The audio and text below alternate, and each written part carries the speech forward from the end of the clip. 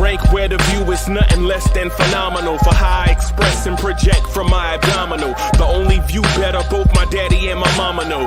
No living parents, my sons give me balance. My wife is my serenity, this mic is my identity. The world is foul enough, that's why I write without obscenities. Provoking danger with broken language and spoken anguish.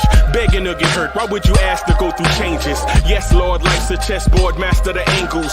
Control the tempo, be the one who holds the info. Acknowledge is just as deadly as machete swings. When spoken, the truth is as potent as that Medellin. While others swear the style is free, I just let it ring. Our time is undervalued, soldiers make us better kings. My fam's on my shoulder, reaching after better things. Today I take the shot, for them I'd rather set the screen. My mama told me follow my dreams. My daddy told me get it by any means. Stand tall, make him bow to a king. But I've evolved, you can see the resolve. Look in my eyes when you speaking to God.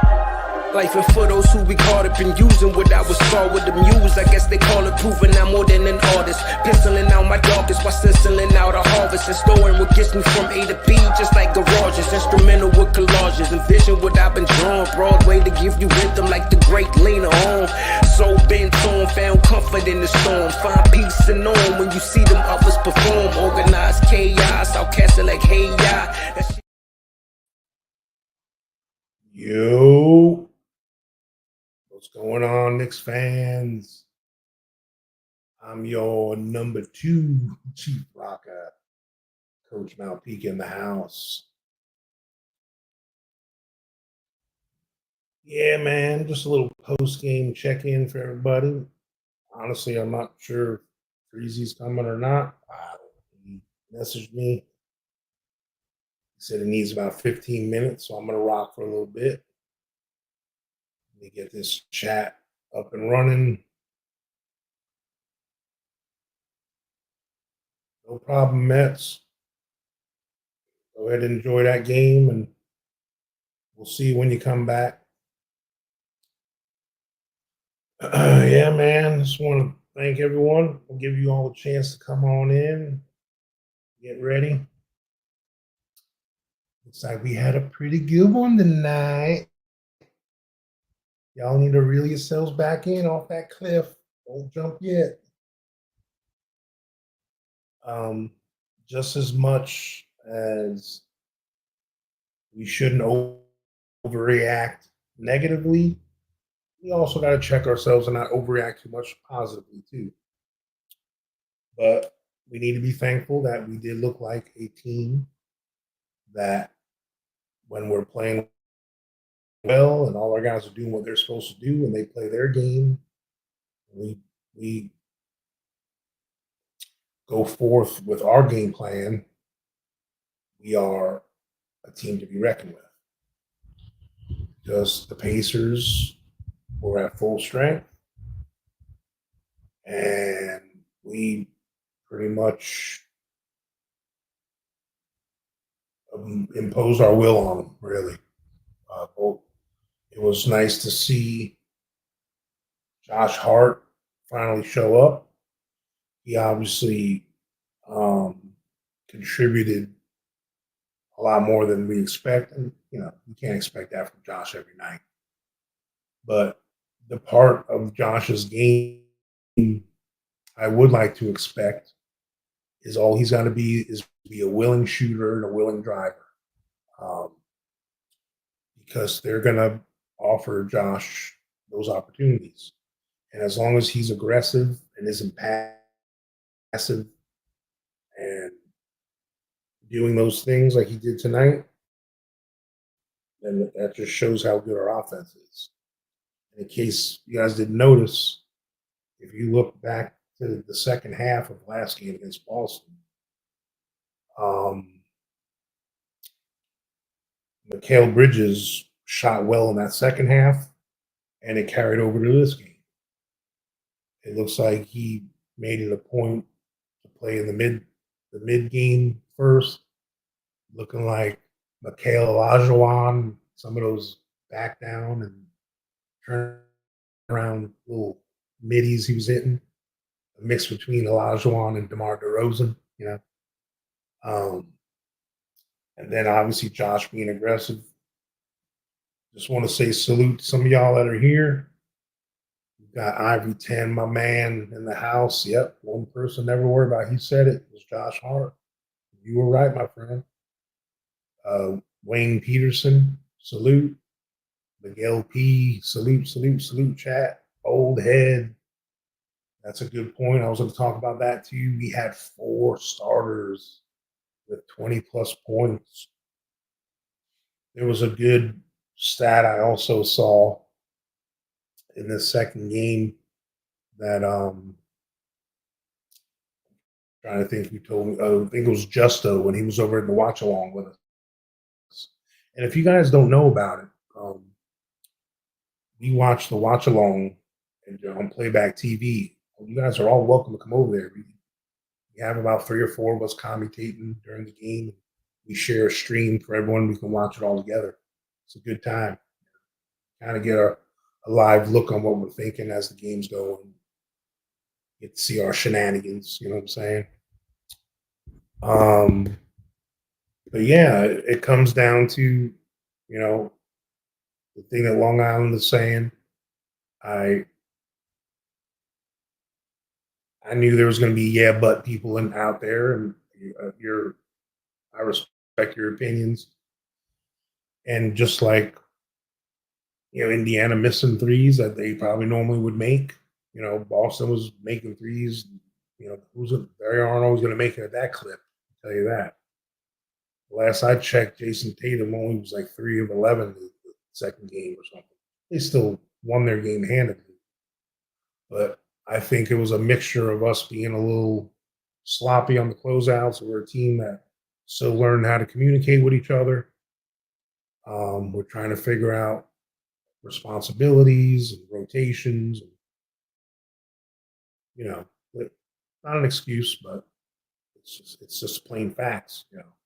We went against a team that was together for 100 games last year, and they know how to play with each other. They have chemistry, and they were ready to play, and they know their game plan, and they know what they wanted to do, and they imposed their will on us. We were a team that played our first real game together as a team, and it looked like it. So, but this game, a lot of those things looks like we made some adjustments on. Yeah, they still had some open 3 opportunities, but I'm still very happy with the offensive production. And to speak on that, Justo had made a point when we were in that playback TV that I had just noticed at the halftime this happened. Or right after halftime, we had 5 starters in double figures already. And we didn't have that last year where all 5 starters had double figures to finish a game until the 28th game of the year last year. And we just did that in game 2. So that's something to think about. I think we had a lot of just overall balance, man. That's what it comes down to. And that's where I think we're going to always compete and be better than most teams. Like, yes, do we have 2 guys that can go nuclear and go off? Josh and Kat, yeah, they both can. And I think Mikal Bridges showed tonight he can get going, which he did. It's nice to see OG Anunoby driving the lane. A few times he did. Him doing things he does on defense. It was nice to have a win like this, and all our starters only have, Brunson only had 30 minutes in the game. Cat had like 32 minutes. I think Josh had the most with 37 minutes. So all our starters had low 30s for minutes. And, Cat still was 22 or 21, 15 boards. He had 4 offensive, I think. I'm not looking at the stats right now. But yeah, man, overall, Boston wanted to make their statement in the first game. Like, look, New York, you think you're going to come around and say you're going to be as good as us? We're going to show you this. Well, for us, We went on our home floor with our team, and we wanted to make a statement against the Indiana Pacers. That last year was some BS, and we showed them this game. I, you know, am I going to go say we're going to win the chip now after this game? No, but I'm going to be damn happy we won. I tell you that, especially in that fashion. That's what we call a good bounce back game. That's the exact game we needed. And I know we're going to have some yeah buts. Um, but I like the energy. I like everyone's intentions on offense. We're starting to figure some stuff out, I think. Let me let's see. Let me see who I haven't shouted out yet. We got Kerry Cox in the house. What's up, brother? Wiz is over here. I want to thank Wiz for being over there at the watch along, watching his boy Deuce. I want to thank who else is in the house? Andios, salute, brother. We got Mets in the house. He's kind of busy doing stuff with the Yankees game. But yeah, man, I want to ask you guys, what's the biggest thing? And I know that Josh being aggressive is probably going to be one of the things um, that's going to be popular to talk about. And obviously, Mikal Bridges finding his shot. Salute, Justo. Appreciate you, brother. Um, let me hear in chat what you guys think. The biggest thing that you came away with in this, like the pleasant surprise. We'll word it that way. What was something you were pleasantly surprised at tonight? You got Kerry Cox saying Josh Hart was the key tonight. I agree to that. Our defensive adjustments. Yep, I did see some of that going on. There were a couple of bugaboos. I think when a couple times Josh got on Siakam, and that wasn't a good matchup for us. Siakam exposed him 2 or 3 times, but for the most part, we switched it up and had OG do it. And then he saw what he can do, you know. And man, when I see OG Anunoby just be a terror with, and the stuff he does, guys, and you see it if all of you have watched the game. You look at OG's stat line, it wasn't anything that um it wasn't anything like to call home about, like, oh, he's so awesome. Yeah. But he does all these things that don't show up on the stat sheet, like the tip balls and the just like the passing lanes, and it just what he's just a menace. And it's just great to see. Let me see who else we got. I missed. Yeah, I think I covered everybody. Wiz, a lot of Marseille. Got to get one of those out there. I want to thank you guys that have. It looks like almost all the people here have liked. Appreciate you. Don't forget to hit that like and subscribe if you're not subscribed yet. We're on the road to 4K. Yeah, man. Hey, look, the link is up there, Corey. Let me copy it for you and paste it.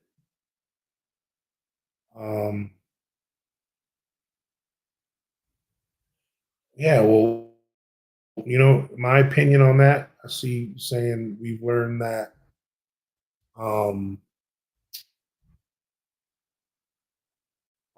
hey, Freezy won't let me post a link, so you're gonna have to do it. Or you're gonna have to scroll up, Corey Lee, in the chat. I tried posting it and it wouldn't let me.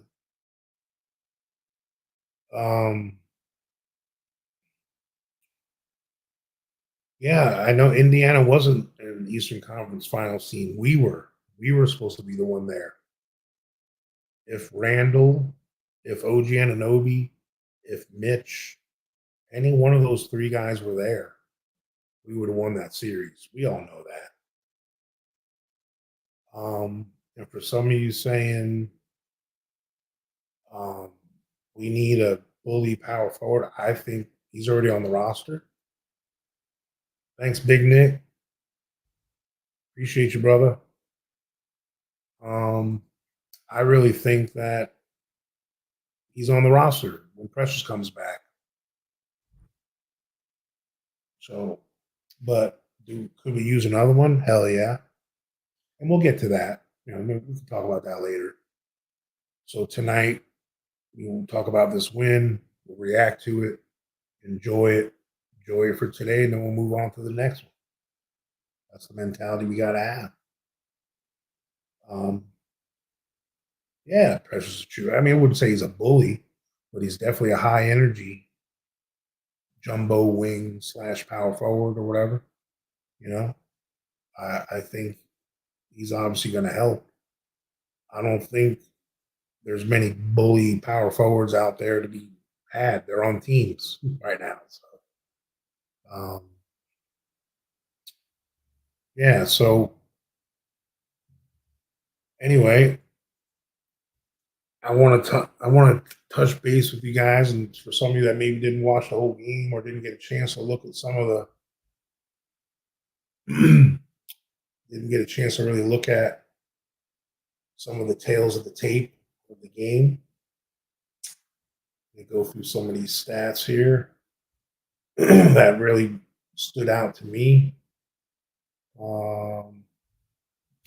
Let's see here.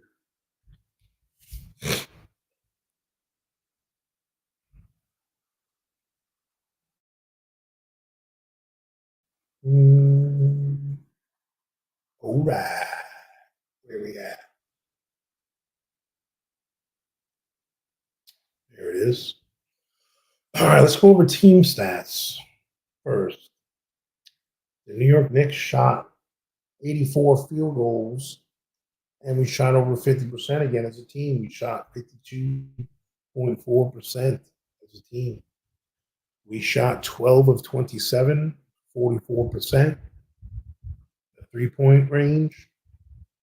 The Pacers only shot 3 of 30 from 3-point range, 10%.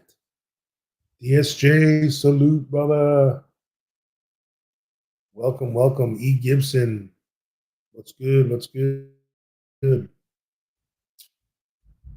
Yeah, I think Bridges and Cat both, I think, took a conscious effort to score other ways before they counted on the three. They just took really the ones that really came to them. I mean, hell, there was a time he still might have been if I look at the box score. I think Josh Hart wound up taking the most threes. Yeah, he did. I had said that earlier in the game. Salute, Mega. Yeah, Josh Hart shot the most threes tonight, guys. He was 1 of 6. But man, he was 7 of 9 with all his other shots. He scored 20 points.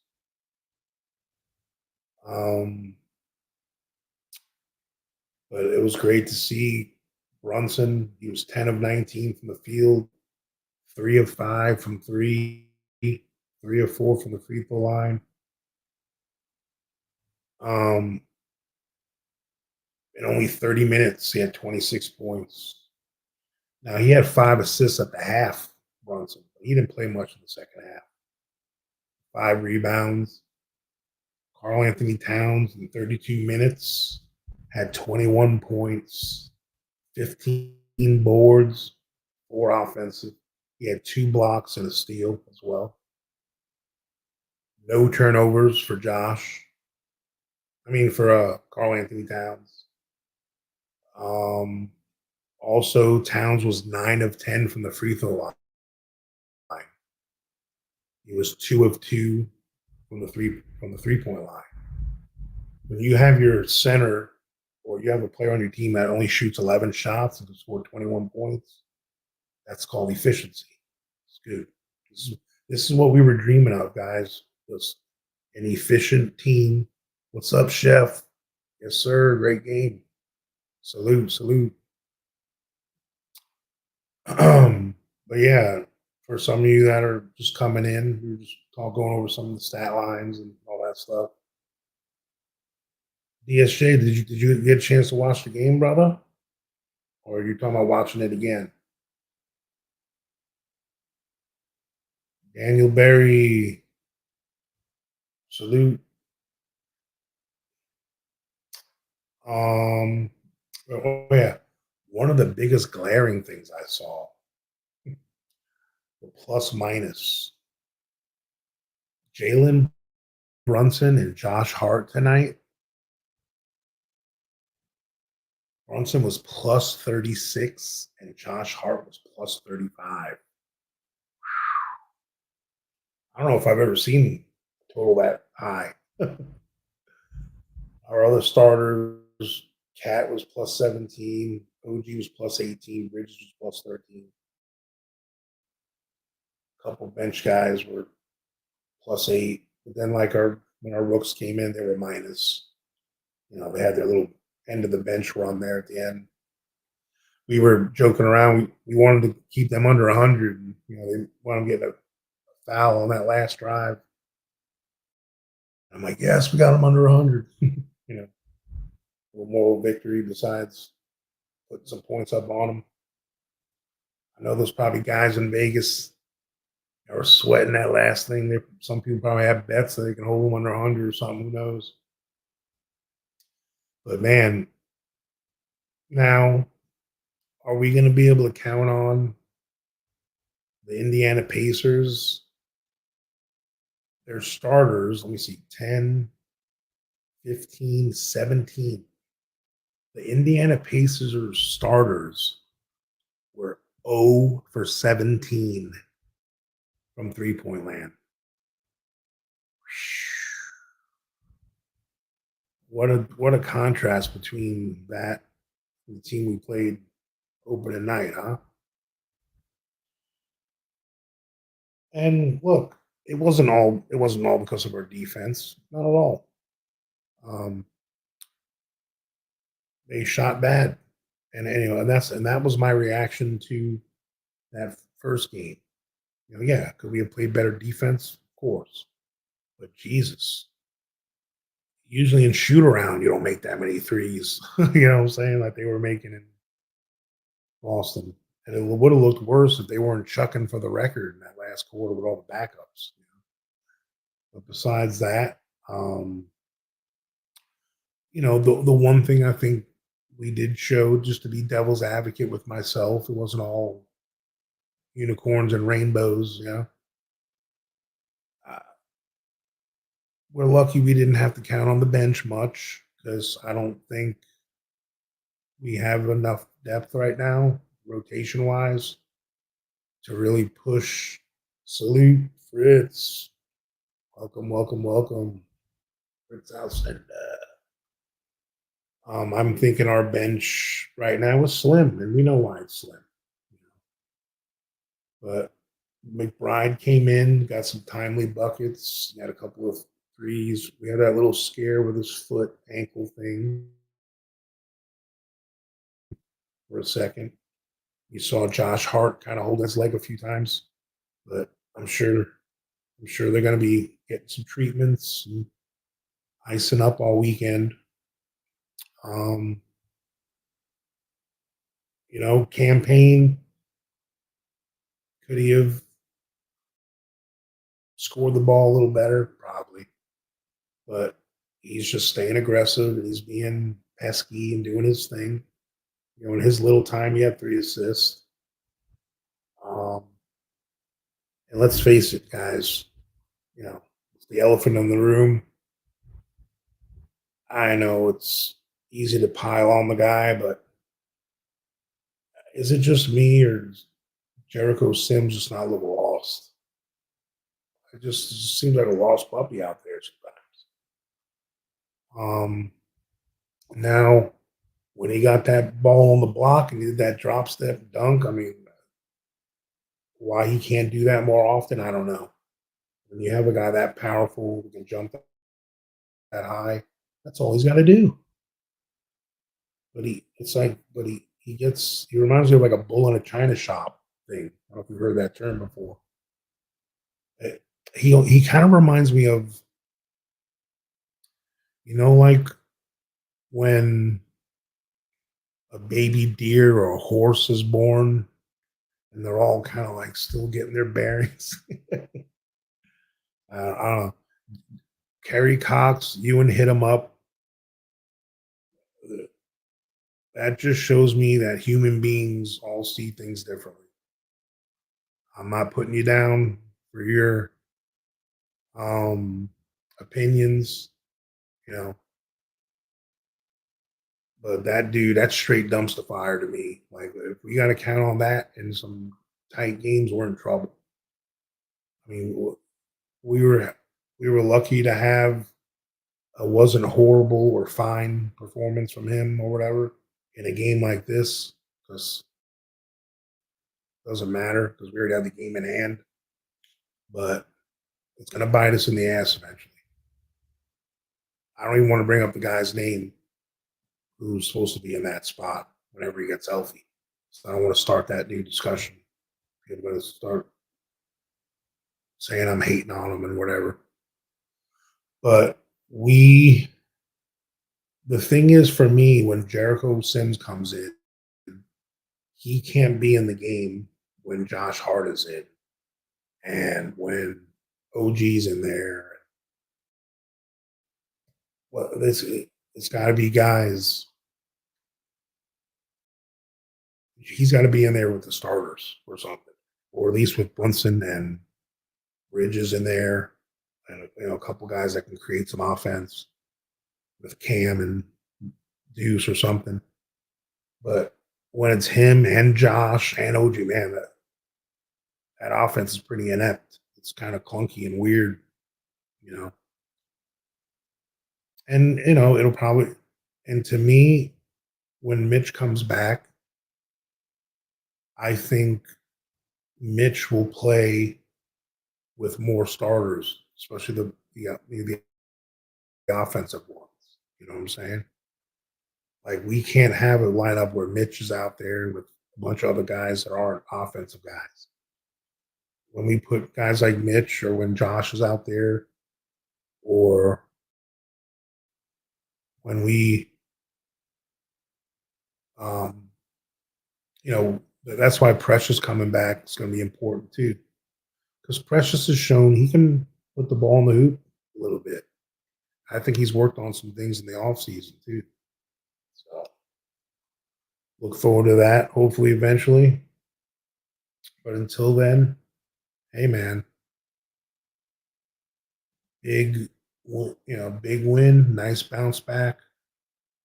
This is this is what we hope the team is going to start looking like. And I tell you what, guys, in only 2 games to look like the way we looked there, it was refreshing. Huck Porty, I mean, he came in right away, and I think he got a block. I mean, he's been doing that ever since. I mean, he did that last game. He came in and got a block or something, didn't he? He just seems like something. I think if he get the more minutes he gets, he's gonna. I think he can do some things that Mitch does defensively eventually. Um, and he's naturally a little more bouncy than Mitch. But I think what all Hakori needs is time. He needs, I mean, as far as time in the game to really get in the flow of the playing with everybody. I don't think the G League, honestly, because I think the G League is a little bit of a step down for Huck Porty compared to the league he was in Australia before he got here. But on the other hand, I think Tyler Kohler kind of showed this game. He had a hard time bringing the ball up the court a couple times. He got the ball stripped from him a couple times. Um, I don't know how that translates as far as um, I was a little less excited about Tyler after this, to be honest with you. I think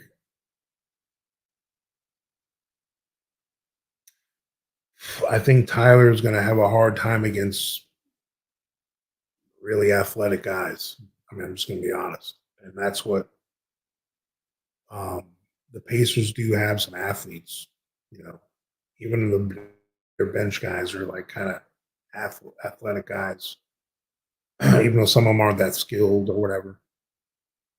Um, I think what was it Walker that was giving him a hard time? I forget the guy's name. There at the end.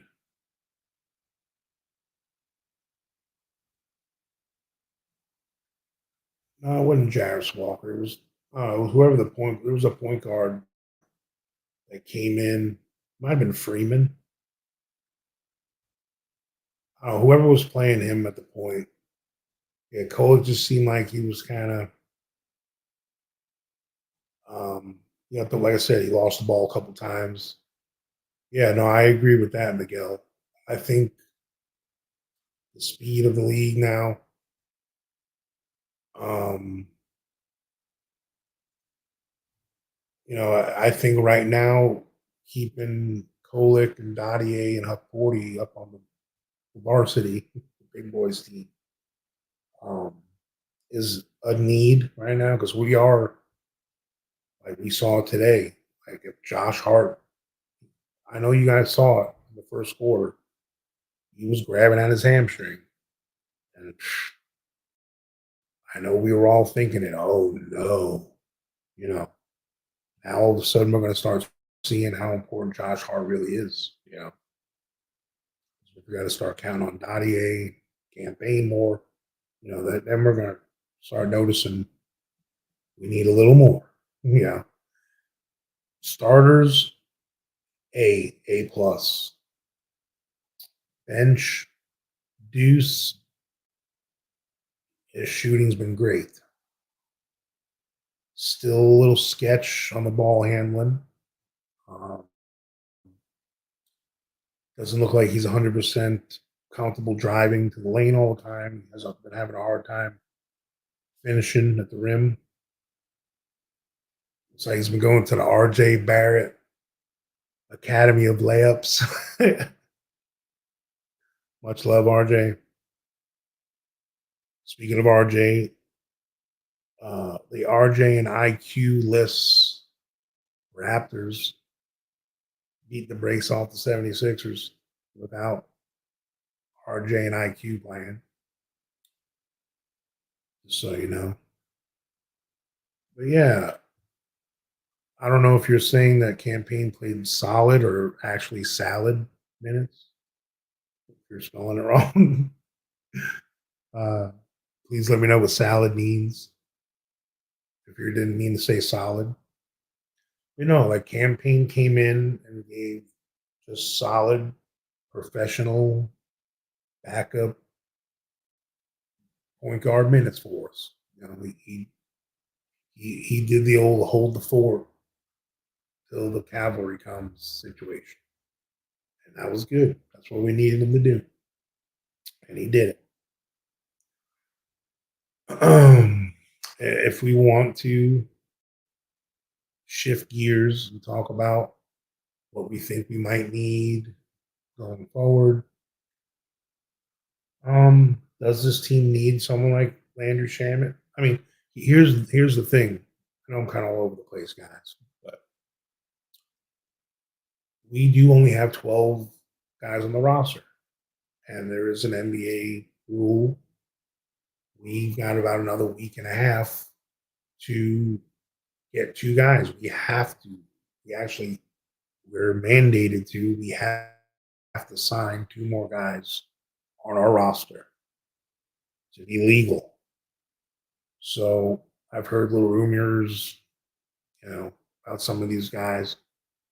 Um, I don't know, but for me, I don't. Yeah, man, I saw that hit him up. I can't believe the Bucks. The Bucks had that game in hand for a bit. It's crazy. That just shows. I mean, look all around the league, guys. It's there's going to be so many ups and downs and storylines. You know, the first 10. Look, we should know this ourselves as Knicks fans. Not to get too low, not to get too high, especially when we react to these first 10 to 15 games. Because look what's happened to the Knicks these last 2 or 3 years. We weren't even the same team we were later in the season as we were in the 10th game, the 15th game. Even, last year's team that everybody loved, we weren't who that team is, who that team was at the end, who we were the first 10 games. You know, the year before, I mean, we had RJ Barrett still. We had IQ. Dante wasn't even starting yet. iHeart wasn't starting yet. I mean, we got to pump the brakes on our overreactions for the bad and the good. I'm not going to go punch my ticket and bet $1,000 the Knicks will win the championship just because we beat the brakes off the Pacers team that shot like shit. No, I'm not going to do that. But I'm going to be happy that we played our game and we showed tonight when we play our game, we're going to be hard to beat. Because Cat and Brunson didn't even have to create offense and force things. Like they were just looking pretty good all around to me. And guys, it's just going to get better every week. I mean, every day, every game, it's going to get better and better. And that's going to come with, like, look at the chemistry. We played Boston, right? Boston's been that team. The team we played a couple nights ago, same team as they were last year. They had 13 returning players. Okay, that team played together for over 100 games because they won the championship. And they won it easy, pretty easy. And that whole team has done that. They've all played together. They knew their game plan. They came out. They beat the brakes off us like they were supposed to. That's in their mind, because in their mind, they're already smooth sailing. They're a team that should look that good at the first game because that's their team. Us, we look like a team that's never played together before, regardless of the talent. Now, did we do have our best showing? No, that was bad timing on that. But this game, we showed what the potential could be. Like, if this is the way we played, if only two Miguel P, you wrong for that, bro. I'm not even gonna repeat that. People can just look at chat. But let me look up. So Knicks, I saw your question. Well, who has the highest ceiling of Porty, Kolak, or Dadier? I'll be honest with you. I think Pacome Dadier's ceiling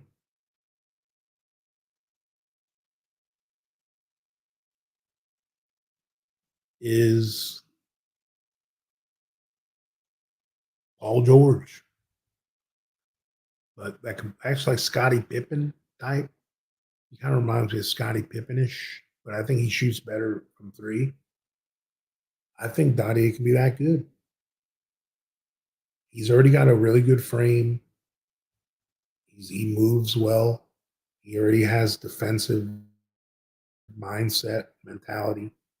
He actually has a nice form, nice shot. Now, I know it's blasphemous. I think he's gonna become Pippen or Paul George. I'm just saying like that length, like his body type. If he taps into all his skills that he's been blessed with physically, he could be as good as those guys. Why not? You know what I mean? I think he's going to be. I think he was one of the sleepers of this draft for sure. As far as Kolek, I think his ceiling is he might be like a TJ McConnell type guy for us one day. You know what I'm saying? I think he's naturally more of a facilitator than TJ McConnell is. Um, I think right now he's puckering up a little bit. He's not being. He didn't seem as aggressive this time when he came in. Huck Porty, I can see Huck Porty actually being a freaking um pretty solid big in this league. Like, do I think he's going to be the next Embiid, Carl Anthony Towns, or something like that? No. Um, I think defensively, he has a lot of things that Mitch has in him. Um, it seems like he goes after the ball on. Yeah, yeah, that's a good comparison, Chef. I see like they have Clint Capella kind of type, which wouldn't be a problem. um, let's see what other things we got popping up in the chat here. There was another question someone had.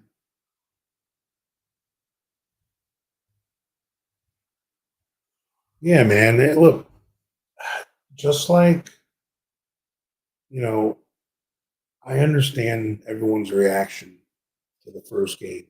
I was bummed too, man. I hated it. I'll be honest with you. Last night was my first night off after working 5 12-hour shifts in a row, night shifts, mind you. And I was so bummed about the game, and I was kind of tired. I'm not gonna lie, I was kind of cranky. I looked at the chat for about 5 minutes, and it was just so negative. I just couldn't do it. Because you guys know me, man. I'm not afraid of confrontation, man. I see some of you guys going hard in chat. I can't not say shit about it. That's just my personality. I like if I think someone's spitting garbage. My opinion. I'm gonna go against it. If I think it's wrong.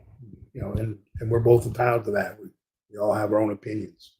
And I respect your opinions, even though I may poo on it or whatever. I still respect it to keep to a point. But my thing is, I don't like when people recycle the same message over and over again. Like, just get new material. That's my thing. And like, the thing is, if someone's going to complain about something about, like, say, Cat not being a dog, or he's not rebounding, or he's not doing this, and then he gets 15 rebounds in a game, 4 offensive, I don't want to hear he's not doing enough, or he's not rebounding. He's not a rim protector. He had 2 blocks in the first half. I don't want to hear any of that crap. Just like I'm not going to say, oh, Jalen Brunson for MVP, just because he did well today. I'm just going to enjoy my team looking pretty good tonight. And hopefully they learned a lot of positive things from this, and it carries over to the next game. And just like Mike Miller says, shout out to Mike Miller, salute. One game at a time. That's all we can do. Because, look, we don't know what's going to happen by the trade deadline this year. The last 2 years, we made team and franchise changing moves. 2 years ago with Josh, last year with OG, then Bogey and Burks. We made team altering decisions the last 2 seasons. So if I'm keeping it a buck, we haven't had a team play a whole season together yet. Like, Brunson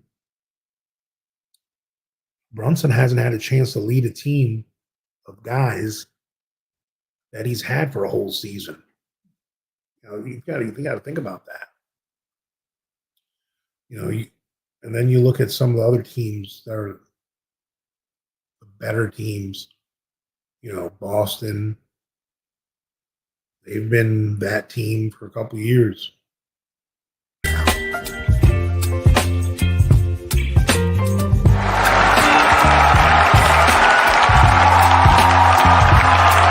Baby, you give me ice and fire.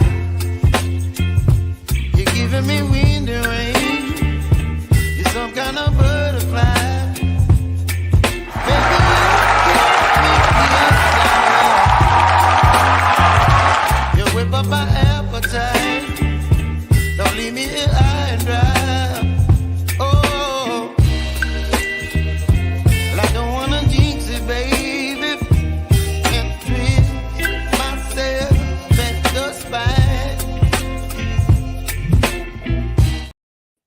Yo, I thought you said he was good. Your man is in the building. Salute. I thought you said 15 minutes. That's what she said. All right. Salute. What's good, Coach? Feeling What's good up, on the Cohen Friday? Dottier Senior? Yeah, man. I'm chilling, man. bro. I'm chilling. Feeling real good, man. Man, it's good to see everybody. Yeah, man, I had a tummy ailment. Yeah, man. I'm glad you feel better. You feel better? Yeah, man. I had to take a Flintstone vitamin, man, and Got you. Yeah, and so you know what I've been proud of? You'd be so proud of chat so far. We 45 minutes in, and I ain't seen a real but yet. Yeah, man. I have not seen a but. It was a little dub tonight, bro.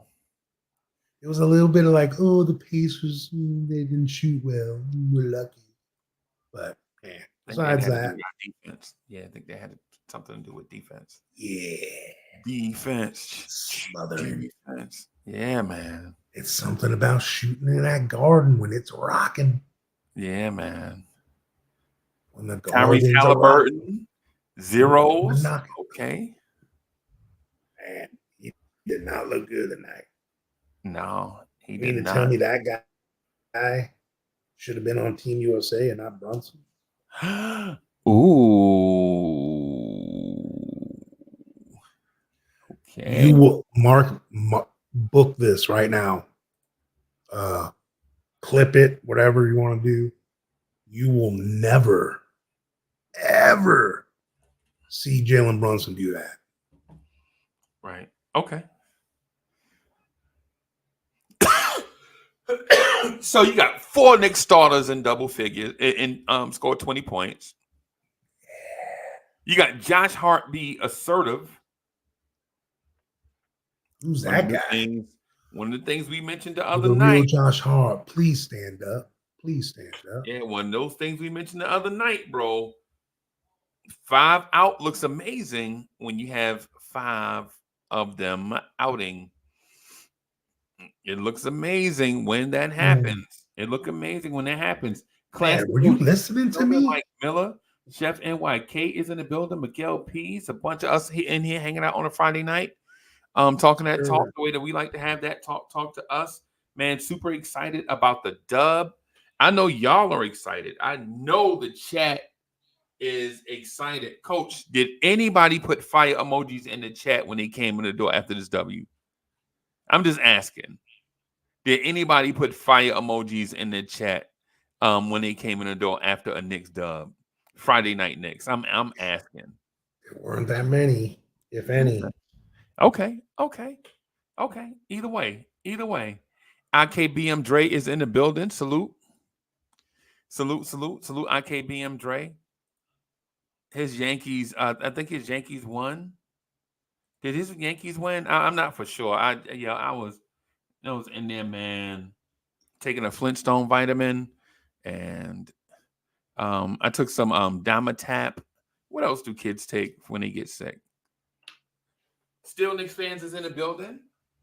You ever have ginger? Yeah, like a ginger. And Marianne. But don't bump. Skipper. Yeah, man. Hey, little buddy. Yeah, man. Let's go. Excited, man. So, one-on-one. So Freezy, what's besides the obvious of Josh Hart's assertiveness? What's another thing that a takeaway for you in this game as far as something you're like, yes, that's what I'm talking about. I have a list about a mile long, right? So first of all, the defensive rotations were immaculate. Now, when we rotated, did we get the results that we wanted when we rotated? Not entirely. But the defensive rotations, it shows that they know what they want to do. You know what I'm saying? It shows that the scheme works, right? Shows the scheme itself works, right? Just the guys need to work on a few things. There were a few times that I think we overpassed, right? I think we passed just a little too much. And then there were times where there were three guys open and one guy just wanted a shot. Whatever. Yeah. We took it in. We took a little too close to the end of the shot clock, you know. Yeah. So without being I don't want to be super critical about a win or a loss, but tonight we revitalized us, man. Tonight, I think we're, it's one of those things where we got the right team at the right time, right? We got the right team at the right time, and nothing against any other team in the NBA, but getting right against one of your historic rivals and a team that put you out of the playoffs, getting right against that team on your home floor just made the effort tonight that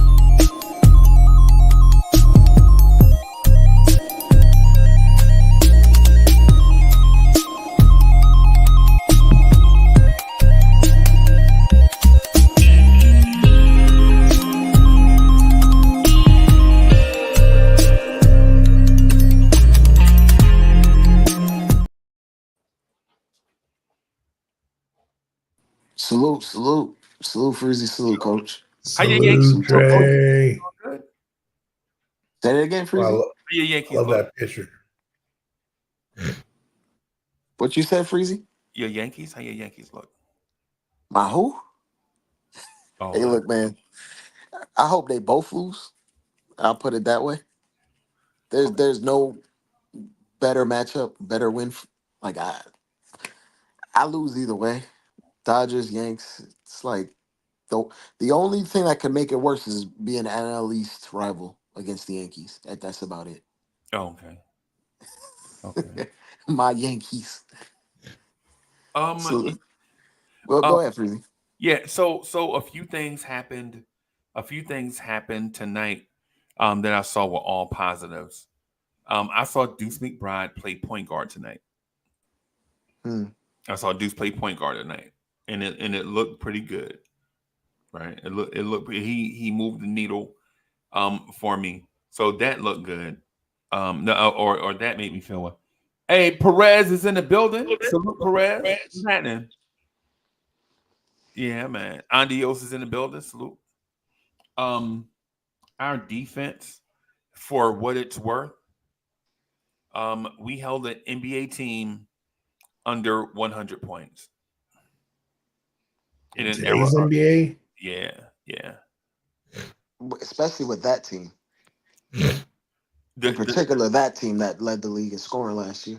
right, and that team went 3 for 30 from 3-point land. Right, that team went. Starters were 0 for 17.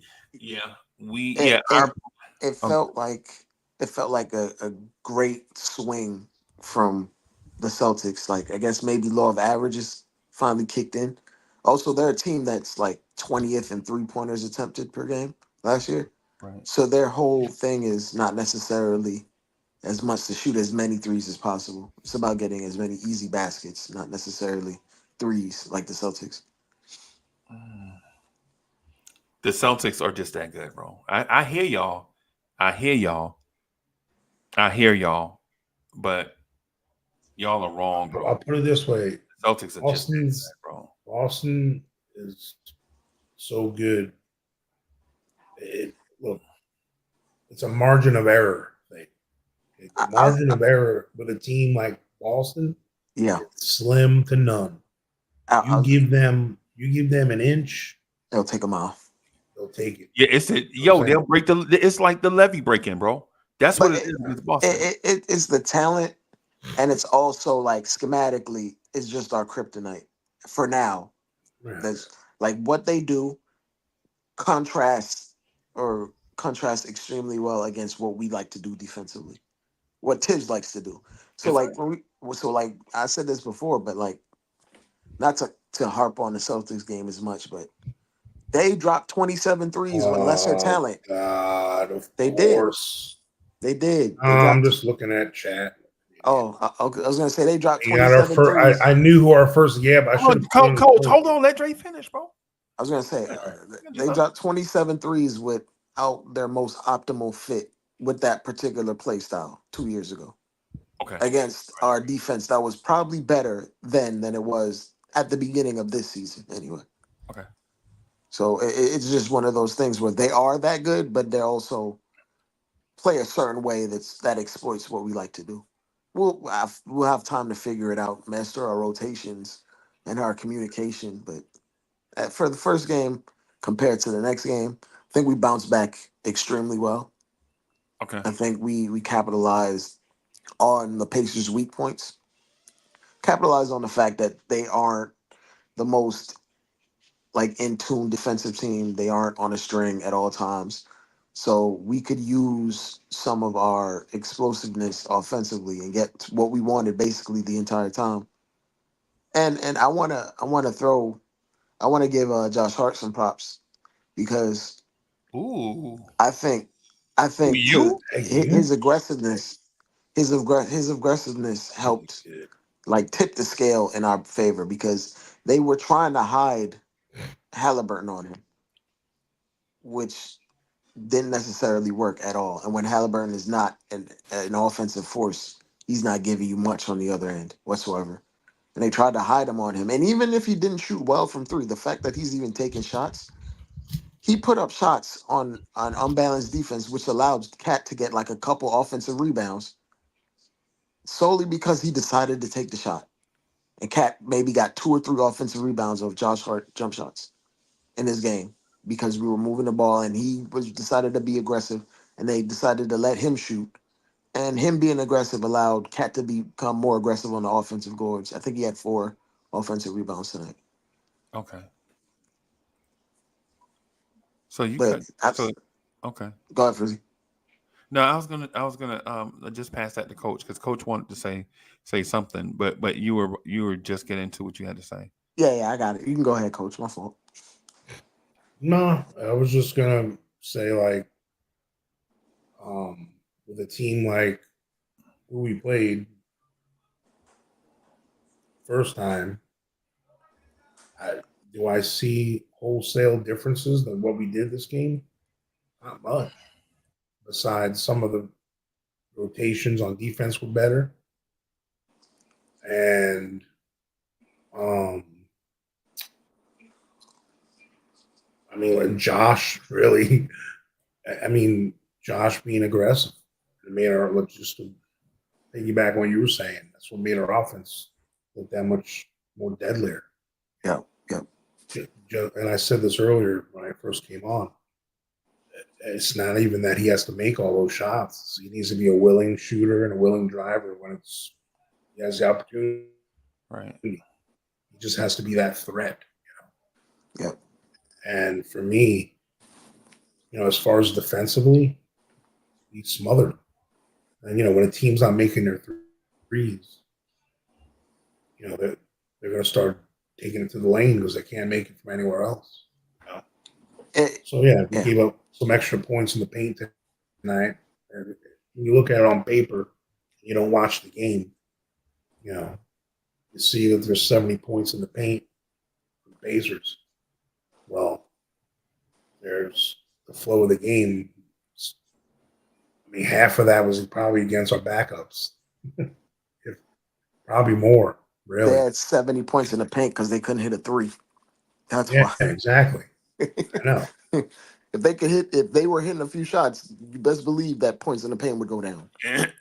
Wow, this But if okay. but if we had Mitchell And to Robinson, that point, they are number wouldn't one have in the scored league in 70. paint points. Like even to that point, they've been number one in the league in paint points since last year. That's what they do. That is their signature trait. Just like Yo, the so, Celtics. so wait, hold on. What's the whole point of the points in the paint thing? Like, why don't y'all make that left turn right there to points in the paint? I just want to follow the conversation. Like, what's the point of it? Just to so we I were can follow. responding to someone in the chat. Nick Yak, he was mentioning the fact like we didn't play drop coverage tonight, which is a lie. We did play a lot of drop coverage. Yeah, And we gave up 70 points in the paint with some other center out injured.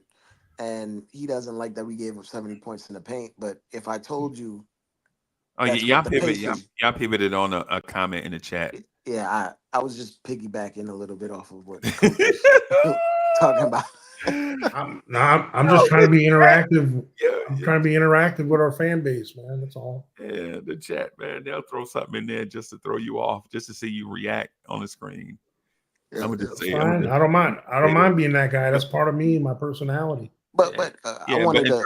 In terms of our conversation when we were we was just like talking about a specific thing. Yeah, just to flow the conversation because it'll be thousands of others that watch.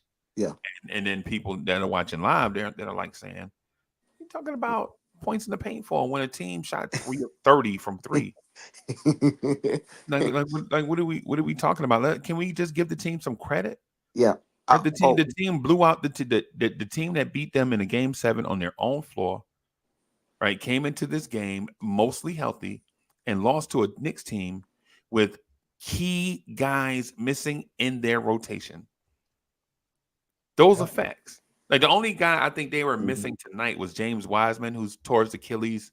What was that, Tuesday night? I think he tore his Achilles Tuesday and he's night, he's new to their system. Yeah. So basically they're going back to who they were using last year.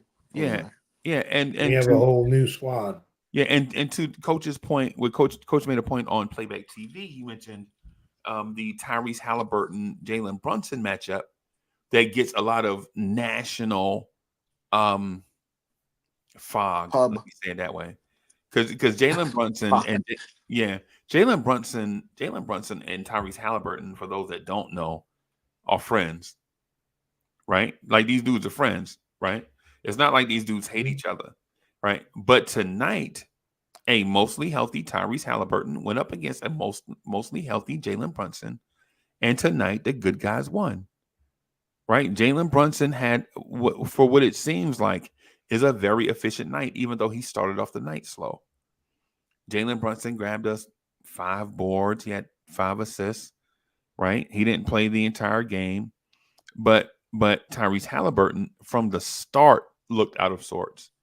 Like our defense confounded him. Like our defense legit, like puzzled him in a way where they couldn't get the shots that they wanted to get.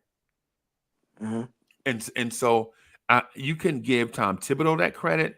You can give OG Anunoby that credit. Defensively, you could give Josh Hart that credit. Some by switching onto bigger guys, so that smaller guys can buzz around other big guys. We can't give credit to Jalen Brunson for drawing a few charges and a steal, I believe. Hey, I think the defense for the most part, looked pretty good. They wanted to come into this game and do a certain thing. We took away that certain thing, and basically they basically took what the defense gave them, right? And so does that mean they had to score in other ways that they probably didn't want to do? Absolutely. They still took, coach, they took 33 pointers when they knew they were ice cold. Yep. They knew they knew they were ice cold, and they still took those shots anyway. And you know what happened? By the time they got their offense into gear, it was too late. We were up 20. At one point, we were up 30. I think that the Knicks played an excellent game tonight. They shared the ball, right? Mikal Bridges didn't pass up. Coach, you remember we were watching Mikal Bridges didn't pass up shots? Remember that? Coming around certain things, getting hit right in that shooter's pocket, and he took those shots. Yeah, Josh Hart saw those driving lanes, and he just took advantage of them. Yeah, and then our starting backcourt scored 46 to their 2. Yeah, their That was the backcourt was a advantage of the non-factor. backcourt. Nebhart had 2 points, and Halbert had 0. Are we calling Josh Hart the 2 guard in that lineup? Well, if you want to say Bridges, then it's even more 47. But I want to give Bridges some credit for how he came out tonight. Even though, like you said, he didn't turn down shots, he also was playmaking a little bit. He had 5 assists. He had 5 assists, and he could have had maybe 7 or 8 assists based on the looks he was dishing out. And he's looking like he's developing some chemistry in a pick and roll with Cat. You've seen it a few times where Cat may not necessarily get the ball, but he pitched it out to OG on the wing, on the weak side, wide open for a 3, and he hit one. I think above the break on the right wing, I believe. And I noticed if teams are going to try to defend Bridges with a prototype shooting guard, like anyone his height or shorter that defends him, he's going to back there behind down and use them long arms and pop that turnaround on him. Yep.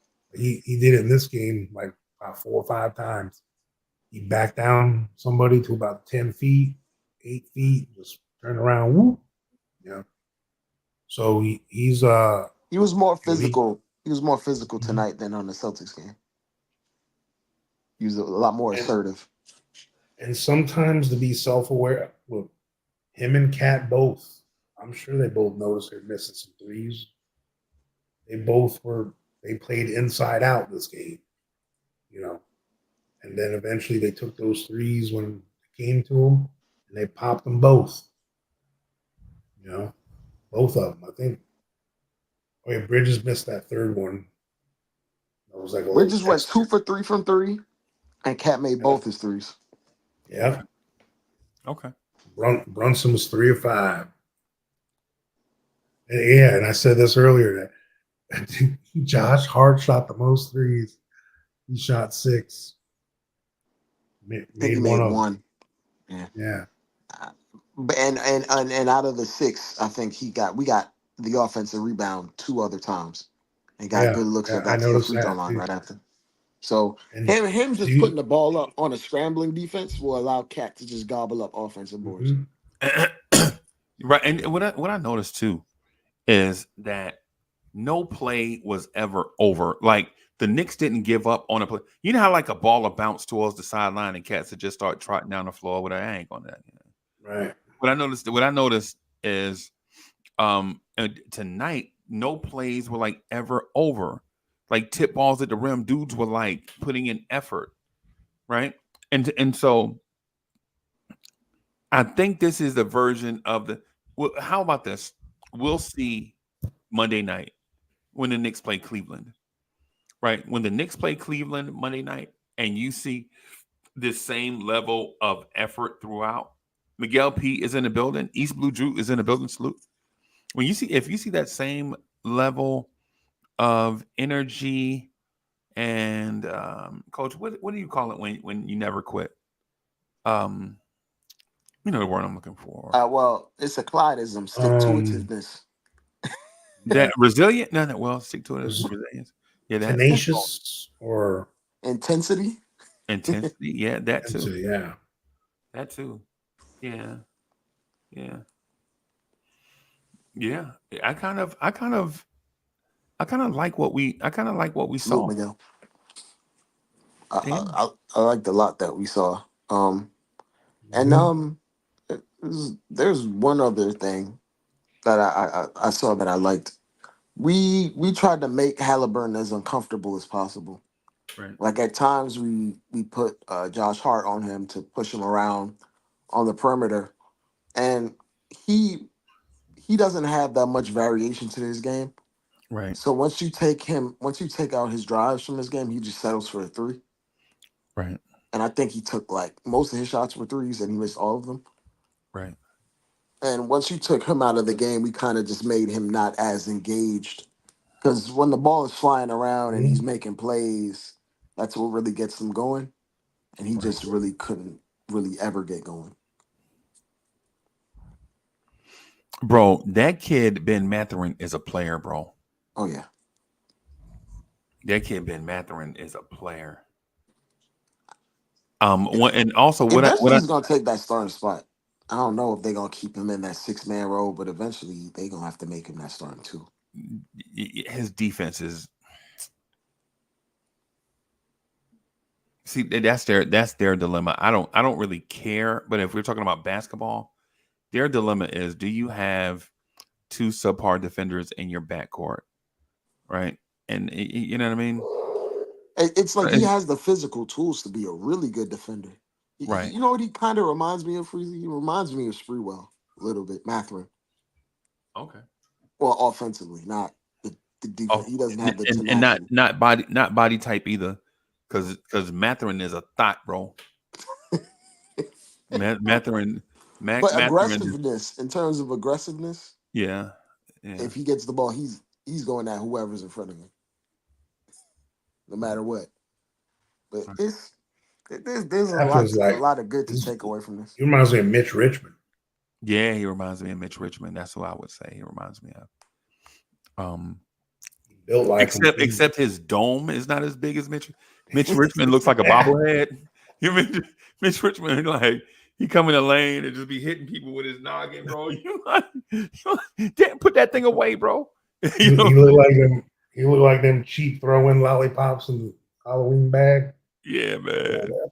Yeah, man. the clear ones. Did you Freeze, you saw that clip where Deuce was talking to Ariel Hupporty, No, and saying basically, yeah, Yeah, I saw well, that. they had him mic'd up on ESPN, right, and he was basically telling Hupporty, this is where you earn your minutes. right, Like even in garbage time, this is where I earn my minutes. This is how I got into the rotation, playing junk Yeah. minutes, garbage time minutes, and gaining the trust of Tibbs. So eventually, if Hupporty can be who we think he may be, he's gonna weasel his way into this rotation. Mhm. You know, I think it's Yeah. gonna weasel their way into the rotation. Your son. Yes, Back home, yeah. Junior. I think Junior is gonna wiggle his way into the rotation, right? I'm Because not I'm not sure why he didn't play tonight earlier, but I also feel like Tibbs may have kind of waved the white flag against the Celtics, and he was like experimenting with right, lineups and rotations in that game because he felt like at some point, like we may probably not gonna win this game the way they're shooting. So he started like experimenting, but right. in this game, like he never really tinkered with too much. He just put the pedal to the metal at this point and was just trying to pummel his team. Yeah. And so are we gonna get? So Tom Thibodeau did two. Speaking of Tom Thibodeau, right? I think he did two things tonight that I was proud to see. Right. So the first thing he did is he took away that um, Miles Turner slide. You know how Miles Turner sets the screen and he shuffles his slides to the right, probably 2 or 3 slides, and Halliburton just, you know what I'm saying, wraps around on the pocket so that he can get that three-pointer. So I saw a couple of times where the Knicks knew that was coming. And so they took that away. And what we noticed is that what I noticed tonight is he is not comfortable like sliding to the left. Like it's not like a cha-cha slide. It's just he catches that ball in rhythm in a certain slide. And when he catches it, he's probably going to knock that three down about 70% on that play. Yeah. I'm not talking about for the season. I'm not talking about all over the perimeter. I'm talking about when he sets that screen and he opens up his hips and just slides, and Halliburton just hits him in that. Yeah. That So pocket. we hedge on that. We took that away, and I think Halliburton saw that was taken away, and I don't know if Halliburton had a counter to that. I think Freezy Tibbs just used his playoff game plan, except this time we have more talented players. Ooh. And it ended up working out for us. Because when we had when we had just OG, we were giving them issues offensively. Right. Now when you replace when you have Josh Hart healthy out there, he helps. And he knows the game plan. And when you have McCall out there fighting over screens, making guys uncomfortable, playing passing lanes, getting deflections, you can apply a similar game plan and it'll work just fine. I think we ran out of gas against them, and then we had the injuries, of course. But Right. the offense was pretty seamless. Like it just fit. It just worked. And like Cat just existing, he only took 2 threes. But you have never seen Brunson get this many layups in a quarter of a year, let alone in 2 games. Like he's getting right to the cup. Like he's getting all the way to the cup. He's had to rely on floaters and mid-range jumpers in his diet. Okay. He has had to rely on that to even score because of the lack of spacing. But now it's just when you look up and you see Brunson as 25, you'd be like, how did he get 25 so easily? In this game. It don't even feel like he's dominating the game to get his 25. It's just you look up, it's like an easy 25 on 15 shots. Right. It's kind of like Karl Anthony Towns rebounding, bro. Yeah. Right. Like you don't notice that Cat has 15 rebounds. You're like, okay, yeah, Cat bringing the ball up the floor. And then towards the end of the game, or he'll go to the free throw line and they'll flash his stat line, and you're like, dang, Cat has 18 and 12. When did he get 12 rebounds? It's the opposite because like when anytime Mitch gets double-digit rebounds, you know he has double-digit rebounds. Yeah. Or even with Randall at that point, when Randall's putting up 15 boards, you know he has 15 boards. Right. But over the course of the game, just Cat just accumulates numbers, and you don't even think nothing of it. It's just his style of play. Right. And it looks real easy, but it's not. Right. Even with the wing players having a large number of assists, you saw the assist totals for both guys. You're like, we are sharing the basketball, bro. Yep.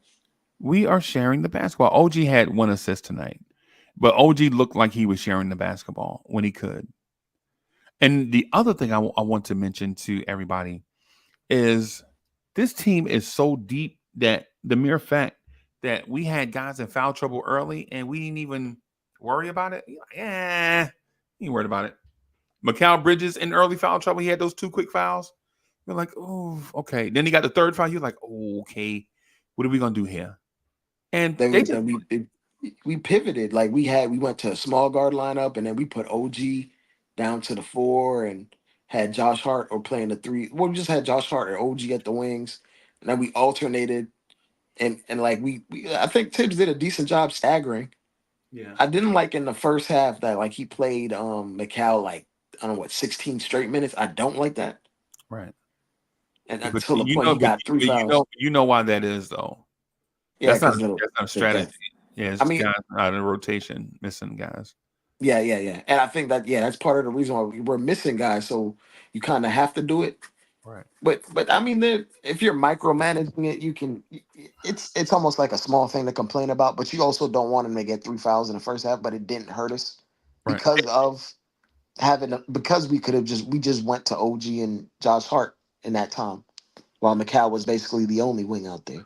Right. And plus two, in past years, we would have tried to play a young guy right there, and leads would just vanish. Oh man, Yeah, and it happened with RJ, it happened with Grimes, it happened with Obi, it happened with Deuce. And I'm not saying that they're bad players. What I'm saying is, when young guys aren't ready and you put them in there in those moments, then it affects the things can game. spiral out of control. Right. And I think that for that reason, I think he learned his lesson by not putting Pacom Dadier or Tyler Kolek in those moments. Yeah, And not saying that they're bad players or won't ever be good players. What I'm saying is basically how Tibbs has constructed this team. You have to keep the pedal to the metal all the time, and sometimes you just can't take a risk. And so we've over the past few years, and every NBA team does it. Every NBA team does it, bro. Every NBA team will give up a big lead. You remember when we were beating Boston by 34 in the Garden last year? yeah, At Boston Garden? And I think we because basically we were blowing them out, or we had like an 8, and I can't remember the exact number, everybody, so just bear with me. But we were winning by like 18 at the half. They come out in the third quarter, try to do something. Jaylen Brown dunks twice, whatever. And then the Knicks are like, hey, wait. And then we stretched the lead to like 31 towards the end of the third quarter. And everybody was like, yo, when are we going to wave the white flag? Right. And so what happened was we were like, nah, you give a NBA team a whole quarter, they can chip away on a 30-point lead. And what happened is right at the beginning of the fourth quarter, the Knicks kind of waved a white flag because remember, our team was injured and we were trying to get vets off their feet. yeah, And Boston reeled us all the way back in and cut the lead to 9. Remember that? yep. They cut the lead all the way to 9. We had to bring dudes back. We had to get dudes off the PlayStation. They in the back playing PlayStation. Hey! Dudes was getting the tape cut off their ankles and say like, no, right back up. And so based off of that, I think Tom Thibodeau didn't Chance it. yeah, he didn't chance it because this victory was so important. And then plus we know Indiana can get points in bunches. We know who they are under Rick Carlisle and Tyrese Halliburton. And so Yeah, I think they waved the flag because Tyrese left like midway through the third quarter and never came back in the game. never came back. Yeah. But I bet you if they would have went on a 8-0 run. Oh yeah, they would have threw him right back. If they would have chopped it down to like 15, he would have been right back in the game. I'm back. Just to see what's what. Just to see. Yeah, just to see. Right. And so while I wanted to see Pacom Dadier and Huck Porty earlier, I can understand why Tom Thibodeau didn't want to ruin the vibe. I can understand why he didn't want to accidentally kill the vibe. Also, like this team has just been together. Every minute they can get out with the main guys and play together and build on reps is important. Like every minute means as much because when you're trying to look around, when you're probing around the rest of the league and looking at the rest of the contenders, all them dudes done played multiple years together. Yeah. You got to figure out a way to close that gap as fast as possible. Right. Because you can't just close that gap without playing. You can't just watch it all on tape. Right. You need live action reps. Yeah. High leverage situations.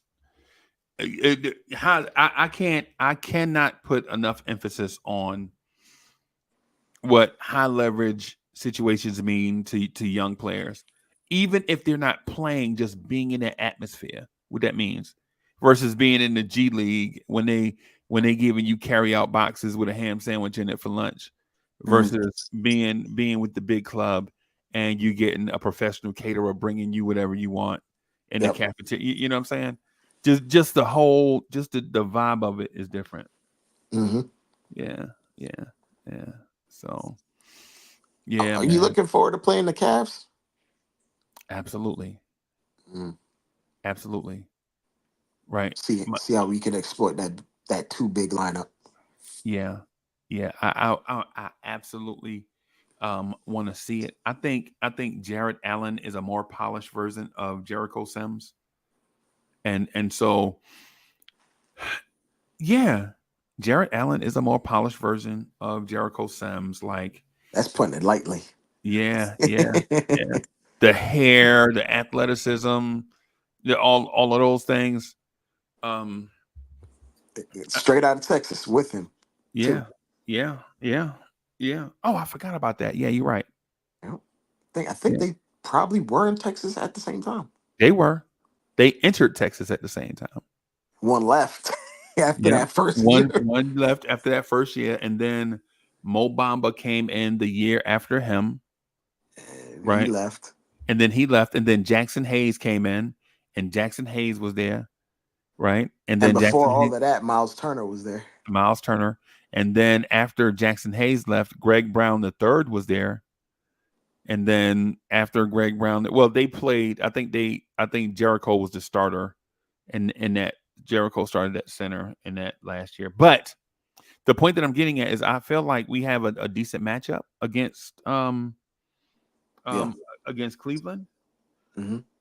My only concern about this Cleveland team is I think Kenny Atkinson is going to try to pick and roll us to death. Well, I Right? mean, and the benefit of us trying to figure out the drop coverage, it helps us against a team like that doesn't necessarily shoot the best from three. Because the only like two guys on that team that shoot really well from three right now, because Max Struess is out on What? high volume. Yeah, Max Struess is out on the injury right now. Okay. Um, on high volume, their only really good shooter on high volume is Donovan Mitchell, and Garland had a down year last year. And it's a lot easier to contain a singular guy, kind of come off a pick and roll without a whole bunch of shooters around them. Right. And the roll man isn't necessarily a shooting threat from further than 15 feet. Yeah. So I mean, we'll be okay. I think we'll be fine. I'm not sure if the game is at home or on the road though. That's the only thing. Bro, you in New York? You're not going to the game? I don't know. I don't know if the game is in New York. I don't know if the game is in New York. Okay.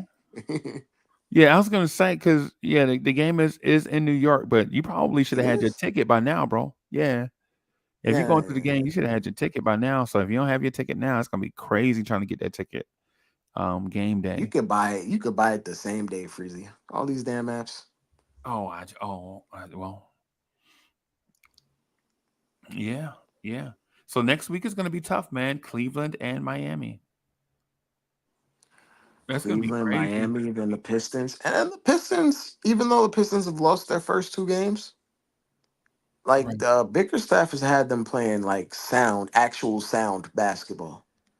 Sometimes they're at a talent deficit against other teams, right. but they're not over there to get rolled over. Okay. At least from the two games especially the first game against the Pacers, they were playing the Pacers pretty tough. Yeah, Pacers stole it at the end, yeah. We gonna roll but over that team, bro. we I gonna mean, if we are what we say we are, we should. we gonna curb stomp the Pistons, bro. Then you got the Rockets, the Hawks. Yeah, We might have a solid record after the first 10 or we so games. we might. There's going to be ups and downs, though. Of course, when you have we have literally four new starters from last year Yeah, to now. So yeah. I there get are it. growing pains. Um, what do you make of not not the Pacers game itself?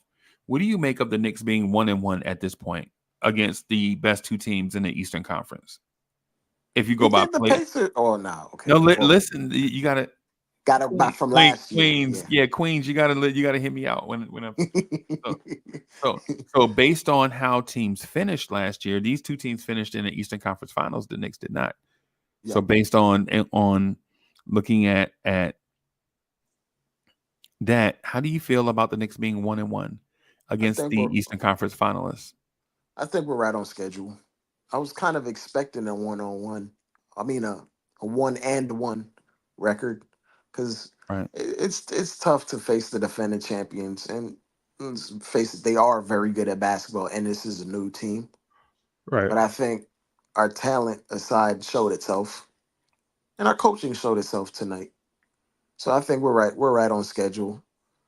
I want to see where we line ourselves up against the Cavs. I want to see where we headed in terms of that because the Cavs started out pretty well their first two games. Yeah. Who did they play though? Did they beat Orlando yet? No, they didn't play. Orlando's 2-0, but they didn't play Orlando yet. Hold on, I'll tell you right now. They just beat the Pistons, and Impressive. they Chicago? and Who they beat beat the Pistons and the Raptors. Both teams that are ooh. yeah, but they blew out the Raptors by like 30. Okay.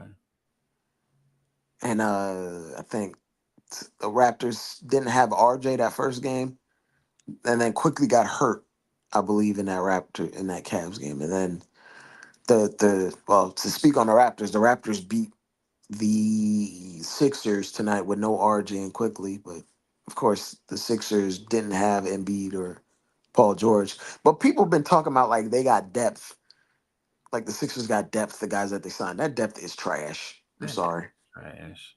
that depth You is talking about trash. Yabusele? Yabusele? They talking about Reggie PJ Jackson, Martin? Freezy. Yeah. Talking about 42-year-old Kyle Lowry, Eric Gordon? Right. Caleb Martin, Freezy. That's what they were talking about. Hey, so one of the things that I wanted to point out to everybody, just to make everybody laugh, right? One of the things I want to point out to everybody, right, is where is it? Where is it? Okay, for the year, Tyrese Maxey has taken 54 shots and he's made 16 of them. People were saying you could give Maxi Brunson's usage. I know for damn sure Brunson's not shooting 16 for 54. nah, he's not shooting 16 for 54. Don't Right. matter who on the court. Right. He could have a team, he could have a starting lineup of four of me with him. And he's not going That man 16 is for 54. that man is 4 for 21 from 3 on the season. He's not ready to lead the show. No, He's just not. I honestly believe he's just another guy. I won't say that. Yeah, I'm absolutely. But he might be what he might be one of those Jamal Murray type players that Jamal Murray. thrives. Yes, Ooh. that thrives next to an MVP caliber player. Ooh. But on their own, they're not really an all-star on their own. Not yet. Tyrese Maxey is probably Lou Williams to me. Oh no, that's And harsh. I know that sounds disrespectful, but Lou Williams was a heck of a bucket getter, bro. Lou Williams was a flat out scorer, bro. And mind you, I saw Tyrese Maxey play with my own eyes. I saw him, right? And there's no shade on Philly, right? Because Philly has had great players throughout their history, and so it's not me being a hater of the Sixers because Philadelphia has had great players over the years. I just don't think Maxey is one of them. I think Maxey is Cam Thomas. I think Maxey is Cam Thomas, bro. And I think Cam Thomas might be a better scorer. To be honest, Cam Thomas We're is not a talking one-on-one playmaker. scoring, probably. Cam Thomas is not a playmaker. He's not going to defend. But if you're talking about pure bucket getter, yeah, I think Cam Thomas is the truth. I think the thing that makes Maxey scary alongside like another star players, he's quick as lightning, but he also has like He's Dame also range. small. Yeah, he has range like Dame as Right. well. So Right. I mean, he's kind of honest to God, he's built like Dame, but he's a lot faster than Dame. But he doesn't have the consistency in the jump shot like Dame. Dame has a little bit more variation to his offensive game, but also Dame is like a 13-year vet. So Dame at that age was definitely stronger, maybe more athletic, but not faster. I think, well, in this off season, what's his name? Tyrese Maxey put on like a ton of muscle, but it might have screwed with his jumper. And you know that happens a lot when guys just throw on muscle and then they can't recalibrate their jumper Yeah. and it's break for the next year and a half. Biorhythms are off. Yeah, he Balance put is on a off. ton of muscle. Like he put on a ton of. He's built. He damn near built like Tyreek Hill right now, Freezy. Wow. If you look at him, like his weight regimen over the summer, he put on a ton of muscle, but Yeah. he's kind of screwed. ESPN has him listed at 200 pounds, bro. 6'2", 200 pounds. Yeah, And for a guy of that frame, when I saw him, he wasn't 200 pounds, bro. That man was probably 185. no. He's probably 170. Damn. Yeah, he was Oh, you 170 talking about when he was in in college? college. Yeah, Yeah, when yeah. he was in Okay. college. Yeah, Yeah, yeah. But yeah, yeah, he was about he's 170. thrown on a ton of mass over the last 5 years or It's like when 4 we years. saw Steph Curry. When we saw Steph Curry at Davidson, he was a nobody. That And he man, they had was, that man listed at 175. That man was every bit of 155. That man was Freezy, probably 6 foot 155 when we saw him. but it felt like Steph Curry didn't just throw on a bunch of mass in one year. It felt like he just threw on five in one Every year, year he five, added five, five, five, yeah, yeah, yeah. until Max he just threw on like 10. It looked like he just threw on 10 this offseason, 10 Oh, or 12. oof. He just wound up. He's like a tight ball of muscle right now. If you Right, look at him, right. and that just might screw with your jumper when you put on that much muscle mass. Yeah, and so for that reason, I'm saying there are certain teams that I'm not really. I don't want to say I'm sleeping on them as a Knicks fan. What I want to say is other teams have their own issues that they're trying to figure out, and for that reason, I think the Knicks are probably going to catch some teams sideways and pull away from some teams. Like because I think Milwaukee is undefeated right now. No, they lost to the Bulls. They lost to the Bulls. They gave up damn near 140 to the Bulls. Oh, I see that. I see that. Okay. I was watching some of that game when the Knicks game was done, and like the Bulls were getting whatever they wanted 3-point wise. Like they were getting because they had a center that shoots threes, and that just threw everything out of whack for them. Right. Right. Brooke Lopez was not going out there to contest a 3-point shooter, and so I think they made 21 threes tonight. Okay.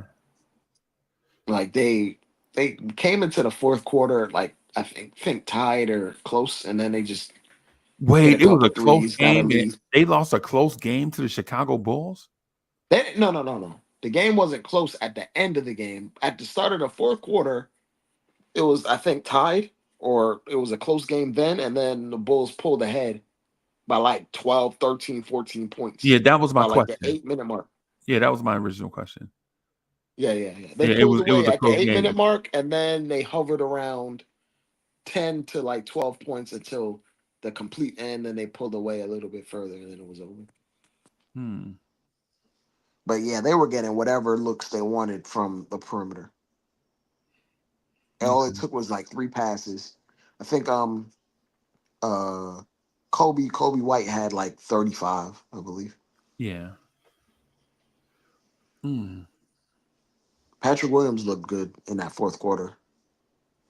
Like he has the physical tools, but I don't know if he has the mental part, the mental side. Yeah, I think the Bulls ruined him. Yeah.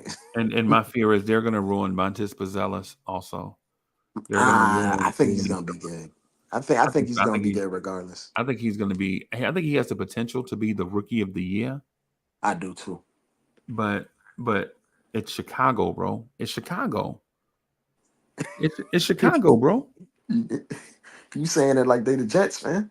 It's the Jets, bro. It's the Jets. Oh nah. It's the Jets. How do you turn Brees Hall? How do you turn Brees Hall into Aaron Hall, bro? Don't It's oh man, don't remind me, man. No, it's the Yankees, bro. It's the Yankees. How do you turn Aaron Judge and Juan Soto into Mo Vaughn? oh no. You trying to make me sad tonight. We won a good game. You trying to bring up Wash, Mo Vaughn, and Shea Stadium. Oh my God. Yeah, so if there are any Yankees fans in the chat, they know what I'm talking about. Like, how do you leave this bro? I don't know why that man put Nestor Cortez in the game Because in that moment. they trust Cortez, bro. Cortez has been They trust him so much he ain't pitched in a month. They that trust him that. dude. You remember him against us, against the Mets? Oh, Nestor Cortez? I was like, yo, how is this dude not hittable? he only throws 2 pitches. A cutter and a fastball. I was gonna yeah. And it's at like 92 miles an hour. And Right. somehow he gets us out. But His location against us was immaculate, bro. that man, bro, Off Freezy, that corner. Freezy. But still, Aaron Boone put Nestor Cortez in the game against 3 MVPs in a lineup in a row. Yeah. When he had a high leverage reliever left. He had one left, Hill, and he didn't want to use him for whatever reason. What happened? Yeah. I don't. Yeah. Do you want Nestor Cortez to come in and be that high leverage guy after you burn that guy? I think you know what it is. I think Aaron Boone was trying to be like, if they tie the game, Nestor Cortez can pitch multiple innings, and I don't have to burn my entire bullpen. Yeah. But in that same scenario, it's like you up 1 in the bottom of the 10th. It don't even matter. Tomorrow don't even matter. You try to secure that first win by all means. Yeah. You figure you do patchwork because you might be able to win with patchwork, but you might not have this opportunity right in front of you to win that game right in front of you. Right. And the thing about it, in a 7-game series, the decisions you make in game 1 will definitely be around in games 4, 5, and 6. Yep. Because now your pitcher is like confidence blown, and confidence is just as important as fatigue, bro. Confidence is just as important as fatigue, bro. I think that's what happened to us when we started getting hit by the Dodgers. It was like, it don't matter. Like and one of the other it's things, like they just it's just one after another, one after. Right, and this one, I think it's one of the reasons why we carried Luis Angel Acuna instead of Adam Ottavino. Right? Yeah. It's because confidence is everything, bro. That man is done. He's gonna retire, actually. Who, Ottavino? Don't nobody want no Ottavino. Yeah, he's like 39. He's done. Yeah. He's done. Yeah. I would love to see them trade for Julio Rodriguez, bro. I would give them Luis Angel Acuna. I would give them Brett Beatty. I would even give them what's our trying guy? To lock in that center fielder for the next 15 years. 15 bajillion years. Yeah. Bro, because think about it. When you look in center field right now, bro, you talking about Harrison Beta? We the Mets, gone. Bro. We're not bringing him back. He's gone. But here's the thing. Seattle ain't got that much going for him besides him. They not moving that man. Bro, the package you put together, and here's the other thing too, though. Don't sleep on the Mets young pitching, bro. Don't sleep on the Mets young, bro. The Mets have a lot of young pitching. Now, and I know this is the Knicks at Night podcast, and I think one of these days I'm gonna have to start a Mets at Night podcast. For but those that like orange tears all the same. Yes, orange, bro. Yeah, some Orange Men at Night podcast, bro. Some Syracuse basketball. For those that know anything, anybody in here know anything about Syracuse basketball? I mean, if you're a St. John's fan, I'm sorry. I gotta go somewhere else. I'm sorry. if you're who else is in the city? Nobody's in New York City basketball in the city. It's, 'cause It hasn't been the same since like the 80s, Freezy. Sorry. Sorry. Yeah. I'm sorry. Yeah. Yeah. Yeah. Well, one of the things about New York basketball is when these dudes get a certain age, bro, they are gone. Like they leave, they go other places. Like, Oh yeah, they relocate to a private school in Florida yeah, yeah, where they get to play with other 5 stars and 4 stars. yeah, and get And sh- recruited every day. Every day, recruiters are looking at them. and So, and the booster money be in the South anyway. yeah, yeah, yeah. Then they end up going to a random SEC school like Auburn and be like, Arkansas, why? Like, why are you over here? I mean, right? the money. That's where the money at. That's where the bread at, bro. The bread is down here, bro. The bread is, bro. The bread is down here for sure. Yeah, yeah, man. My neighbors, I have one neighbor beside me and another neighbor down the street are both adding on to their houses, and so I was like, oh, you know what I'm saying? Yeah. Because after a while, when what's those, Dre? What's those bricks that they line up in your driveway? It's like they take the little square like bricks, and they Oh, like and they put it in your driveway and like you do and they go decorate with it. all around. It's like the drive around to the thing to the Yeah, yeah. yeah. So one of my neighbors is doing that, And I bet you it costs 1/10 of the price it would to do it up here. and it'll probably drive up the price of drive up the value of their property. It'll drive up mine too, Yeah. right? Just because of the vicinity. But dang, bro, Cobble. That's it. That's There we it, Nick go. Yak. That's it, Cobble. I didn't There want to we go. say it. I didn't want to say because it sounded like cobbler. I ain't want to say because I ain't want to sound like Hey an man, you idiot. about to But make me get hungry in here talking about right, that's what I cobbler. was gonna say.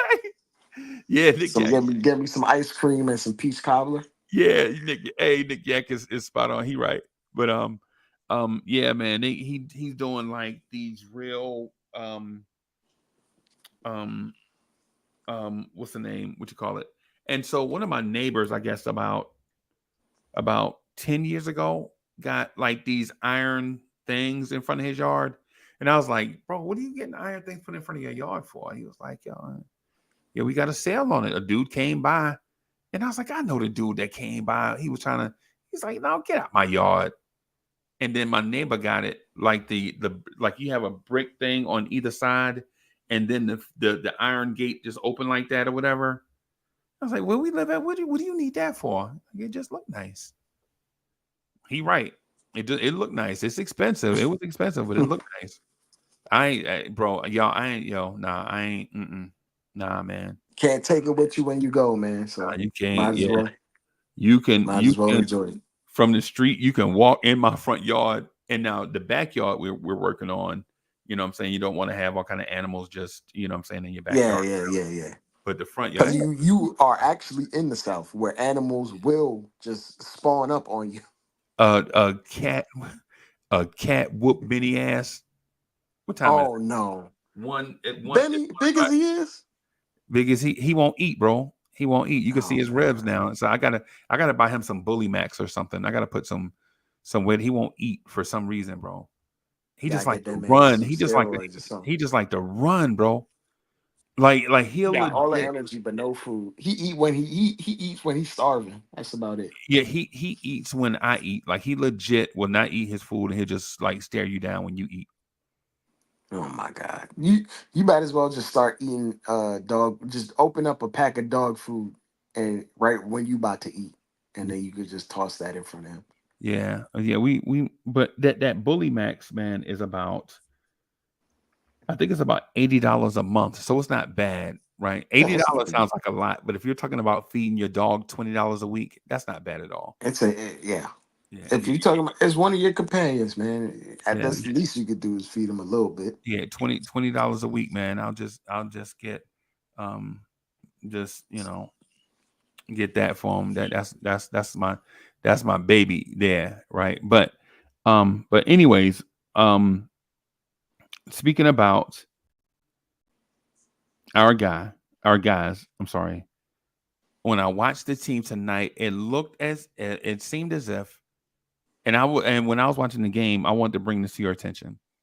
When we were watching the game, it looked as if the Knicks realized what happened to them Tuesday night, and they came out with a concerted effort to never have something like that happen to them again. Yeah. Right, and that's what it looked like to me. Like they knew what happened, and Hey, Freezy, they were like, I'm gonna keep it real with you. Since Tibbs probably came as a Knicks coach, we probably got the lowest amount of like 20-point losses in the entire league. yeah, And no matter what, Tibbs is gonna make sure we were prepared and we're over prepared. And we acquire players that have like a chip on their shoulder and they don't like losing. right, So when we get destroyed like that, it doesn't sit right. And especially lay that at stew for 2-3 days like that. right. I think we came out aggressive and firing away because we knew we can't just let that happen again. That's not going to be something we accept. No, some things are not acceptable, Yeah, and the way we lost to the Celtics was not acceptable. yeah, And I think the pushback from the fans after that game will prove to them that the fans aren't going to accept certain efforts, and regardless of which side of what opinion you have, I think overall, Knicks fans in general are really passionate about this iteration of this team, because in other years we could be blasé or passé, right? Like, oh, RJ knocked down 6 threes against the Celtics. Oh, we won? Okay. Kemba Walker walked off the floor. Okay. That's cool. Right. Now they're like, everything that they do is gonna be like under the microscope. Everything is important, man. It's the fifth season of Leon Rose and Tom Thibodeau. yeah. And so now it's like, Everything is a step towards winning a championship at this point. That's the end game. That's the goal. right. Not playing just to have fun. Not playing to be respectable. Not playing just to be one of the teams that are exciting on television or national TV. Their end game and their end goal is to win a championship. There's nothing else. It's a good feeling to be there, bro. Yeah. It's a good feeling to be there because the Jets thought they were there. Oh But man. Aaron Rodgers is 40 years old on a repaired Achilles, Yeah. and they pay him a lot of money. Yeah. Right.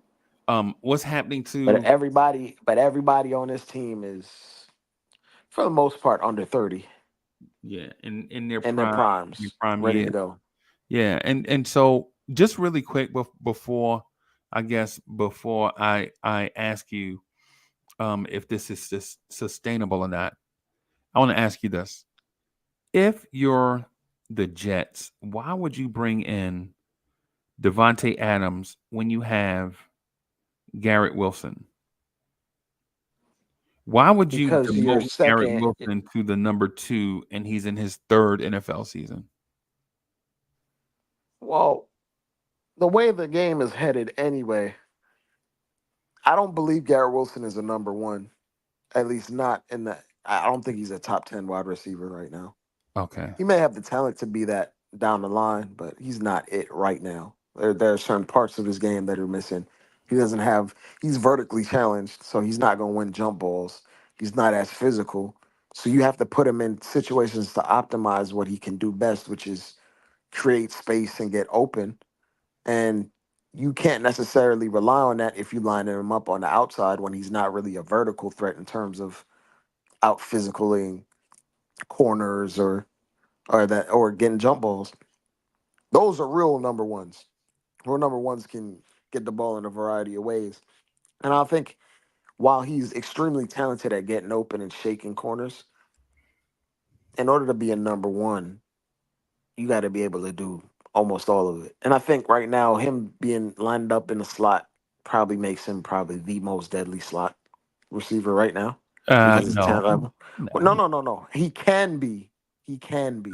There's a lot of skill and over Jalen Waddle, over Keenan Allen. I think he's more talented than both of those dudes. What do you mean? Yeah, And in yeah, terms yeah. of you could look it up on PFF or anything. Like in terms of wide receivers that literally create separation off the line, he's at the top of the league, and that's the main thing you want in a guy in the slot that can win at the line of scrimmage almost immediately, Right, right. which is what he does. The problem is he wins at the line, and if the ball isn't ideal or right on him, he's not going to win a jump ball. He's not going to box out a corner for a ball.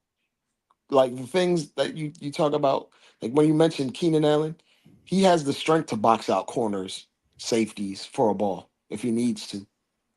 He's kind of Garrett's probably not even 200 pounds yet. So you're telling me that you think he's Jerry Rice and not Randy Moss? You would prefer Randy Moss over Jerry Rice?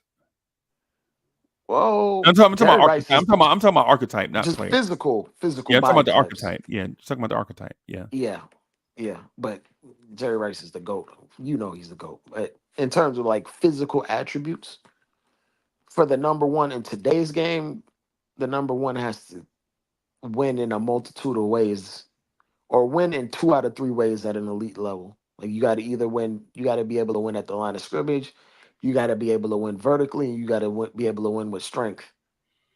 And guys like guys like Jefferson can do all three. I just think y'all quarterback play is trash. I also think he's mediocre. He's not throwing over the middle.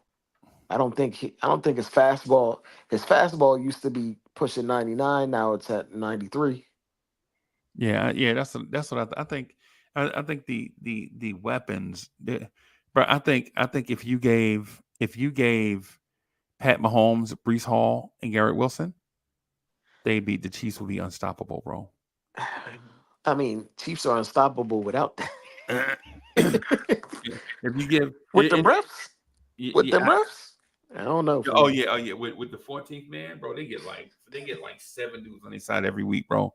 That Raven games was a crime before the Lord, bro.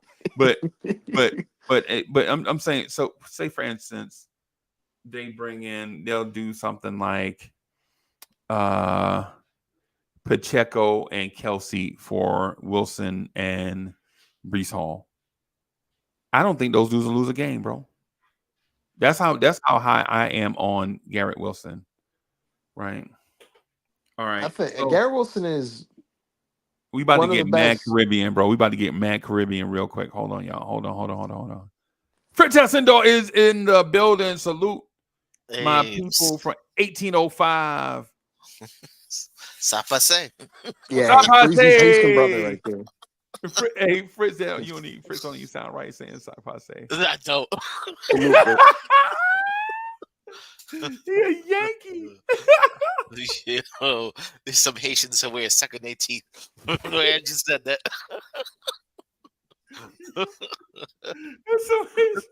Yo, my Haitians is somewhere just waving their head like,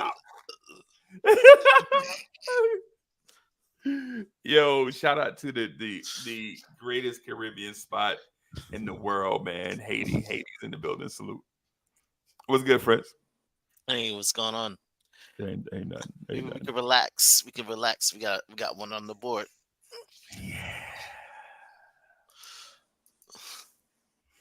Yeah. One of my coworkers, bro.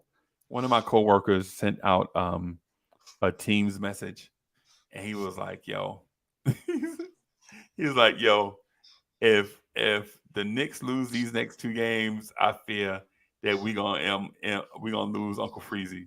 Right? He just in a public message to everybody. If the Knicks lose these next 2, we got to train somebody, because if the Knicks lose these next 2 games, he gonna do something to us. So he gonna harm himself. And I was like, man, I ain't gonna harm myself if we lose the next 2 games. And then I thought about it, like, wait a minute.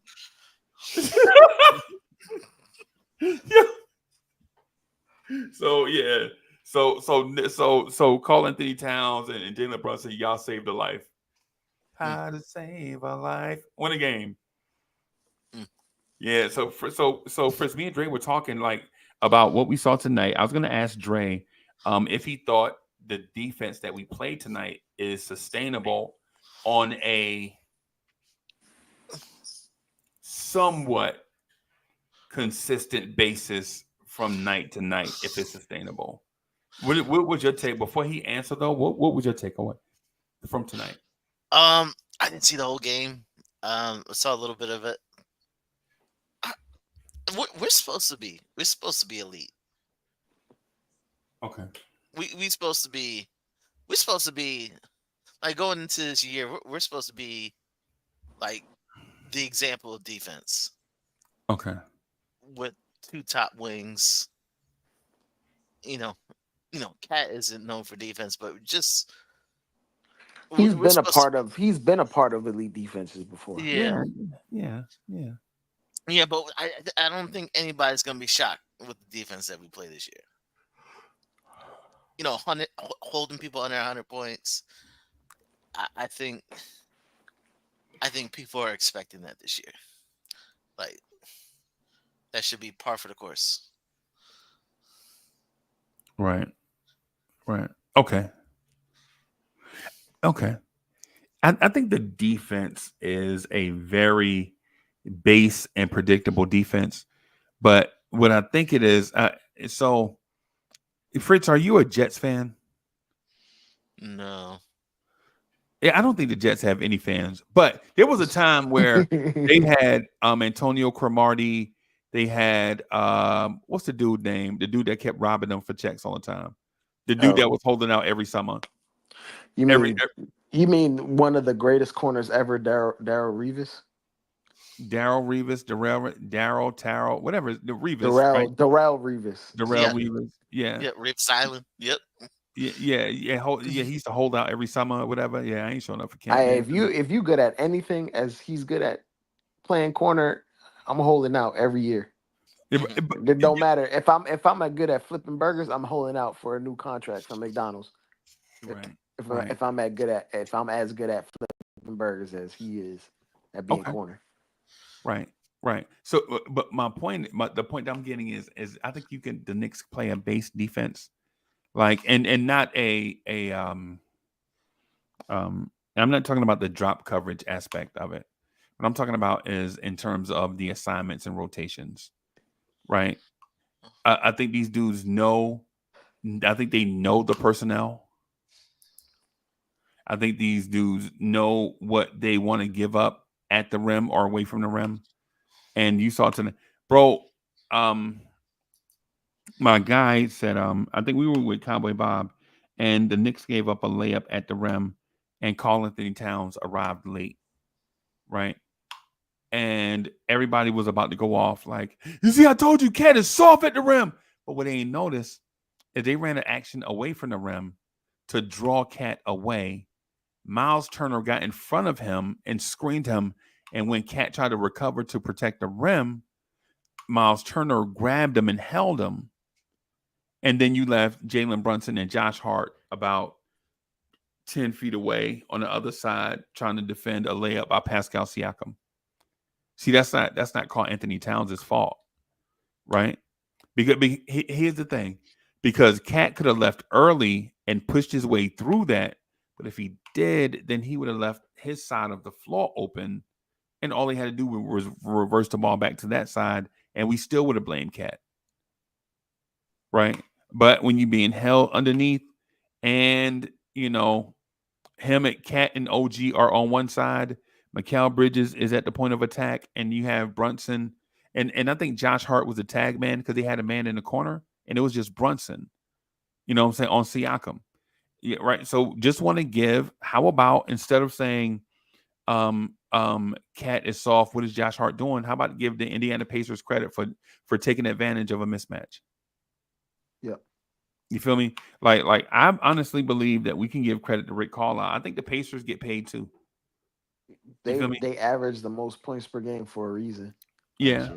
They put teams in a bind. Sometimes, they get paid too. Sometimes they're really good at what they do. Right.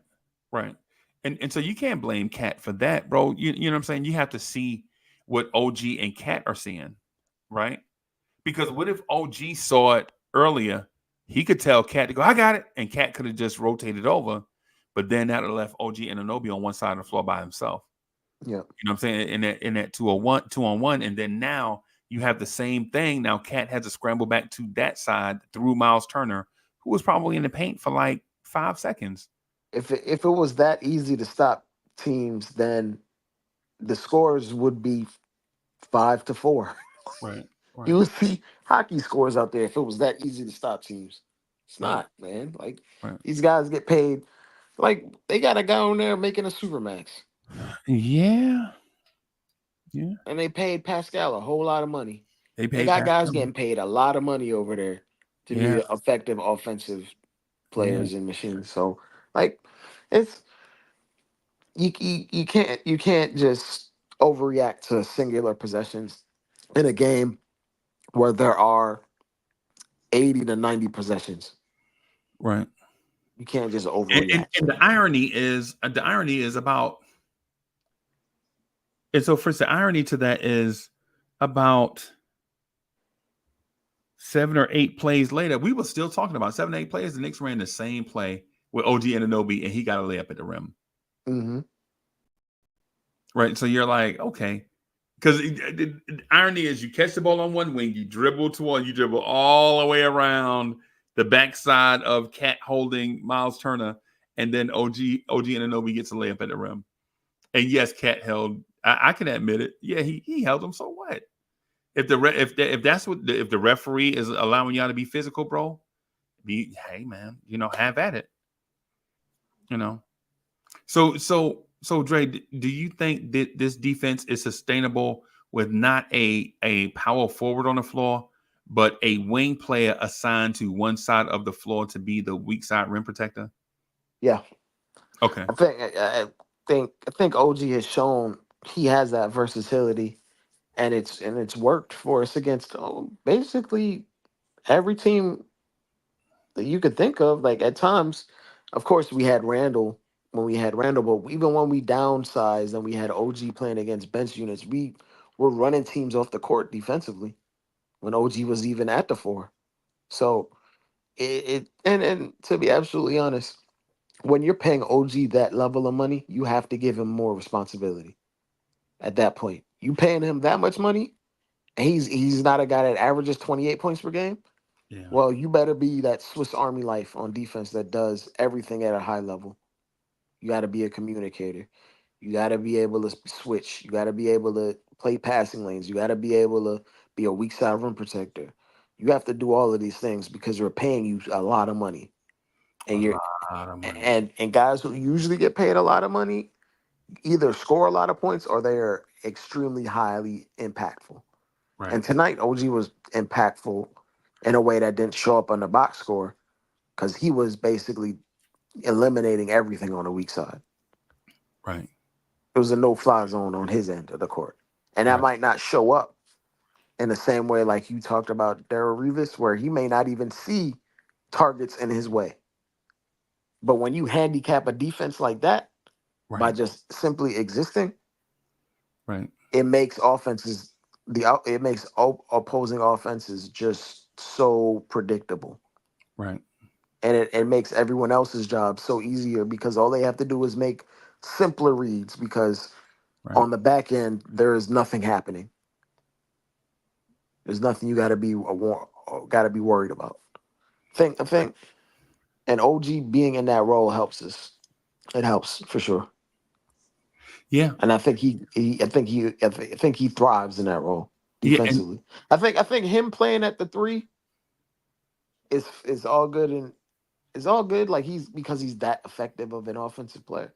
But when you put him on the weak side, he can suffice in multiple roles defensively at that right. point. Right. You get more bang for your buck, basically, is what I'm saying. Yeah. Yeah. And so the thing that puzzles me is how we're going to figure out what to do with Josh Hart and Jalen Brunson on the other side. Because if Mikal Bridges is going to be your primary on-ball defender, primary point of attack defender, then that means Josh Hart and Jalen Brunson have to. Josh Hart was playing like a demon tonight. At least he was playing like a man possessed. Yeah. Yeah. On defense, sometimes Sometimes he has ill-advised effort, but you can never question his intensity or his effort. But Yeah. tonight he was fine tonight, and Brunson does his normal stuff where he's creating turnovers. Whereas he might not be the best defender in the world, he'll get you 2 to 3 turnovers or changes of possession Right. a night. Right.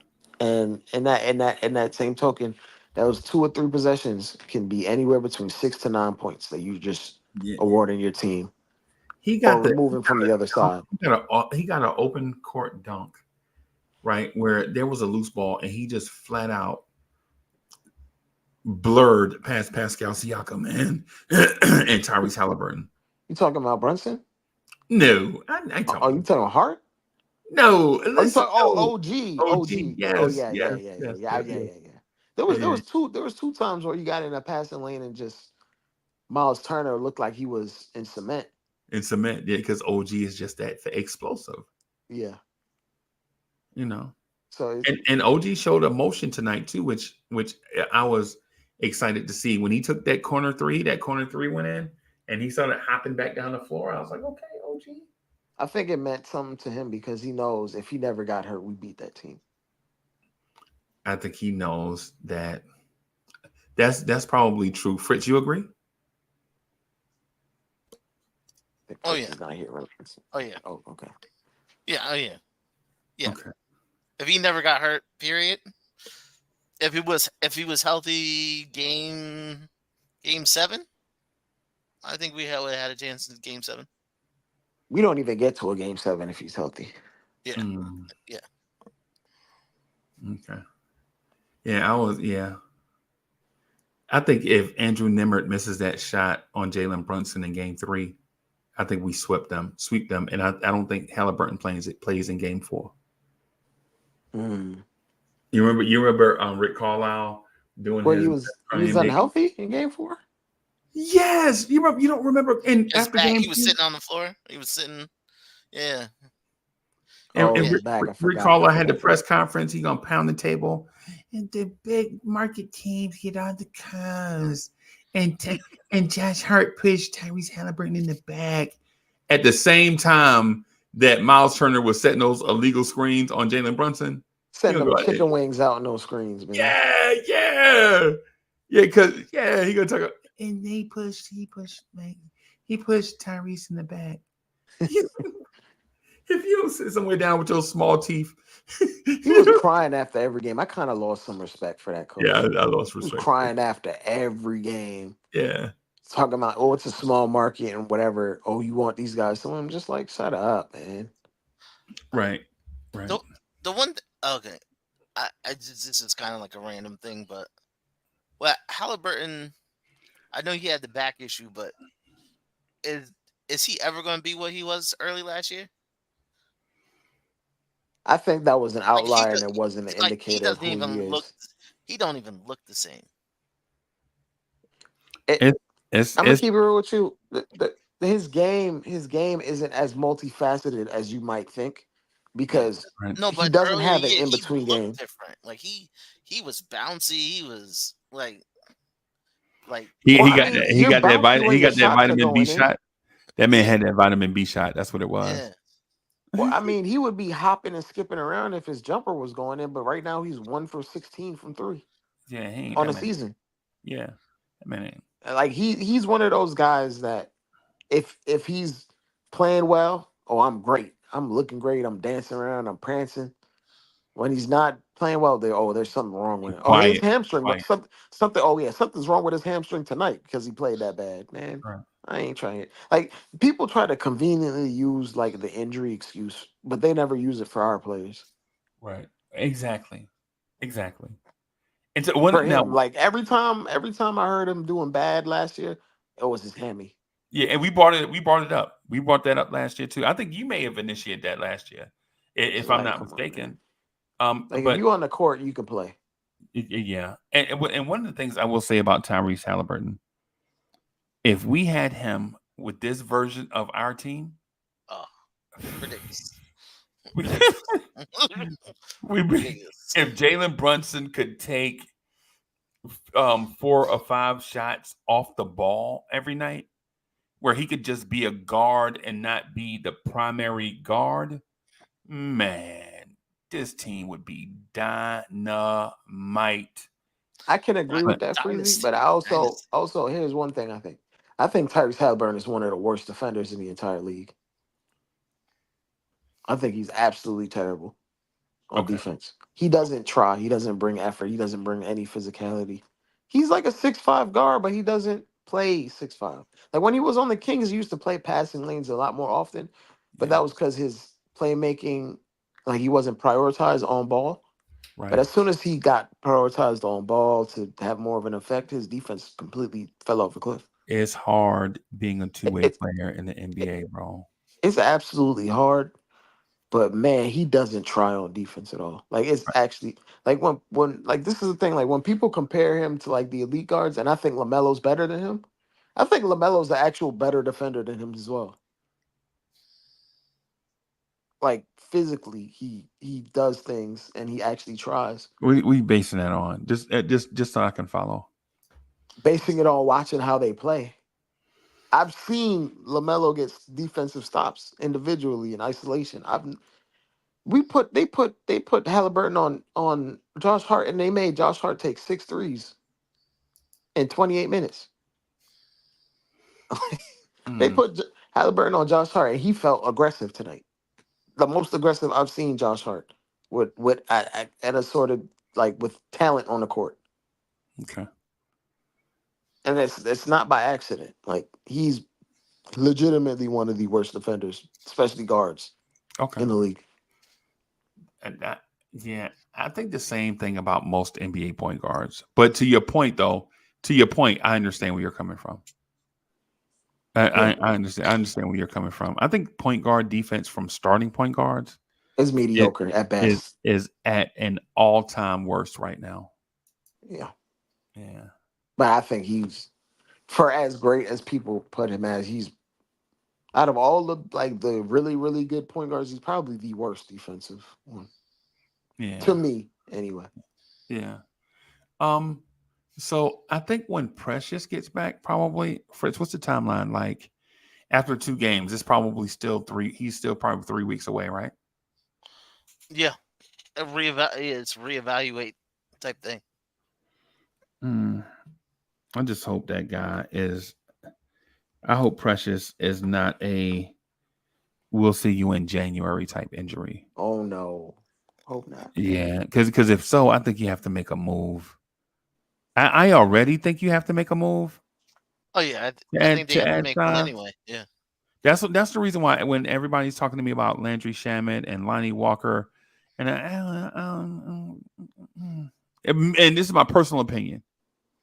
I think we need a Greg Brown the third type guy, a Trenton Watford type guy, a Dorian Finney-Smith type guy. Right, Dorian Finney-Smith makes too much money, but you understand what I'm saying. I think we need a 6'9" hyper athlete that can guard big threes, mostly 4s, and small 5s. Right. So you want another OG? Well, a cheaper off the scrap heap version. Yeah, I understand that. Yeah, I mean, you just want some athleticism on this team, to be absolutely honest. Yeah, because if we had that in the Celtics game, we probably still lose by 20, right? Yeah. But at least, it's on your team, and you can build chemistry and develop it. Yeah, because if you figure out a way to crack Tibbs' rotation, Tibbs is gonna get you paid. Yeah, that's usually how it goes. Yeah, you make your way into a Tibbs rotation, and you a free agent, you getting some money. You made it, bro. You made it. The irony is, I watched Obi Toppin tonight. He was invisible. Some of that has to do with OG being on the court for you. Just letting you know.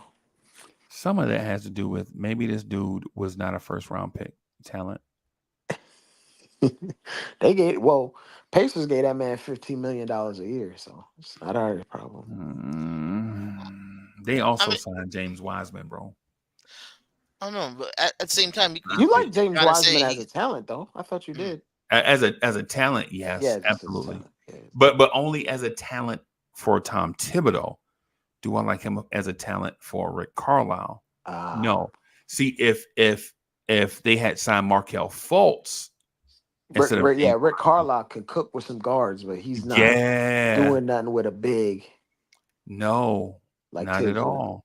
Because think about how Miles Turner has looked since Rick Carlisle has been there. He's been solid. They paid him.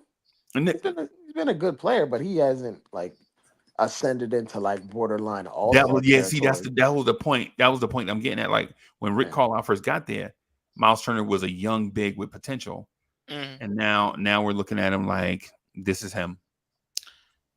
yeah, they were talking max contract at one point, weren't they? Yeah, Like I don't know about Max, but no, but they were talking like when at one point that was like is he gonna force them to give him a max contract? Yeah, and then He it ain't just that. didn't. And then like he's been in so many trade conversations for like damn near 4 years straight. Like they were trying to toss him in a trade. right. So I'm not sure how highly they valued him. If you trying to trade that man every 4 years, that every every year for 4 years. I'll tell you what, to tell you how long ago that was. The Pacers, remember when the Pacers were trying to pair him and Lauri Markkanen together? You remember that? Well, When Chicago had Wendell Carter, they were trying to Daniel trade for Lauri? Gafford. I didn't know that. Yeah, they were trying to trade for Lauri, bro. I didn't know that. Yes, these dudes wanted, and this is before Tyrese Halliburton now. This is the Malcolm Brogdon and they had Malcolm Brogdon and somebody else, another guard. This is before Ben Mathurin, right? This is this is long before. Yeah, this Lauri, is like this Lauri on the Bulls is like 4 years ago, Freezy. So yeah, that's what I'm saying. That was when the Bulls had all the young big men you ever wanted. They Wendell Carter Jr. Wendell Carter Jr. was a bull, bro. Yeah. Right? Lauri Markkanen traded that was a man bull. and a first for Vucevic. Was it a couple firsts actually? They gave up 2 firsts and Wendell for Vucevic. That is a crazy, terrible trade. That's the dumbest shit. Then they paid him too. Then they paid him. They were like, we're not going to pay Wendell Carter, but we'll pay Lauri Markkanen. Oh my God. And Wendell Carter is still making the playoffs. So, but the thing is, I guess ultimately what I'm getting at is I do feel like just bringing in an energy big, I think helps us.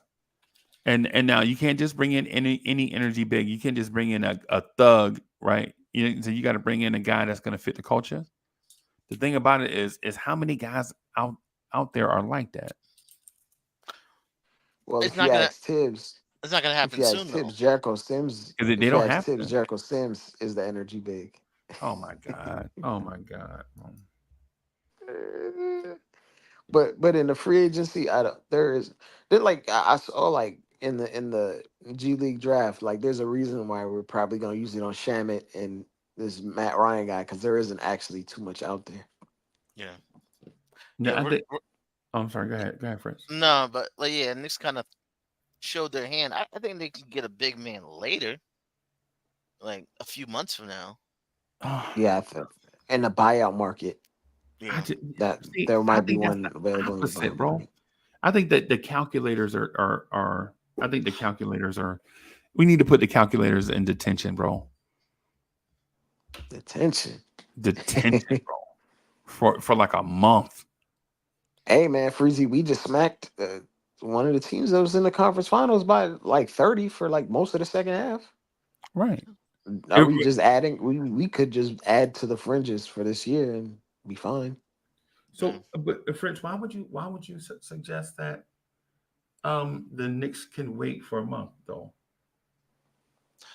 It just seeming what they're doing with the G League draft by drafting Shamit and Matt Ryan. that that yeah, they can't. They're not adding. They're not adding a big man right now. Maybe at best, we're talking about Huck Porty being converted for now. So who's going to be the second big with Huck Party? I don't know, man. Well, Unless it's they gonna be. have. It's ideally it's gonna be Precious when Precious comes back. No. I'm having this conversation based on Oh, Precious like not being here. right. Yeah, Oh, okay. yeah. That's the So reason why. who's gonna be the extra big for the next 3-4 weeks? Yeah. Mm, I unless think. I don't know. Unless something I bad think. happens. Unless something bad happens. I man, I I don't think think that I don't think the Knicks are panicking about that level of like because anybody we do get in this moment in time would probably be a non-guaranteed contract. yeah. So Fritz, this is my concern. If Cat rolls his ankle, your center rotation is Jericho Sims and Ariel Huck Party. Yeah, that's where I'm at. Like that's where I'm like, unless something bad happens, I don't think they're gonna do anything. Yeah, and that's why I'm thinking that a team president and GM that's thinking about Landry Shamet and Matt Ryan are going to save your season if something happens. Yeah, Is the calculators going wild, bro? But and not you and could not phrase it only that. like this. You could phrase it like this. If something bad happens to the Warriors and Steph Curry's out, who's their backup point guard? I don't know. Exactly. But Okay. the Warriors don't have all their eggs in one basket. The Knicks do. Yeah. The Warriors are on the other side of their championship run, just trying to get on them, trying to be relevant. The Well, Draymond said the, they going for a championship right Draymond now. they ain't going for no championship, bro. Reasonable Well, I'll give basketball you ball the minds quote that already know. Draymond said. Draymond But said, "I'm not gonna say we win in a championship, but don't let us win a championship." That's what he said. basketball minds though. That dude just talk. He can't say the opposite. Oh, we ain't going out here to win. He can't say that. You know what I'm saying? So what I'm saying about the Knicks is if Carl Anthony Towns is just out for 2 weeks, right? You could look at a stretch where the Knicks could tumble in the standings. Like 2 weeks is what, 5 or 6 games? If the Knicks go 2-3, maybe they survive. If they go 1-5, they tumble. If they go If I'll say zero this and though, six, Breezy, if we're missing Cat, hypothetically speaking, for 2 weeks, if Brunson, McHale, and OG, as much money as OG's making, can't step up and win you some games, then we got a lot more issues. Oh well, okay. So hold that thought right there. What you just said. If that's the case, then why are they drafting dudes in the G League, Matt Ryan and Landry Shamet, dudes that are Those going are to play the back. same? Those are Yeah. backup fringe players. They're not Yeah. meant Right. to be. They're not meant to be like an all important rotational guy. Like I'll put it this way: those guys might not even be in your playoff rotation when it comes down to it. Yeah. The Knicks are When just it trying to comes lock down to those it, and players. Tibbs is going 7-man deep in the playoffs, them dudes Yeah. might not even be in the rotation. Yeah. Yeah. The Knicks are just trying to lock those players. They, They want them guys to be viewed as Yeah, this NBA is what caliber happens backup when the players. calculators take over. The Knicks are prioritizing the 15th and 14th man, is what I'm I hearing. know, but the funny But thing who is, you're not gonna they're get not even. someone that's but you're not gonna get someone that's seventh man caliber right now. They're not available in the open market. What are you going to trade for it? Like, do you have something to trade for that type of player? We don't even have nothing to trade for that type of player at this current juncture, You know. unless you want to trade Mitch at his complete lowest value. No, we ain't trading Mitch. Now, see, hey, So yo, we ain't going to disrupt the and chat talking about trade Mitch. Nah, Mitch ain't going nowhere. Mitch is here, right? Right. we gonna be up here at 4 a.m. talking about Mitch. Let me take that back. Yeah. End game is But it's one of those things where I don't think they're panicking about it, but because they've already made like investments on guys that they view as part of their core. And if you have, hypothetically speaking, if Cat is out, if we don't think, if the front office doesn't think Josh Hart McCall, OG, and Brunson can win some basketball games, then we're a lot further from being a championship contender. If we can't win games with just those four guys, just games, not rounds in the playoffs. If we can't win games with those four guys, having Cat or not having Cat is not going to be the difference in winning a championship at that point. If we're not good enough to win basketball games in the regular season without Cat, like you think the Celtics are like, yo, if Drew Holiday is out, Nah, see, I- that's not the same. no, That's no, no, not the not same. Nah, even, that's not not the even. same. Kristaps is That's not out the right same now, and they're equivalent. winning basketball games. That's not the same equivalent. Like No, Cat, no, no. Cat is Kristaps is out right now, and he's an a, all-star yeah, caliber that's not center. that's not an equivalent either. It's not an equivalent because No, it's they not. have a core that's good enough to win basketball games without one of their Right, that's not. starters being out. Yeah, you're not being fair to the conversation, bro. What do you Like mean? Carl Anthony Towns legit is one of the top 3 best players on the roster. Of course. And if you okay, and so when you look at Boston, if you eliminate one of their top 3, say you take Jaylen Brown out of the equation, They're winning a lot of games without him. Would Boston not? So that's what I'm saying. I think that's why I feel like the calculators are talking, right? The They're thing winning is, a lot of games yeah, without it is, yeah, yeah, bro, yeah, man, yeah, They're because winning, Freezy. You think the nah, Celtics are not winning bro, you ain't gonna games tell me that. if I'm not Jaylen Brown listening to not that, bro. playing, Freezy? No. That's crazy. No. What That's you crazy. just said is crazy because there was a contradiction.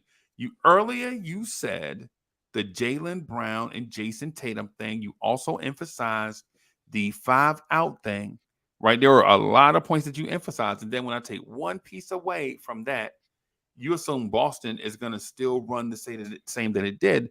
But if that's the case, then the other things that you said earlier may not be as true as what you think they are. They'll still run a 5-out offense, regardless With Sam Hauser replacing Jaylen Brown. Yeah, because he's a 3-point shooter. When they go to their bench rotations, do you think they're playing a different offense? They play the same stuff. When they have Al Horford coming on the bench. I'm feeling like I'm hearing a calculator apologist. That's not calculator apologist. That's just reality. They play. No, Their identity has been 5 out, that's bench not the or same. starter, regardless. That's what So they've been doing. I'm hearing Sam Hauser can take up the slack for Jaylen Brown.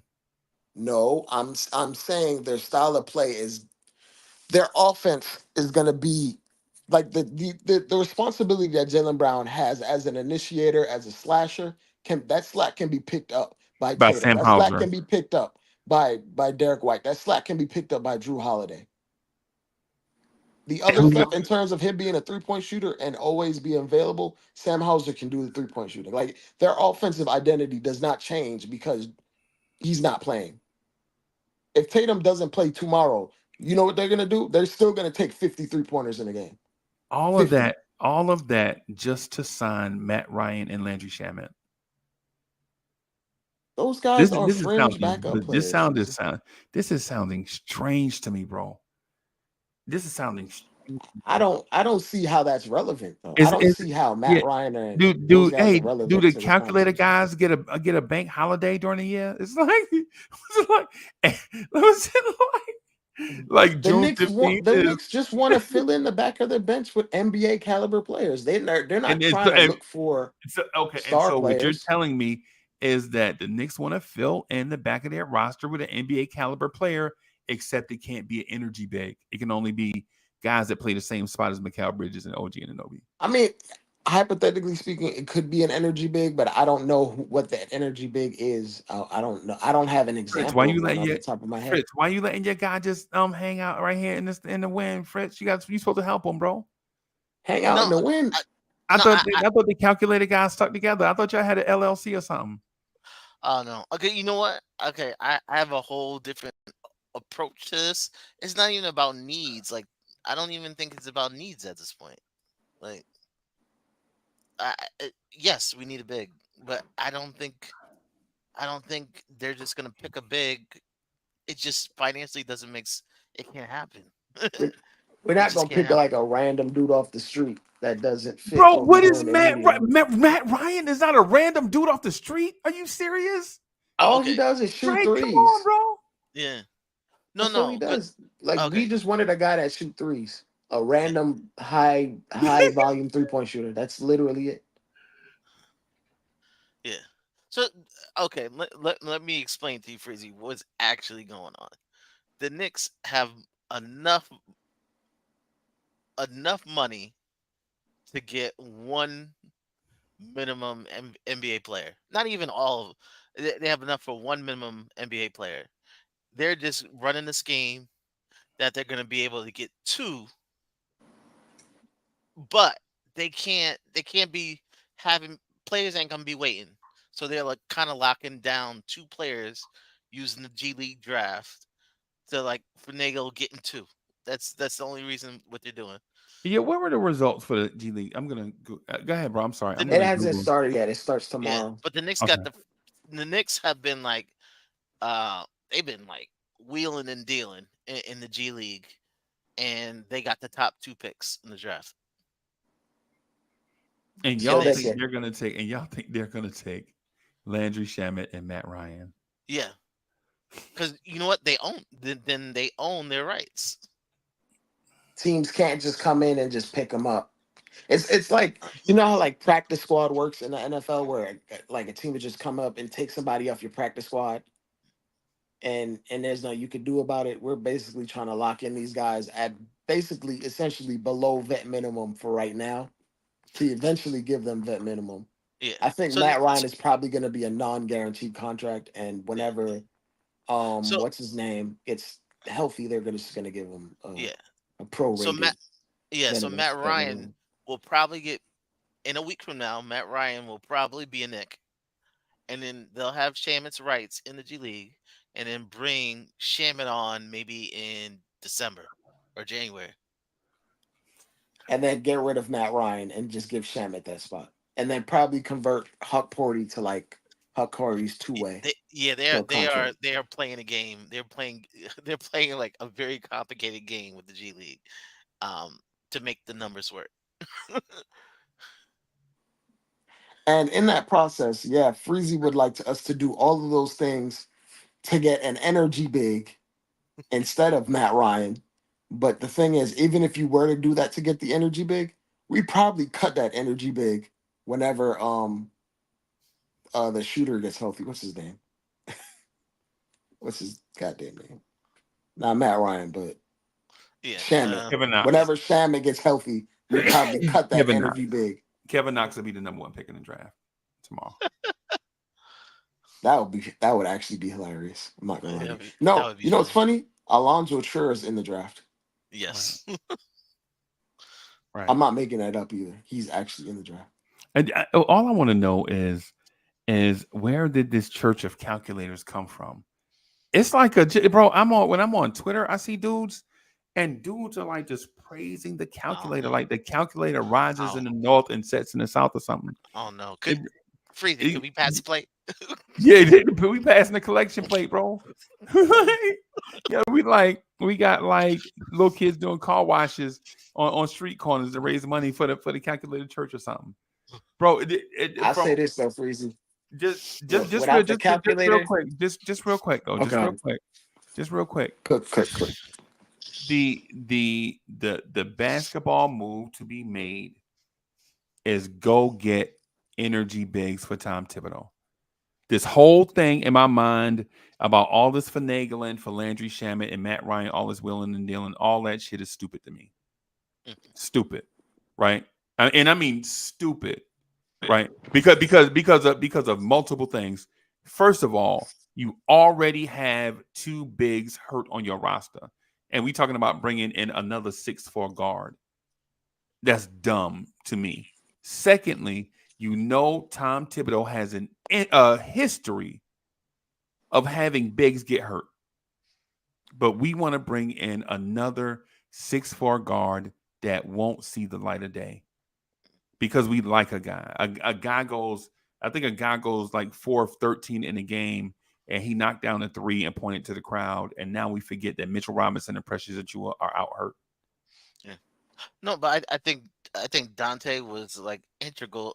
He was integral in this whole plan, and then you subtracted Dante from the equation, and they're trying to fill a need. Dre, you see what I mean? Now we can find a Dante. I think. Hold Now on, we can find a Dante DiVincenzo in the G League.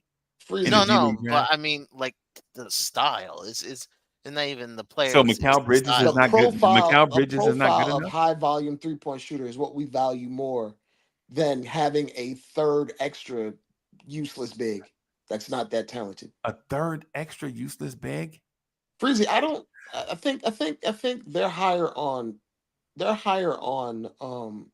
Jericho Sims and um they're higher on Jericho Sims and Huck Porty than we are. I think that's literally it. I think the organization is higher on those two players than we are. And I Right. don't think Jericho Sims is an NBA player, but I think the organization is higher on those two particular players than any of us are. Right. Yeah. That's why they're cool with it. And I'm here to tell y'all that the organization is also higher on Deuce McBride than what a lot of us think. Yeah. And thinking a Landry Shamet is going to come in here and supplant Deuce McBride. They aren't the same type of player though. Why would he supplant him? There's no real reality where, like, And you, if I put it this way, Freezy, if we went into the playoffs and we went to cut down our rotation and Tibbs has only 7 men he trusts, Deuce is making that cut before, uh, what's his name is, Shamet is. But at the same token, you still need NBA guards on your team. and I think with an injury, like if you had an injury to Deuce at this point, it'd be bad. It would be bad. It'd be real bad. Right. I don't understand it. I don't understand where the conversation is going. No, but if you had, And I'm not saying, and what I'm saying is I need to understand, bro, because no, honestly, if you had to subtract I one cannot. player, if you had to subtract one player, and that player is Mikel, Deuce, just a guard, we're in a bad place.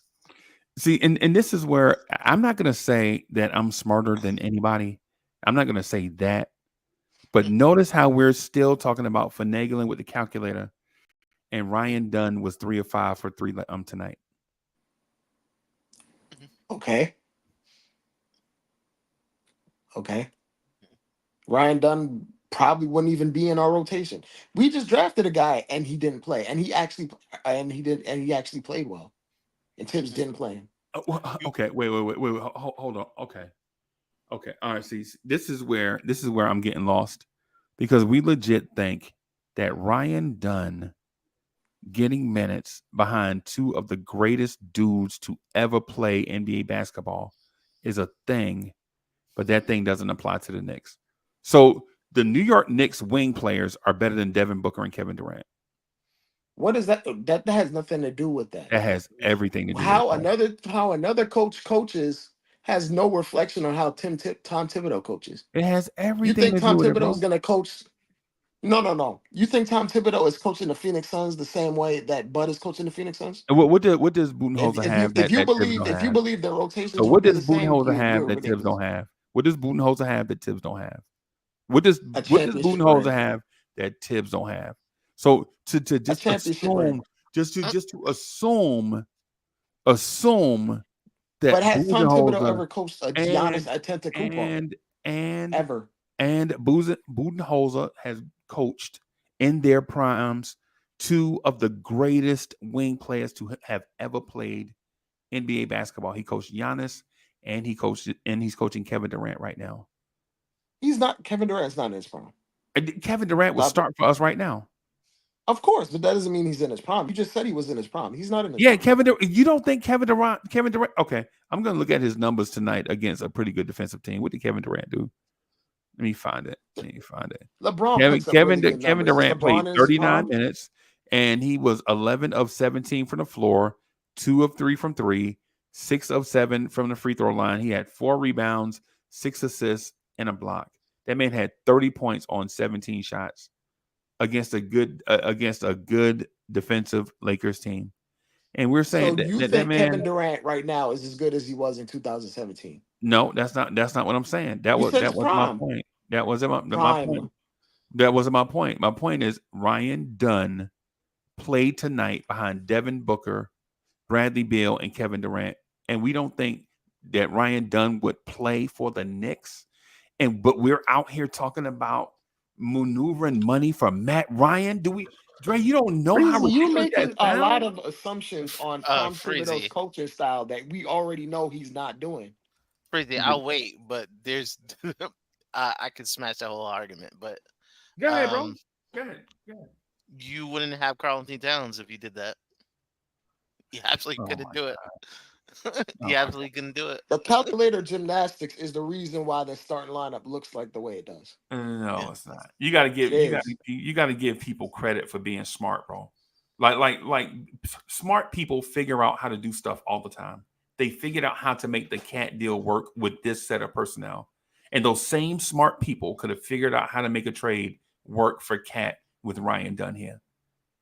I'm not going to say those people didn't. Nobody left a blueprint for them and for them to follow, right? Those smart people figured out a way. And if the Knicks had Ryan Dunn, those same smart people would have figured out a way, right? It's just that's the reason why you hire smart people. Well, number one, Freezy, Pacome Dadier makes 80% of the rookie scale wage for his contract. And that's part of the reason we only have $300,000 left in the cap. So no, it wouldn't work, Freezy. It literally would not work. It literally couldn't do it.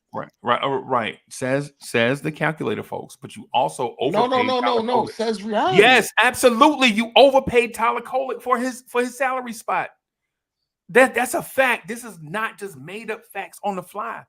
No, you underpaid one for the first year, and then you overpaid the other for his first year, and then to say that it's because of Pacome Dadier took a reduced thing that when and then you paid 2 other second round picks. I know, but do you think they just because they could have traded, they could have drafted Ryan Dunn. The other second round picks are not on standard NBA contracts right now. I know, but did you know why they gave Kolek more money? Say it again. I'm sorry. Do you know why they gave Kolek more money? I don't care. Because they needed him to make more money to go over a threshold. They were doing more calculated gymnastics than that. They were right. So smart people made very smart decisions based on forethought, is what you're telling me. Yeah, they had a plan. They had a plan, is what you're telling me. Yeah, they had a plan from the very beginning. Okay. But this is the only time they ever had a plan. Like, they don't often come up with plans. It's just everything came together for this plan and it worked. They had a plan and they weren't interested in Ryan Dunn, because if they really wanted Ryan Dunn, they would have had him. They would have had Ryan Dunn, right? That's but they didn't want him. They're right. Yeah. They didn't want Ryan Dunn, right? But now they want Matt Ryan. Mm-hmm. Yeah, because of a Shamet injury. Because if Landry Shamet never got hurt, we wouldn't even be talking about Matt Ryan. I wouldn't be talking about at all. Point blank. Period. I would be talking about Matt Ryan, just like I'd be talking about Ulrich. If you really want Shamet, okay. No. I meant we, as in the Knicks, wouldn't be talking about Matt Ryan. Right. The Knicks would not be talking about Matt Ryan if Landry Shamet didn't get hurt. But for years the Knicks have been interested in. Let's be honest. For years the Knicks have been interested in Landry Shamet. And now, did Knicks really want him? The regular GM was just like, hey, we'll just sign Landry Shamet and we'll just wait for him to come in January. And then the Knicks is like, no, we're gonna maneuver things so we can get a guy kind of like him in the meantime, and then we'll get him later anyway. And that may prevent them from getting some guy who's just waiting to go to China, but that's the cost. There's nobody waiting out there who's just fantastic. Actually good at basketball, not before buyout season anyway. Right. So the point that I'm getting at is, so for one, the Knicks interested in Landry Shamet thing is new to me. But what I heard, and understand, I'm not saying that it's not true. I'm just telling you what I heard. For years, they were willing to wait for years on Quentin Grimes. They felt like Grimes was the guy, is what I hear. Right? People in the organization are still disappointed with the way the Quentin Grimes thing happened, right? Like they legit drafted Quentin Grimes with the mindset that he was going to be that guy that you could hold up to the calculator gods and be like, this is our piece. That was their thing, right? It's the reason why they passed over guys with more potential and all of that stuff. I've never heard them even utter Landry Shamit's name. Now, with that said, I'm not in the circles like Fritz, right? I'm not in nobody's inner circle. I just know a guy that know a guy that know a guy. And another guy says he's got intel and he hit me, DM me every now and then with I some know, stuff. no, That's but it. That's where I am. I'm not a okay, Nick insider. I know, but for years, like every time the Knicks have wanted to do certain deals, they've always wanted Landry Shamet, and the teams have always had Landry Shamet said no, Right. you can have Right. another guy, Right. and like okay, this is their opportunity to get that guy. He fits, but hey, we ain't waiting to for January.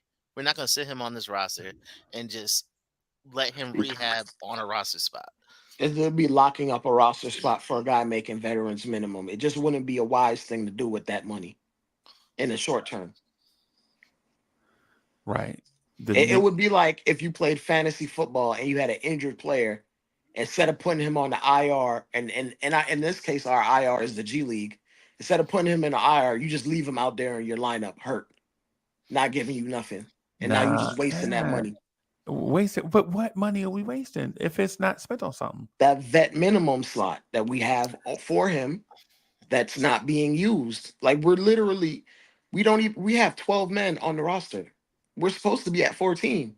Yeah, but we got 2 weeks, bro, before we can do something. But Landry Shamit's injury is longer than 2 weeks. That's why I we're know. doing this in the first So place. okay, Right. but okay, like Uncle Freezy, if we did it your way and they sign just somebody for the roster, Landry Shamet, the idea goes out the window for the whole year. So what?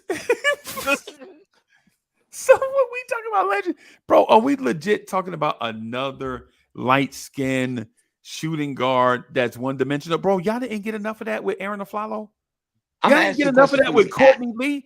At- The Courtney Lee thing didn't fill your stomach, or maybe you didn't like John Jenkins, who we saved from the G League, bro. I know, We just but sometimes they have metrics. You know how they have at metrics some that they know how certain players fit. So then, at some point, Freezy, I thought you trusted the organization. What happened? So no. Okay, so that's where the two things go differently.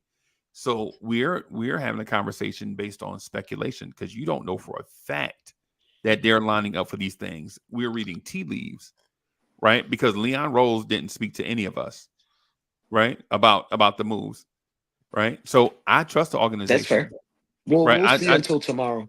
I trust the organization, right? My mhm. thing is though is when you see Precious out and Mitch out, and every day I hear the calculator guys say they hate Jericho Sims, right? If all these things are facts, I'm not saying the Knicks hate Jericho. I'm saying that the calculator guys hate Jericho because he don't have any um advanced stats that you can say, hey, this is why he's important, right? Mhm. If you have a question about those three, how can the answer be save a roster spot for a dude with a separated shoulder who don't even play the position? I mean, I'm telling you, we, I'm lost, we are bro. we are buying time. We are buying time. Right, right.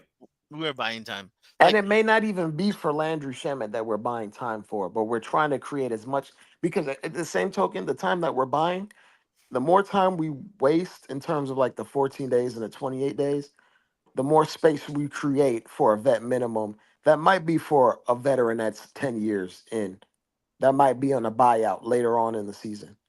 The more time we buy, the more money you can use in that vet minimum slot. Did y'all watch Boston the other night? What about Boston? Do you think the Knicks are in a position where they can buy time? they have to. No, They they don't have a don't, bro. choice. No, They they don't have a don't, bro. choice. They do have choices, bro. There are always options, bro. You never saw that movie, The But Matrix? Freezy, do you win the Larry O'Brien in November? No, nobody does. Then that's what we buying time in November. We're not buying time in June. Okay. We're It still buying makes sense. time in November to help us bolster the team in December and January, or maybe You even hope. slightly before the trade deadline. You hope that move is No, out there. we have Well, more that's the options. plan. We're just We have reading more the tea leaves, options. but Yeah. we're reading the tea leaves, but the tea leaves are kind of pretty obvious at this point. Yeah. There are more options in December and January. You But hope. right now, we're Right. just going off with the options we have now. Right. So I just want to say this. So I just want to just because what I want to do is get the chat involved.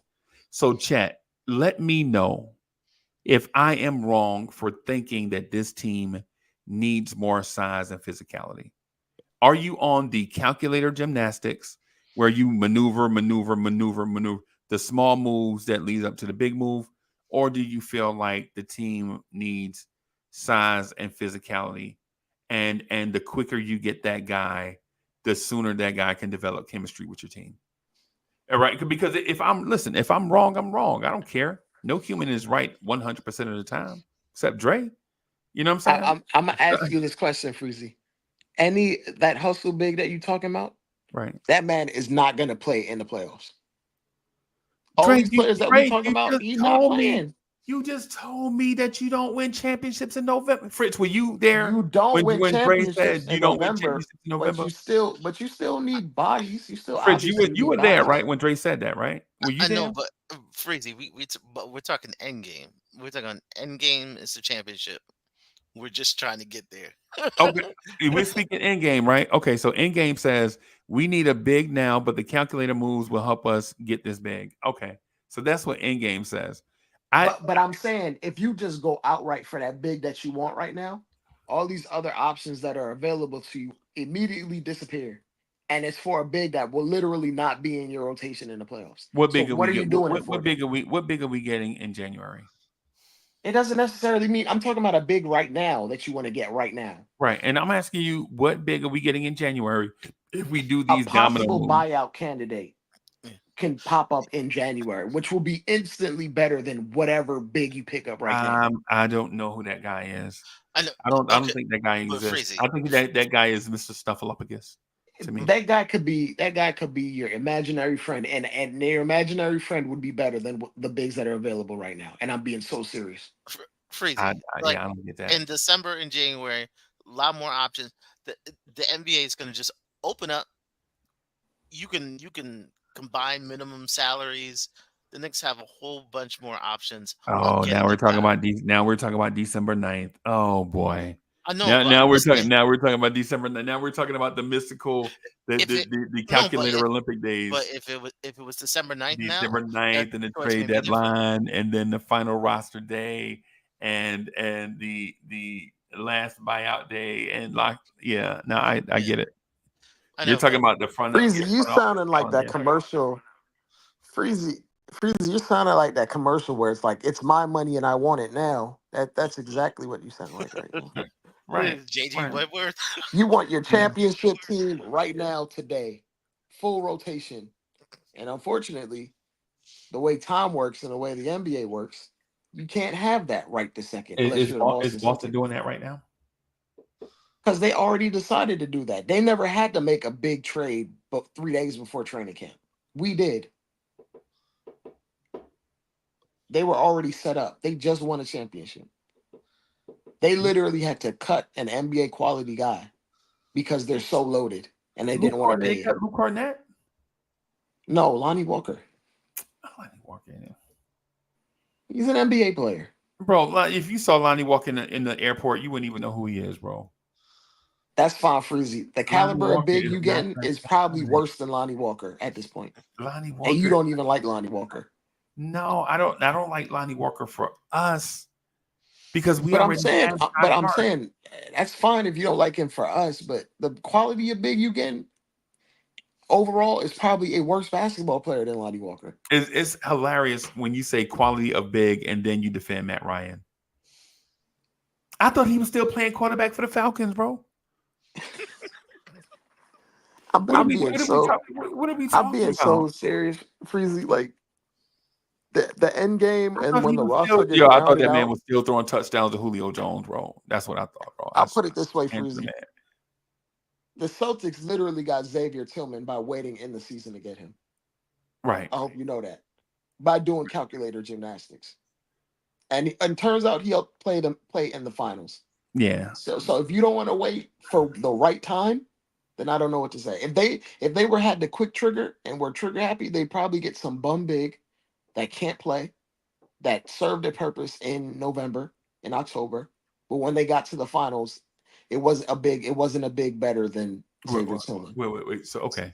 So Boston outsmarted everybody by trading for Xavier Tillman. I wouldn't say they outsmarted everybody, but they acquired a guy they liked Yeah. when the time was right. Memphis was throwing the guy away. They knew that they were going to draft bigs in the draft. They gave him up for a second round pick. So what? It's Xavier Tillman, bro. But Xavier Tillman wasn't available for a second round pick in November. Exactly. Like all these scenarios that you talk about that shake out, they don't happen in November. Unless you want PJ Tucker, Freezy. That's cool if you want PJ Tucker for $10 million. PJ If you Tucker. like those options, That's your guy, PJ Tucker, that man is a light trash. skinned 6'5" guy. That's what y'all like. That's a Tibbs type of player. I'm gonna keep it real with you. Yeah. Tibbs loved them stocky players. But those are the options that are available to you right now. You're not gonna get a team that's fading out of contention to trade you a guy for a second round pick in November. They might do that for you in January. They might do it for you in early February. That might actually happen. But when you like chip in and like, oh, I'm just gonna give a vet minimum, like a guaranteed vet minimum to a guy on a roster spot, you know what that does? That locks you out of getting Xavier Tillman because you're at 15 roster spots because you decided to do something like that. I don't even think we can even get to 15 roster spots right now. We can only get to 14. Yeah, we can't get to 15. Exactly.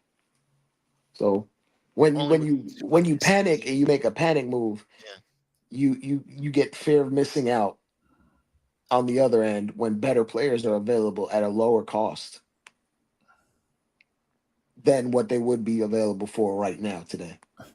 Bro, Miguel P, listen, man. You know, you my guy, but the calculator guys love a certain fit. They Hey, love Freddie. 3-point percentage and they love cheap contracts. So if you're not talking about a 6'5" 3-point shooter on a minimum deal, the calculator guys don't want to talk about that, bro. Right? They want the But calculator here's the guys thing, Freezy. love diamonds in the rough. And what I'm Freezy. saying is, why go to the junkyard to find a guy when you can just find that guy somewhere else? But Freezy, you're right. Freezy, you want to It was overreact to if temporary it was problems. No, if I it was don't. yeah. I don't want to. No, as a matter of fact, I'm the But opposite. our problem I is want to. temporary. I want to underreact to temporary problems. I'm the opposite. I don't care. I don't care nothing about Landry Shamet, bro. I don't care nothing about the G League draft. I don't care nothing about Matt Ryan, bro. I don't. Well, I'll say this: if you showed the big man pool for free agents, it is garbage. Like if you showed all the power forwards, centers in the free agency pool right now, you get Moses Brown quality right now today. Fritz, listen to the direction and the tenure of the conversation, right? So the hilarity of it is, bro, the big man pool is trash, but the Knicks are gonna It draft is. Matt Ryan #1. What are we trying? Matt Ryan, No, I'm bro. talking about you want a big man, and I'm telling you it's This dude, trash. So what's the point? Matt I'm Ryan saying wears a anything you safety get, it number, wouldn't bro. even matter. But I'm saying I'm literally saying the player that we get right now is not going to be someone that's impactful on the future of this team, regardless. If you get a big, if you get a wing, if you get a center, if you get a point guard, none of those players that you're acquiring are impacting this team. They may not even play, period, point blank. Bro. Okay, so here's They may not play and they may not even be on this team in a month. Right. So what are we even talking about then? We're talking about you wanting another big, and No, you're getting you're mad talking at the about calculator gymnastics for targeting Matt Ryan. Fritz Alcindor is getting a Matt Ryan tattoo on his back, bro.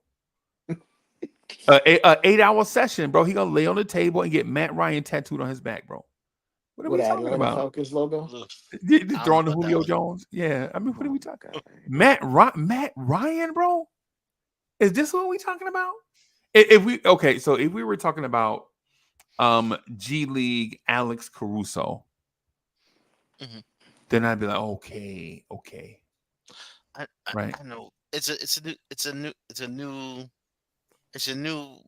This whole CBA has thrown the NBA for a loop. Like the old way is, oh, just add the best guy you can. Like once you got hard caps and you got real limitations, yeah, you're gonna have to finagle some things. But The calculator gymnastics didn't become a thing until like the last 2 years. but you know what though? Brock Aller been here for a minute, but we weren't maneuvering this crazily because of these restrictions. Who is Now Brock with these Aller? Who is restrictions, we're Brock Aller acting. again? Hmm? Who is Brock Aller again? Our capologist that's been with the Knicks for 5 years, but we haven't been making these psychotic moves until like the last 2.5 years because of Future the CBA. future NBA executive of the year. Yeah, Yeah. like the moves that you're talking, like we talking about, where we gotta play with the abacus for 3 hours, the abacus for 3 hours. These moves haven't been like a thing, a normal thing until the last 2 years because of the CBA. So Drake, just out of respect for the conversation, we already understand all that stuff, bro. And I don't mean that in a disrespectful way. Like we legit understand, like all of that stuff, the new CBA, what teams have to do. So we get all of that stuff, right? What I don't get, and now I don't know if the chat does or not. So I'm not going to speak for them. They have their own method of communicating, right? But what we're saying is, why are we making these minuscule moves, piling them on each other, and still have the same problem? Flexibility. The same problem exists, right? Flexibility is the word. That's why.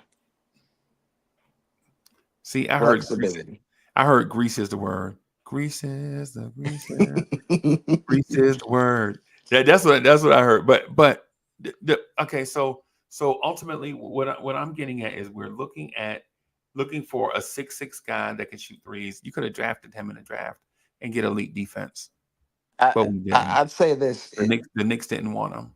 In the if first round, Carl Towns in the made second round. 47 million All right, instead of I'm sorry. 53 I'm sorry. million, He's we'd be 6'8". having a. They could have got a 6'8" dude in draft. I'm If sorry. Carl Towns made 47 million instead of 53 million, we'd be having a different conversation. Okay. But And then because no we're Colin. paying a lot of guys a lot of money, Mhm. we'd have to figure out how to fit in as many solid NBA players at any given time that we also, I'll get this, that we also like. We got to figure that out. We got to fit in as many players that we like from an organizational standpoint. Okay. It's not that easy to do with these restrictions. We could fit in any guy, sure, but it's hard to fit in guys that you actually want on your Are team. you telling me if OG Anunoby took 213 instead of 215, Ryan Dunn would be here? He might be. He legitimately might be, actually. On the right year. On the right year. He actually might be if OG took less. But OG wanted his money and he wanted it now. And he deserved it. Yeah. He deserved his bread. I'm not a hater. And if we would have done the Ryan Dunn move, hypothetically speaking, if we would have done the Ryan Dunn move and we had to trade for Cat and we had to clear out an extra million, Deuce might be in that deal too. You know that, right? Like, there's always a possibility of anybody on that team making a certain amount, X amount of dollars on a team that they could be moved. Where I'm okay, so where I'm lost at is we say these people are smart on one hand, and then when they face a problem, we think they can't solve it on the other hand because it's different. They do attempt to solve these problems, but they happen to do with calculator gymnastics, which you dislike because the problem doesn't get solved immediately. No, the The problem problem doesn't get gets solved. solved. The problem gets solved within like 5 transactions. No, the can gets kicked down the road. Yeah, it gets We're kicked trying down the to road. It survive. eventually gets solved with 5 different transactions instead of one simple one. We're surviving the day. You got $1,000 worth of bills. You got $500. Where you start calling people up, moving, shuffling things around. What the Knicks are doing? No, I'm kicking in doors and climbing in windows.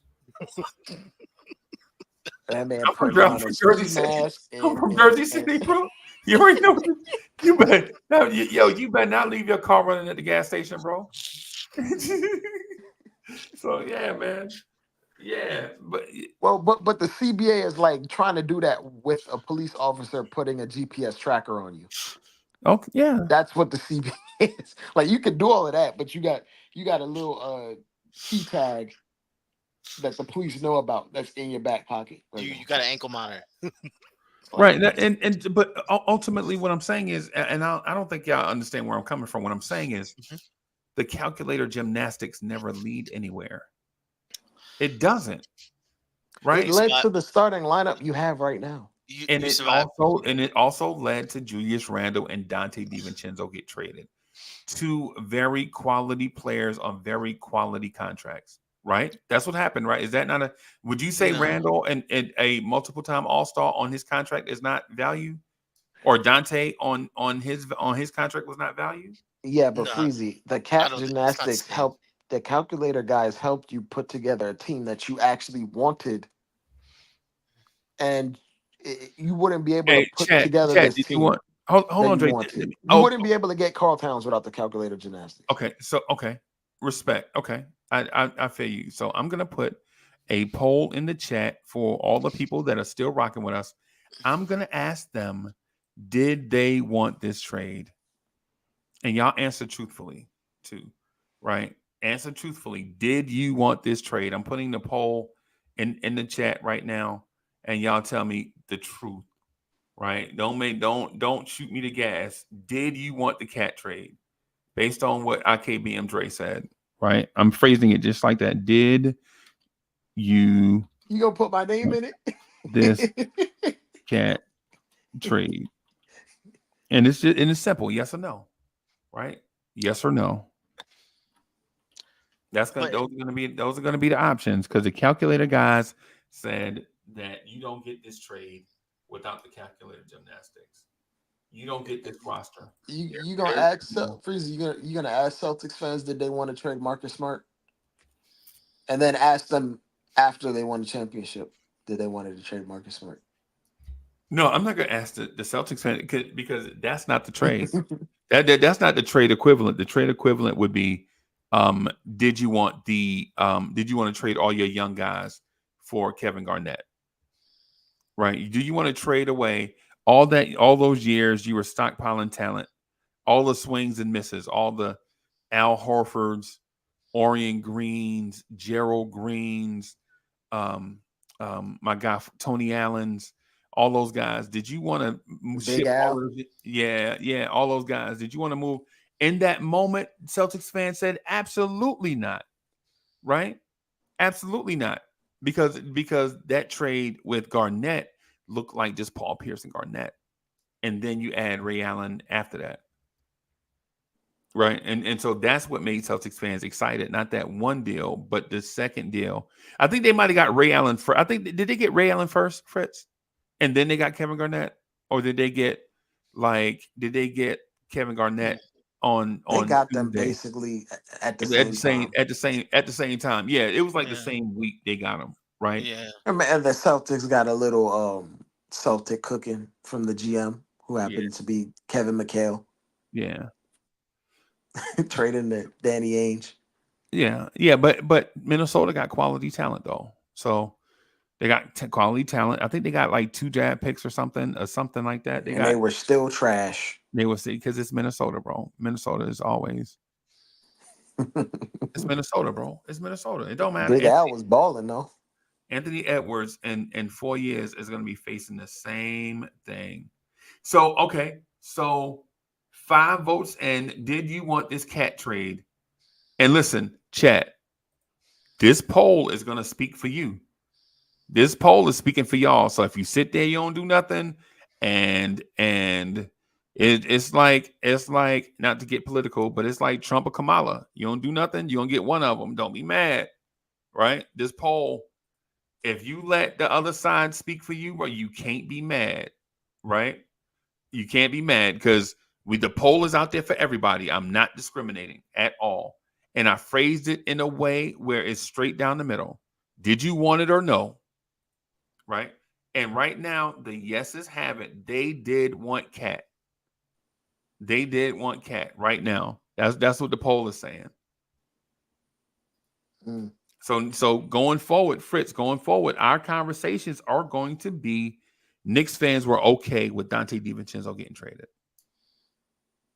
I'm gonna be real with you, Freezy. Dante's value is probably the highest it'll ever be in his entire career. Oh man, see, I'm gonna be real with you. At no point will he be able to fetch you a cat quality player in a trade ever again in his career. He will never be in another blockbuster.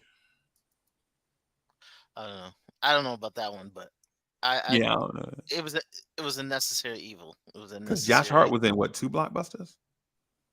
Yeah, but he was also making like no money. He was like a rookie contract in both times. He was a value contract every time.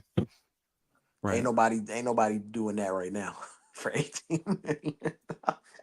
Well, actually, he played well enough to be included in a blockbuster tonight. Dre, this result I think is gonna rock Lawrence chairs, bro. The result of this poll is gonna rock us forever, bro. Y'all hit that like button while y'all voting too, by the way. So I don't see many people voting. The yeses are so we'll close the poll in about 5 minutes. And whatever the outcome is, you know what I'm saying, that'll be the conversation going forward. Mm-hmm. Did fans want Cat over Randall and Dante? And so when Knicks fans start saying, "Man, we not tough," I'm like, "Hey, man, you wanted the Cat trade. This is what you wanted. We got a poll. We got a poll right here, right here. Yeah, Every time somebody say the Knicks need more size, no more toughness on it. Hey, no, we didn't. Y'all wanted this. From a talent perspective, me personally, from a talent perspective, I was never against the cat trade. I was against the idea of the cost. Because I don't know if you ever saw the projected like trade proposals for Carl Towns for the Knicks. Yeah. But it was something crazy like 5 picks, RJ and quickly. and like and swaps and all types of nonsense. And at that time, I would have done it. I wouldn't have done it. Yeah, at that time, I would have. Because if you didn't Frizzy, if you're talking about this, yes, you're talking about this time last year, right? It was like 2 years ago. You're talking about 2 years ago. Throwing around 2 years ago, we could have had Randall, Cat, Brunson, and Hart. Yeah. I think I would have done it. That's not good enough for me. Yeah, I'll paint it like this. If you did the 5 picks and RJ and quickly, you wouldn't be able to get. You used 5 picks to get Mikal straight up. You used RJ and quickly to get OG straight up. All you did was trade. You think Mikal Bridges is a better player than OG Anunoby? No, I don't think they're better. I don't think he's better or even more impactful. The fact we have them both is important to me. Okay. And the fact that we were able to acquire both of those for the same trade package, the hypothetical trade package that got you Cat, means a lot to me. Right. Because then all you did was trade a guy that you signed on a very great contract because Dante was very impactful for us. And you traded rotational minutes out and in Randall, and Randall is a great basketball player. You 3-time All-Stars don't grow on trees. But if I was able to trade 2 rotational players and some other team's pick for a guy that seems to fit what we're trying to do even better, then you do that. Okay. And I was always against like the cost to acquire him. But Should this we? cost was okay to me. Even if it was like a necessary evil, it was better than to just give up whatever deemed assets at that time for just him, and then you wouldn't be able to get anything else.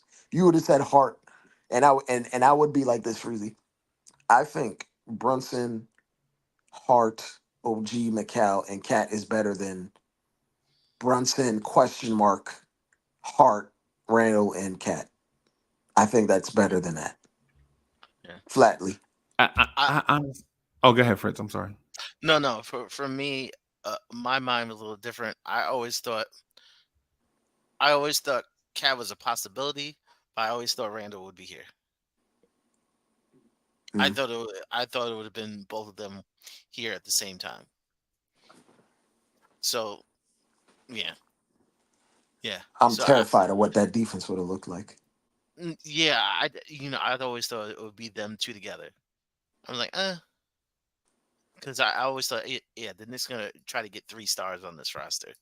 Yeah, But I always I, thought, I do believe. Yeah, I do believe like the idea of it, because remember I told you like the trade proposals. They were literally like 5 picks, RJ and Quickly, yeah, and Obi. RJ Quickly, Obi, 5 picks for Cat. That's what they were. And at yeah, that, if you would have done that, it would have been Randall on your team. But in mhm, my opinion, the way we did it and the way we handled our assets, even if it's deemed as an overpay for McCall, I think the way we managed our assets created a more cohesive unit on the mhm, court to me that just made more basketball sense, mhm, and it got you more talent for the same amount compared to the trade proposals. Like I literally could pull up a report from Bleacher Report that literally said we traded 5 first-round picks and RJ Quickly and Obi. And then at that point, like we think we have no depth now. I'm not sure what that team would look like. yeah, At least we have like a extremely top heavy starting five. We wouldn't even had a starting five with that. mm-mm. We would have Yeah, had a nice four, yeah, and then question mark, question mark, question mark, question mark, yeah. question mark. I think we can revisit. I think in like after the deadline, I think we can like look at the roster and then be like, oh, okay, this is what they're talking about. I think right now we're just, we're doing what we can to get to there. But I think after the deadline, I think this roster is gonna be straight. Yeah, You think I after think, the but deadline? Freezy, you you're. I get it, but I keep have to like having to say this team is not solely about winning this year. They're trying to win every year for the next 4 or 5 years. Yeah. There are baby steps. You don't get the championship. You don't get the fully fleshed out championship roster in October. Unfortunately, we would love it, but we're like 90% of the makings of a champion. Yeah, It's their last 10% we got to get to, And yeah, and and and and that that and takes that time. sounds excellent to in a corporate setting. And what I'm telling Dre is you don't get a 5-year head start and then say the next 5 years is when I'm really gonna work. Right? Nah, that's not how sports work, bro. You don't get But 5 years the to be NBA like, is a corporate yeah, setting. I'm getting. I need 5 years to get my feet. Fritz, when have you ever heard an employee say, "I need 5 years to to get ready," but you still gonna pay me? We talk about millions and sometimes billions of dollars. The NBA is a corporate setting. As much as yeah. we don't want to look at It, it that way, we got it's Abu Dhabi on our chest right now. The NBA is a corporate setting. So you're telling me the Knicks need 10 years in order to get ready to win a championship? no Knicks needs to stay in sustainability. The Knicks need to stay the course because they're already on a championship trajectory. Yeah. We aren't the same team 2 years ago. In We 5 years, were a fun team that made the playoffs. We right. are right now, as it stands present, right now, today, third in Vegas odds. Yeah. Like Wait, they're, hold. they're, I was they're, with you when you said corporate, but when you said Vegas, bro, you took that left turn and I kept walking straight and I can't. You lost me, bro. what do you mean you lost me? Like, And you that think means Vegas that's makes easy the to odds understand. That's easy because to they like the understand. Knicks? You lost me means you lost me, You think they put the odds up there because they like the Knicks? bro. When you Vegas, Yeah, Vegas, yeah. Vegas is the Millions and billions of staple. dollars get handed over daily because Yep. of the decisions of how Vegas views the game. Yeah. FanDuel just bought a network. Like Fan, you can diminish Vegas and say they don't mean anything, but Bro, have you ever been to Vegas, bro? Yes, I'm just gonna assume yes. yes, And, I and, have and if you have several not, and if times. you have not, I'll say Atlantic City. If you have not, let's say we'll say Atlantic City, right? Yeah, Bro, Atlantic City and Vegas are not places that you go to become an intellectual. It's where you go to lose money and eat too much.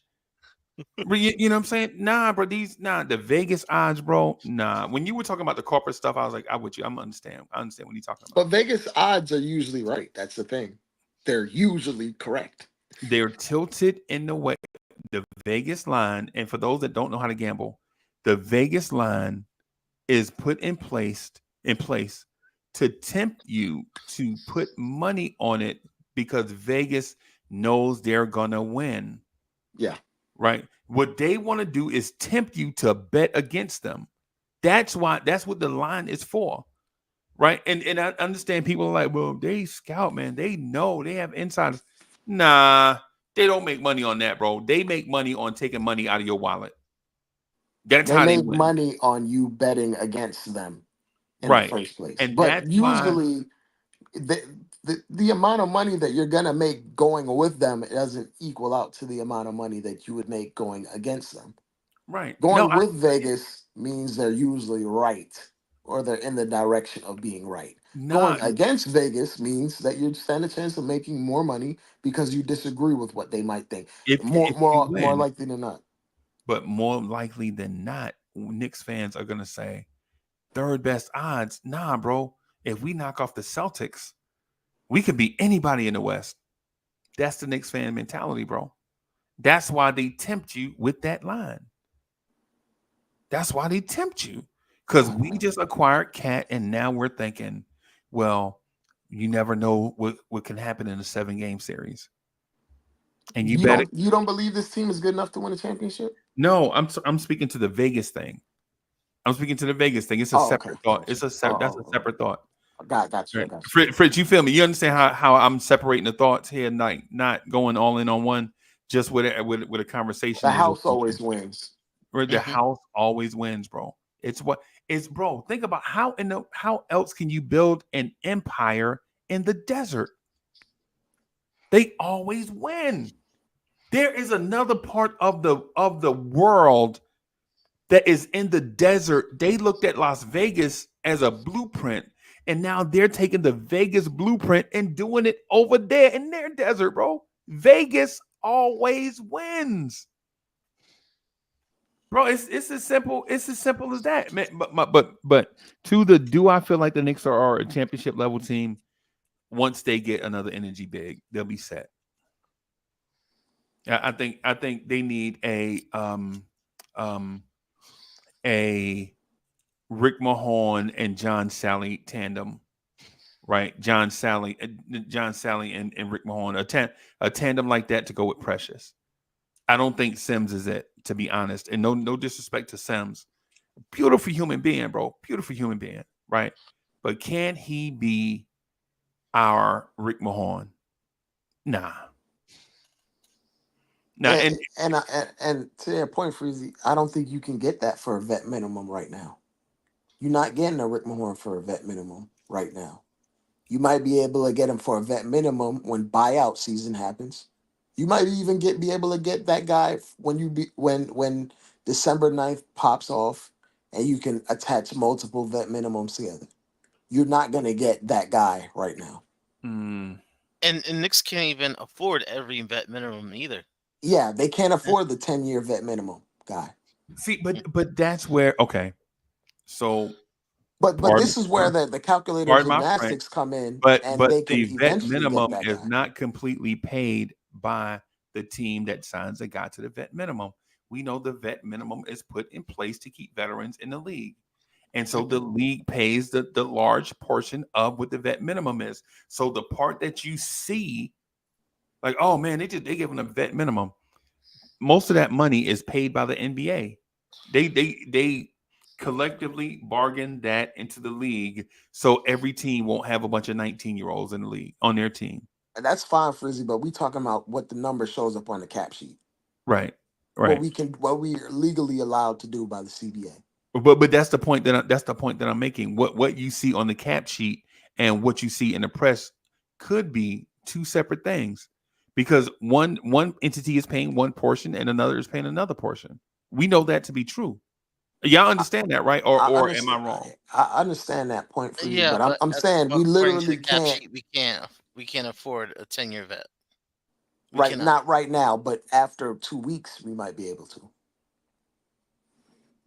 Literally, as we buy time, the guy that gets bought out, like a veteran that gets bought out, that's been in the league for 10 years, that could be a Rick Mahorn, and we want to sign him to a vet minimum, because you can't sign guys that made more than the MLE this year.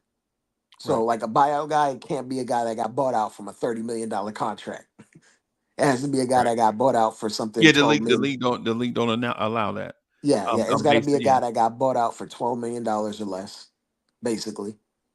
And you be able to give him a vet minimum, but you won't be able to give that guy a vet minimum contract if he's a 10-year vet and his vet minimum is at a particular place that we can't afford. But the thing that we're doing with the calculator gymnastics right now is the more time we buy off into the season, the 14 days that we use, the more cap space we create to throw a vet minimum at a particular player. It doesn't matter who that player is, but the odds are you're getting a better player for that money later on in the season than you are getting right now today, so you're telling me there is no alternative in terms of, like, what do you mean to alternative? calculator gymnastics? As we're currently constituted with our money being tight underneath the second apron, no, there isn't. Not right this second. Not for 2 weeks anyway.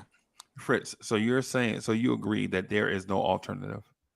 So the calculator guys box themselves into a corner. The No, calculator guys got you this roster in the first place. No, I'm talking about this situation we're talking about though. no. I think they had a plan, and then Shamit messed his shoulder up, and that plan got thrown in. Got thrown in the This man garbage. loves some Landry Shamet, bro. This man No, loves I'm him. just saying. I think they had a plan, and now they're trying to He loved these French Montana looking improvise. dudes. We gotta have French Montana. Do we have to have French Montana at shooting guard, bro? Mhm. Do we have to have El DeBarge? Do we have to have Courtney Lee, John Jenkins, Aaron We Aflalo, made like Grimes, our hey Alonzo Freezy, Trier? Do we have to have? I was gonna say Freezy, like we would have stopped with the cap gymnastics, but a guy got hurt, so we got to keep going. That's that's literally it. We would have Doubling, stopped, we're doubling down. but someone got hurt, so we got to keep doing it. That's Really? literally it. A professional athlete got hurt. Well, a vet minimum guy got hurt. Not if it was something like if it was like Precious, we're not gonna do that with Precious because he makes too much damn money. But a vet minimum guy, you can do all types of maneuvering at that point. I was told by the calculator guys that Precious Achul was overpaid for a reason. That's what I was told. You're not overpaid. He's not overpaying. No, He made $6 million, man. It's not. Who said he? no. Who said he overpaid? Y'all gotta stop, bro. Because see, now the narrative is changing, bro. No. I never said that. I was told by the calculator guys. Mm-mm. And the Which reason why the calculator Knicks guys? didn't trade, the reason why Precious didn't sign yet with another team for like $3 million is because the Knicks had a plan in place, and so they're going to overpay Precious so they can reach a certain threshold so that they can trade him. That's what I was told. That's what I thought. Well, I'll paint it this way: the CBA has kind of nuked the middle class anyway. So in a year that didn't have the CBA, Precious probably would have got $10 million from someone. But there's guys like Markel Fultz that are still free agents. Like, this CBA has ruined the middle class. So when we say he's getting overpaid, he's only getting overpaid because the middle class is ruined. But his actual talent 2 years earlier would be $10 million off the rip. For He was Precious. Precious thought he maybe was gonna be he was gonna get like a Dwayne Washington hookup. Hold on.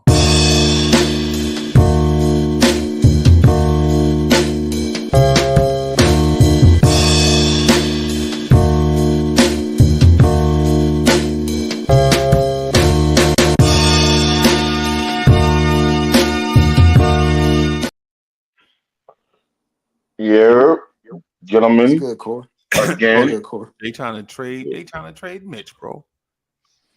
Don't bring up Mitch Freely. Don't do that right now. They trying to trade, bro. I'm telling you, the calculator guys, bro. All praises due to the calculator, bro. Yeah, all right. Well, they can't calculate hard, and that's what I'm gonna say. And that goes back to even to Precious Achua. You know what I'm saying? You can't calculate hard and how bad you want to play and how bad you want to win. Right, You know what I'm saying? But y'all keep pushing them buttons, bro. not trusting because not trusting me with your eyes telling you. When I said give Precious 3 years, 30 million, people laughed at me, bro. I gotta give you Precious. Yo, I was like, yo, the dude, you gotta pay him. Keep him in You OG. gotta pay. Yes. That was my saying, yo, pay the man. The calculator guys, though, the calculator fraternity, lambda, bro, they was like, it was like, bro, Precious is a Is a 1990 player. yeah, That's what that man. Stop it. That young man is 6'7", 6'8", bouncy. You know what I'm saying? He doesn't have a great shot. He doesn't. He doesn't. But you know what he has? Heart, determination, and the fact that he wants to effing win. yeah, man. What do we do? That's why I want 2 Preciouses. The You only want to thing break all Yeah, that's types of precious is 2 backboards, of Freezy. them. You want to break the backboards at every game. bro, man. Yo, bro. Listen, you can't break them unless you're trying. There's only room for one Precious on this team. I don't need no Well, more. It's cool. I'm not. I'm just saying. Nah, as far as scoring, no. I'm talking about I'm doing not the even other trying to things that. trade Precious. Where are we talking? Why are we talking about No, Precious like we no. trading him? No, but you know what I'm saying. What you don't understand, and until he come, I can't wait till he comes back because you'll see the value of what he is. You know what I'm Right. saying. We can't put it. We can't. And I'm not gonna say just like how we gotta evaluate and you tell him to trust Cat and all that stuff like that. You need to trust that guy because he's still on the team for a reason. What word are you looking for? Are you saying you can't quantify precious value? Not right now. No, not right now. No, No, I'm saying because it's the whole. is that what you were looking to say? No, what I'm saying is that he's gonna bring a lot of value to this team in his role because I can kind of foresee what maybe Tibbs might do. You know what I'm saying? Swapping out OG, you might throw him in there, or you know what I'm saying, either or. You know what I'm saying, or definitely Jar Sharp. You know what I'm saying? When they want to put more perimeter defense out there, So I mean, it is what it is. Because he's more bigger and he's just as agile and quick and he's good on the boards. They don't want that, bro. They want John Jenkins. I mean, not John Jenkins. What's his name, bro? What's the light skin dude with the good hair? The light Elder Barge. Come on, Dre. What's y'all dude name, bro? If we Dre, wanted what's that y'all that dude badly, name, we bro? would have just cut Precious and signed him. Then, if we wanted it that bad, we would have saw Precious is hurt and we just cut him and then get someone else that does something completely different than Precious. But that's not the case. That's not reality. We I don't. literally cut a shooter to try to replace a shooter with another shooter. That's what we did. It's not that complicated. That's super complicated. It sounds good, Dre.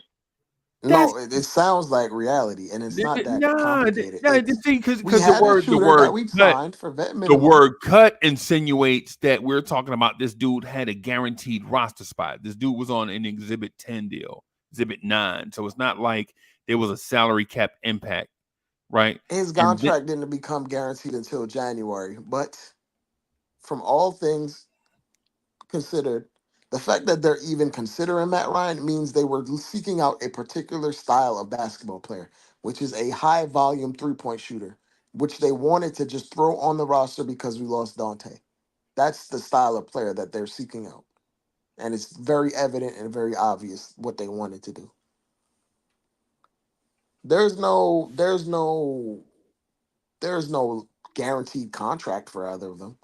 But the fact that they keep trying to enter the market for a high volume 3-point shooter speaks to me that they want a high volume 3-point shooter on this roster by any means possible, particularly at the guard spot, because they lost Dante, if I had to make an educated guess.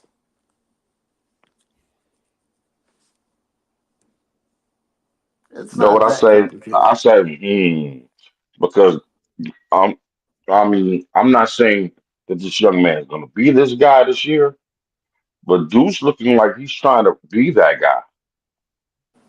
He's trying to. It they, looks like they he's don't they trying to don't get want to to sixth man of the year, or something like they don't that. want to they don't want to hit, bro. Lee, you talking about stuff, bro? Yeah, and just for the record, this is Matt Ryan's career stuff. The man in the NBA Okay. shot 40% from three one time in his career. Right? He's not high volume, bro. That dude takes in his best year he took 3.3. And assuming that what Dre is saying is not with these teams, right? But in our system, his role would be Steve Novak.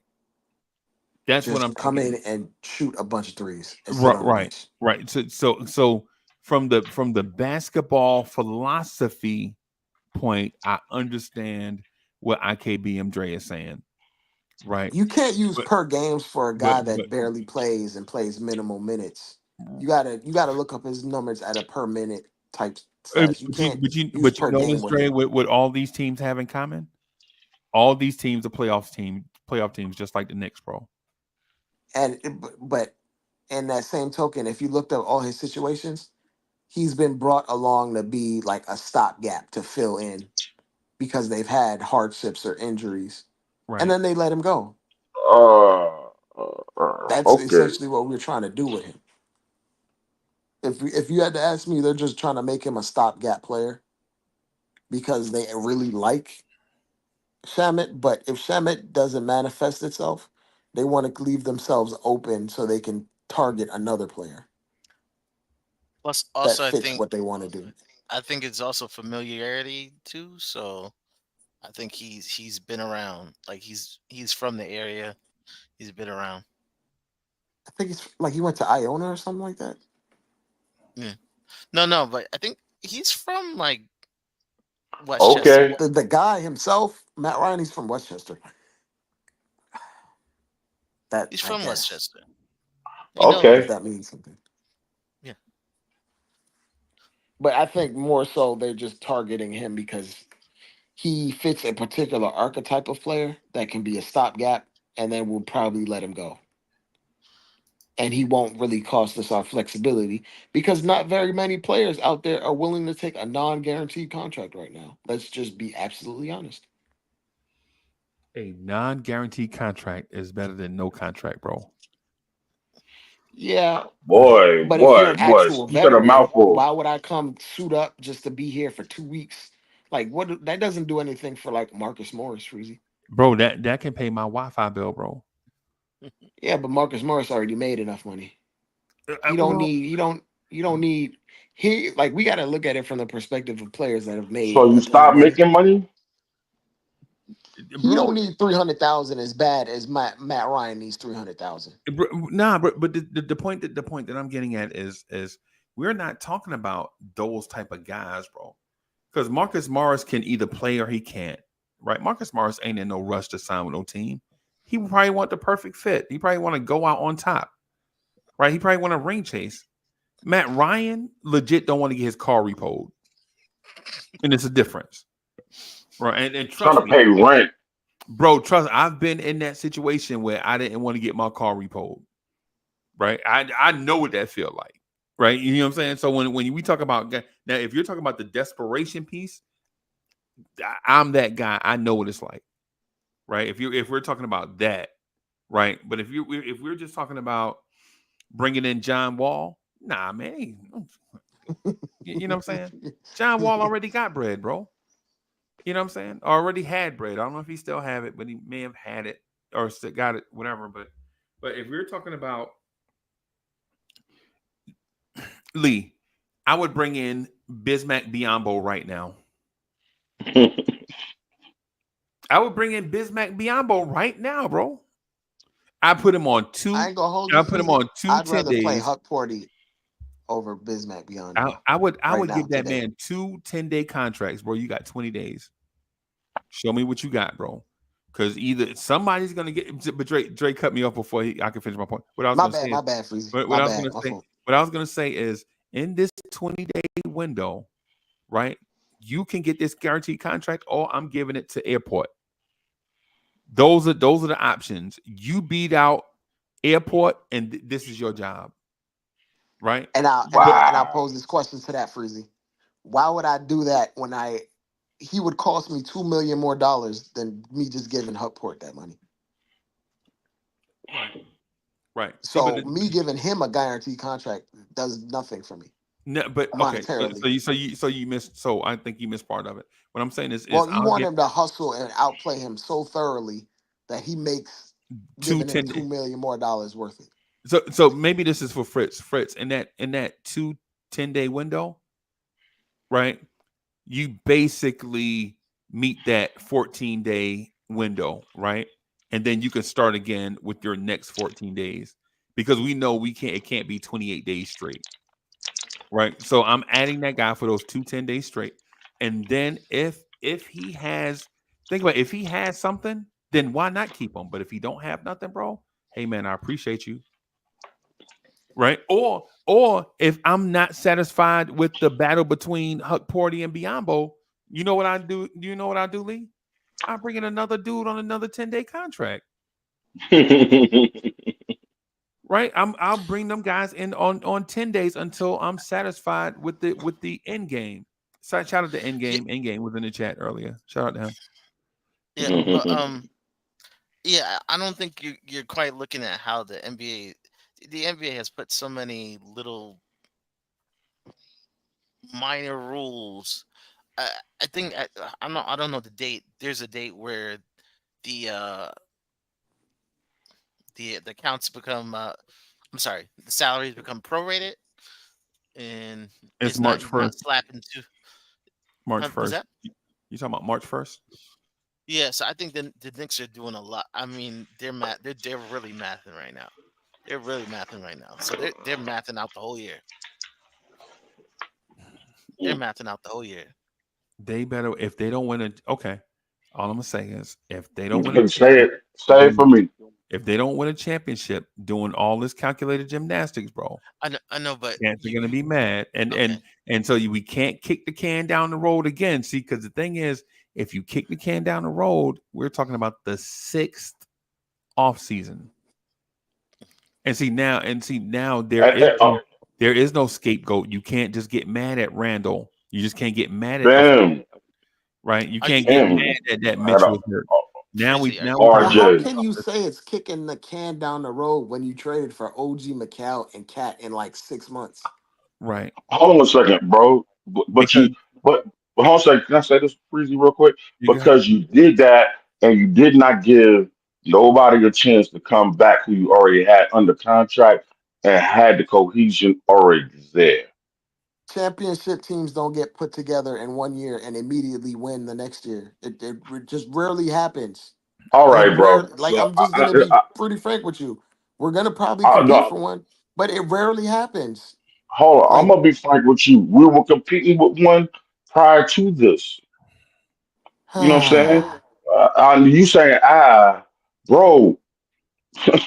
That's Yo, yeah. man. the point Dre is got the right. we Dre, want to Dre be got in the right to take a championship breath, bro. contention for Lee, 4 years. you ain't gonna let IKB Dre take a breath. But Dre I'm a can't. mute. I'm a mute because you know what Dre I'm saying. can't. Because I want to hear his argument, and then I'm gonna shut up because I'm gonna take everything he says, and then I'm not saying that he's always right or he's no, always no, I'm wrong. not always right. I'm But not. hold second. But I'm gonna see where the dividends pay in at.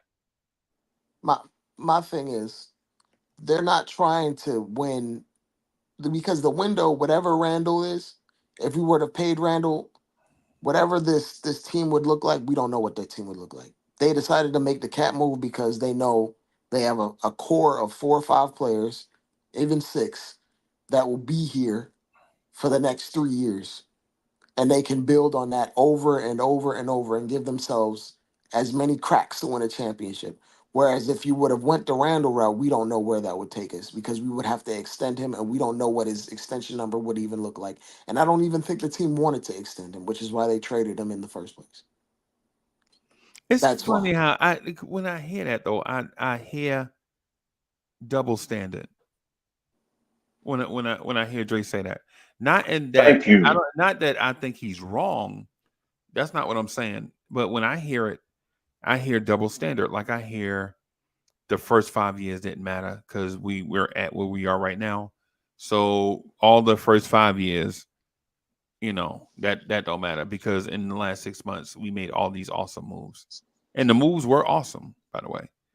I think that the best move of them all was probably trading for Cat, the way that they traded for Cat, right? Not the Cat trade itself, but what they paid for Cat, right? Is why I think it was awesome. And I think the other move is how they drafted, who they drafted, right? Airport looks like a player. He doesn't give you yeah, I remember when we drafted Jericho Sims that late and we were like, maybe he'll turn into something. So we draft Huck Porty this late, and we're like, if this dude get in shape, he might be a starter.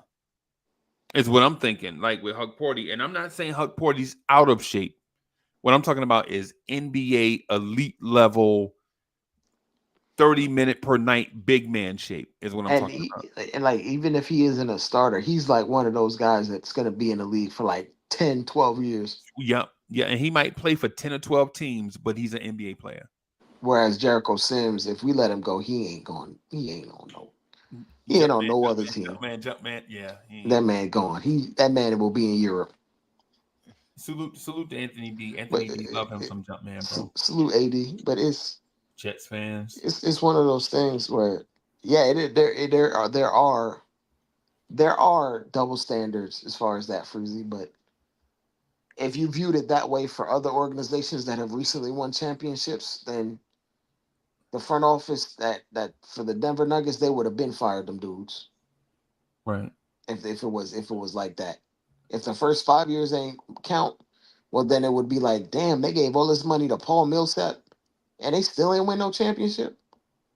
They gave Yeah. Paul Millsap $90 million over 3 years, Yeah. Yo, they but paid. Don't forget they paid Jerry and Grant too. Remember Jerry and Grant before he they went didn't to pay him. They Portland? let him go. No. I'm not talking about. Jerry Grant went to Detroit, then he went Right. to Portland. No. That's not what I'm talking. I know that, Dre. I know that. I'm aware. What I'm saying is they kept Jeremy Grant around. Right, Jeremy Grant was that piece. They were like, "Yo, if this thing ever click, and then I don't know. Yeah, I think they signed. Did they sign and trade him to Detroit? I don't think it was a sign and trade. He just left because he He wanted a bigger Left role. he wanted a bigger role. Okay, free okay, okay. agency. Yeah. Yeah, okay. Yeah, but And a lot of and we would be calling to fire a lot of them dudes. If that happened to us with Jokic climbing and growing, we would have told them to fire that front office. But they right, pivoted and got like the most ideal partner in the front court for him in Aaron Gordon. right. and they bought low, bought him at his lowest value and paid him. And so I mean, it's one of those things where even if you look around the league, even for the most recent champion, a lot of these dudes been on those teams, building that team up, had mistakes, turned around and rectified the situation, and still took them 5 years to figure it out, or more. It took them more because it was Jokic's 7th year when he won a chip. So Yeah, yeah. So, and one of the convenient things that Dre always leave out is these dudes are MVP caliber dudes. oh yeah, Do the Knicks have an MVP caliber dude right now? we had a guy that finished top 5 in MVP last year. And yeah, I'm asking you directly though. I need for this to be on record. I think we Yes. have a player that can be the best player in any series at any given time. If you view that, Is he MVP caliber? Yes. yeah, Okay, yeah, so the Knicks have an MVP caliber player on the roster right now. yeah. Yes. Mm. I'm just putting it on record. I don't want to don't want it to be like one of those, you know, gray moments. I think we No. do, but I don't think it's who people think. I think it's Cat. Yeah. Uh-uh. Yeah, I think Cat is the MVP caliber dude. I think his garden moments are coming. Right, and Fritz, I'm just going to speak to this part of why I think it's that's the case. The first 2.5 months of Jalen Brunson, we were like, he's good, but he's all right. He's better than what we expected. But the second half of that first year, Mhm. we were like a star is born, Yeah. right? And I think that's where we're headed with Cat, right? Like the first few games of Amari, we're like, okay, that's what we needed. We never had a power forward that could score like that. We just didn't never had that guy. And then all of a sudden he goes on a tear, and you're like, yo, this dude done scored 30 points 4 games in a row. Mm. I think that's where, and I know the streak didn't end at 4 games. I'm saying by the time we recognize the streak, he was probably at about 4 games. Yeah. And so I think Carl Anthony Towns is going. I think he's y'all ever flew anywhere? Yeah. Y'all know how you board the plane or whatever, and you sitting in the plane.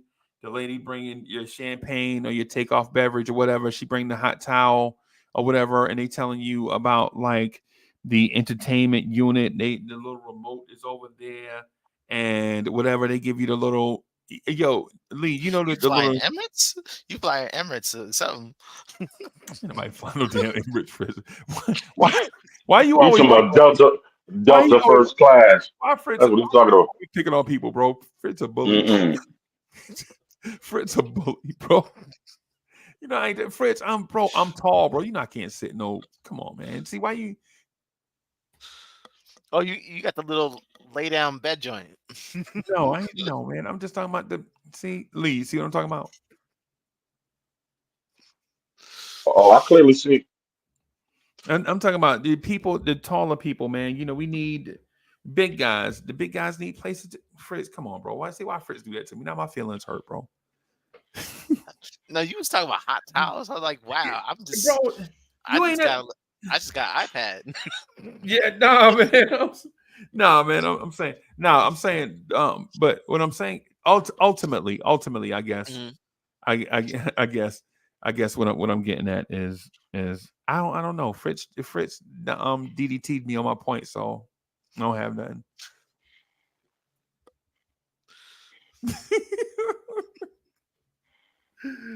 So Lee, Lee, I guess what I'm saying is like you know how you're on the runway and you're waiting for departure, right? Yeah. And then you sitting there, you waiting for departure, and then you taxi to the runway and all. That's where I think Cat is at. I think Cat right now is taxiing to the runway. Like we He's don't waiting to take off. yeah, we don't know what it's gonna be like with Cat taking off because he hadn't taken off yet. But once Cat has those once Cat has those 4 or 5 big games in 1 month, and that's a lot, by the way. Once Cat has a 30 and 20 game, we're gonna be like, yo, the sky's the limit. I think Cat's gonna probably be MVP caliber. And then I also couple that with the absence of other all-stars. I think there are some traditional all-stars in the East that won't make it. I think Joel Embiid is one. I think Paul George is one. Right. And I think that the East, Joel Embiid is done. yeah, I think the East is going to be more open unless somebody new, maybe an Evan Mobley, ascends to that whatever. Pablo or Franz. Yeah. Yo, did Fritz just dip out on us? Did he dip? Fritz, I don't know. Fritz just did. Fritz just put a rock in my shoe and leave. Okay, all right. I'm gonna call him I out. missed the rock in his shoe. What was the rock that he put in his shoe? Yeah, he's like, that man said I'd be flying Emirates. Yeah. How about fly Emirates from South Carolina, bro? Yeah. Now I think Cat is in that Jalen Brunson stage. Remember, Dre, you remember that when Jalen Brunson was here, he was averaging probably about like 18 and 5. And we were like, yo, this is the best point guard we had since Chris Childs. We was like you know what did it, Freezy? It was that Charlotte game. Okay. You remember the Charlotte game when he Yeah. just took over down the stretch? Okay. You were like, maybe It was in Charlotte? Was it in Charlotte? No, it was in New York. Oh. Like he was in New York. I remember he hit a 3 from the top right wing. And I guess it put us up 1 when we were down 2. Like he basically brought us down the stretch. Like he took over the game. Right. And that was when like people were like, we know he was a nice player, but maybe he could be a little bit more. Yeah. And then of course, like down the end of the season when he basically, because at that point Randall was the leading scorer for most of the year. Yeah. But then it like the keys kind of got But turned then there over was like to a him. Brunson burner moment, and then when they added Josh Hart, man, Brunson was Yeah, and then I think the thing that like sealed the fate was when he dropped 48 on the Cavs before the season was over. Yeah. At the end. Yeah. Then it was like, okay, yeah, he's here. Yeah. Yeah, and I think that's where Cat is right now.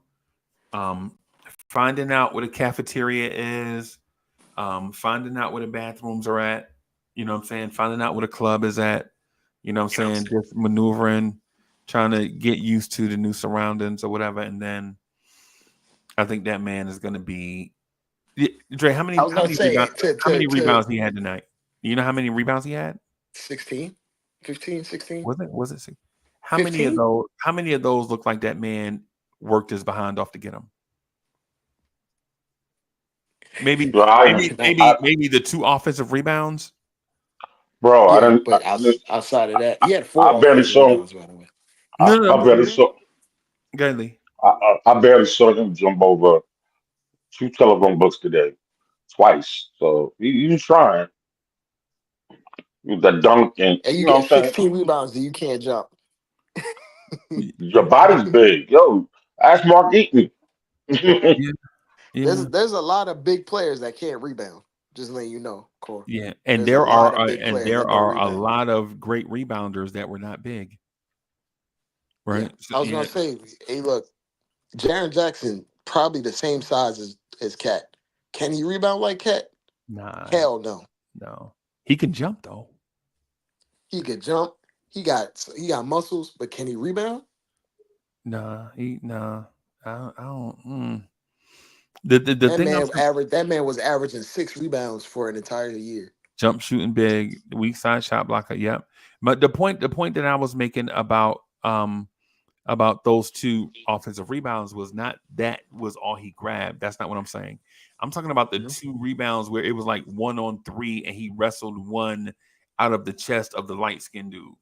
I can't remember what like. Yeah. Look out your window. Knicks fans is on your block. Y'all know the Knicks run the city. Pull them shades back. Look out your window. Look down there on the block. That's Knicks fans right there.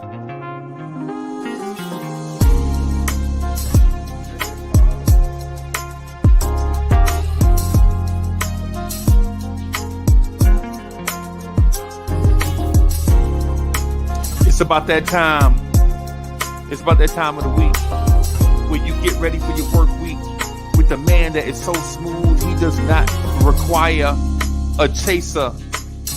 Your main man, the real, still the real Anthony D. And your main man, Jersey's finest, the hood representative, Uncle Freezy. Still the most fire intro in the game. My man, Esquire, AD, Esquire. Hey, what's going on, gentlemen? Salute, Nick fans. Salute. Salute. I AD knows am going Dre. Salute. Corey Oh my God, B. I'm surrounded by Jets fans. God dog it. Don't call that man Corey a Jet fan. That's fighting words. Yo, you know I'm about to blow my top, right? Oh You know I'm man. about to blow my top, right? Pause, bro. Pause. Relax. Relax. I'm talking about the one on my shoulder. But anyway, bro, don't you ever do that again, man. Jets I fan? rather, yeah, bro. I rather you call me a Buffalo Bill fan before you call me a Jet fan, yo. What? What? Over the Jets? Wow. That's mad disrespectful, bro. Man, Wow. I got a story. I got a story. I'll tell y'all later about that and why. But outside of that, you know what I'm saying, bro. AD, I understand why you a Jet fan because you was probably about 6 years old when they won. You know what I'm saying? And Joe Namath was the hottest thing, and the Giants wasn't. The Giants didn't. You know what I'm saying? The Giants wasn't anything. That was that time period. You know what I'm saying? And that's cool. You know what I'm saying? Dre, I don't understand why he. You know what I'm saying? I don't You even know, understand that, bro. yeah, because the Giants have I saw won the much more. 1998 core. I saw the 1998 AFC Championship game. That was the first football game I've ever seen in my life, and I was like, "Oh, they up 10-0. We should win. Oh, we didn't win. We should be back the next year." And it never happened. He said, Okay. And see, that's what happens when you jump into fandom so quick. You know what I'm saying? Because you should have I been was thinking about 8, that team. bro. I was 8. Oh I ain't man, know no better. bro, did you know what happened when you were 10? Even though the Giants lost in the Super Bowl, they wait. were in the Super Bowl. So They, you missed yeah, the but I Wu Tang. already So had you made missed my the Wu decision, Tang man. era? Dre, you missed the Wu Tang Clan era? Yeah, I did. You missed the Tribe Called Quest era? At the Jets, yeah. I found out. I Bro, only you found out missed the Q-Tip and all them dudes were NWA Jets era. fans. Like as an adult, I didn't know they were all Jets fans. I ain't know. AD, this is AD. This is why we gotta get a channel where we can talk music, bro. We need to get us a I channel mean, where we can I talk knew about about music. like they mentioned it in the music, but I didn't know they were really fans for real. He missed the jet. He missed the Jets era. I got a crush on you. He missed all those. It was all those good. It was all those good Mo Lewis late hit days. AD bringing up a song. You remember the girl? She said, "I got a friend who always talking when she should be listening." Back when people play instruments. Crush. They didn't have siblings. They had a gang. They had a gang. Bro. That was a village. Mother, father, grandfather, great grandfather. Granddaddy on the drums. They were, bro. That's how them. Hey, I've been stationed in Hawaii, so I know how the Samoans man. You talking about deep? Lord Deep, have mercy, Uncle Ray on deep. bass guitar. What? deep, deep. They like we're not paying nobody nothing. Okay, Nobody. this They is gonna this act right here is self-contained. they gonna split a check 41 ways, bro. Oh, you better believe it. Oh, you better believe it. You better believe it. Yeah, man. Shout out to the Jets, man. I used to love that group. Shout out to old school Knicks in the building. Old school Knicks. Absolutely. Salute. Great win tonight, though. I'll tell you Great that much. win. Great win. if we can somehow find a way to leave Sims in New York, that'd be even better. Oh, I'm gonna say nice bounce back. That's all I'm saying. Yes. I mean, I'll say nice bounce back, Sims is like an offensive lineman. If you don't hear his name during the game, that means that's good. That's about it. If you don't hear his bro. name, if you don't hear people He should have been complaining, a left that's tackle. good. what? He should have been That he should have been a left tackle. Real talk. wow. That man looked like the linebacker that played center for the movie Fast Break. Big dude, he's just out there, man. Man, why you gotta tell your age, man? Because you telling mine. That man got me so upset tonight. I texted Freezy. I was like, he ain't just a bum. He's a special kind of bum. You know. He's a Chris Dudley. He's not even Chris Dudley, man. That man. You know what really got me tonight about him? There was a play where I think the little guard for the Pacers, his name is skipping me right now. The little energy guard, and he Cameron rolled. Payne No, for the Pacers. for the Pacers. Okay, T.J. McConnell. Yes, McConnell was like what 5'8", 5'9", Maybe, yeah. and he rolled for a layup, and Sims is right there, and I'm like, my guy, you're supposed to gobble that up. Yeah. You're supposed to play him like you would. Like you at IHOP at 8:30 on a Sunday morning with like 100 people in front of you waiting for them chip waffles. Like you supposed to act like he's the biggest shot you about to block ever. And it happened twice in front of him. And I'm like, dude, this is your moment. This is your moment. You're 6'9", 6'10". You having 5'9" dudes roll up on you. Right. Come on. When do you get big? Right. Like, I heard the announcer goes, well, he's going to serve a very important part now because there's so many injuries. I'm like, this was the same shit a few months ago. Right. Yep. Same team, just later in the year.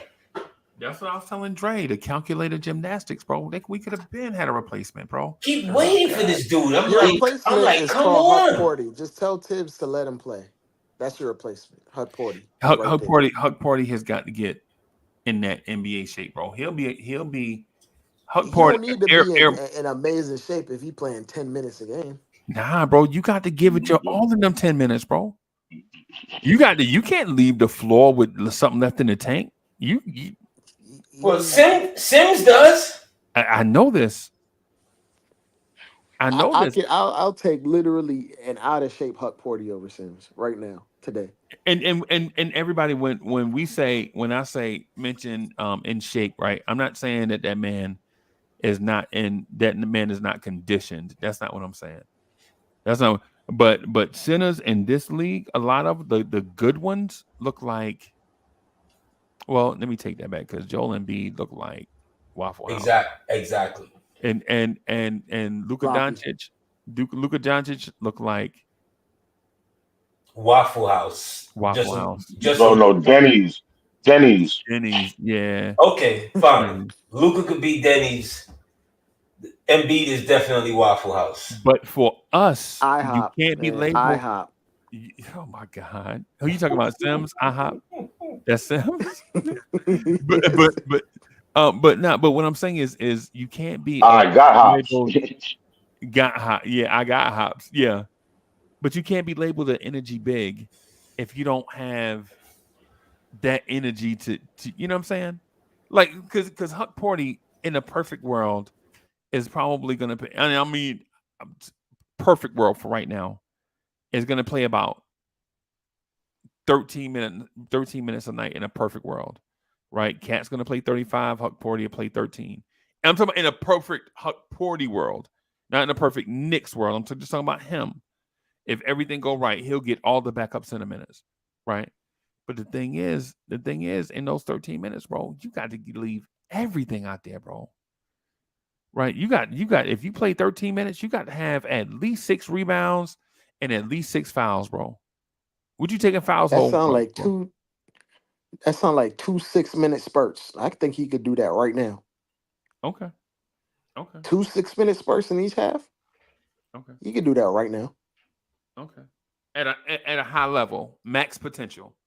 Pedal to I the mean, metal. max energy, but if he's going max energy, he's probably getting 6 fouls in those 12 minutes. Right. Man, Mm-mm. Yeah, I'm he not don't gonna know put how that he on don't that know young. how to not foul right now. I'm not putting that on that young man. Because Not yet. I can go get Bismack Biyombo right now and don't tell him to go pedal to the metal. That's what he does. That's Bismack him. Biyombo might collapse, bro. If you tell him to go pedal to the metal, he literally collapsed and he wasn't even playing last year. What? Well, we're not talking about the same guy then. Yeah, no, Bismack Biyombo collapsed on the court. He was on OKC. When Yeah. was it? I'm talking about, you talking about last year? Yeah, last Yeah, year. yeah. I don't. I think he's not in on the team because he's just. I think he's just too old right now. I think he's just too So, old, bro. Yeah, I think he just. but Yeah, he he's might. part of like the NBA PA. Like he's part of NBA PA right now, or not PA, but is it the PA Player Association? Yeah, he is. He might be. He may be. I don't. I He don't know. is. He helped put the CBA together. That's why I'm Okay. like, if we were to even bring him in, Freezy, he wouldn't even want a non-guaranteed contract. He feels that's beneath him. Okay. I'm talking about that archetype though. Yeah, the archetype of just a guy running up and down. Like you ideally you'd want a Zeke Jackson type. Yep, a Trendon Just off your Watson type. bench. You know, I love some Zeke Jackson, bro. I saw him at Kentucky, bro. Man, that man, bro. He was in that class right after Quickly in them.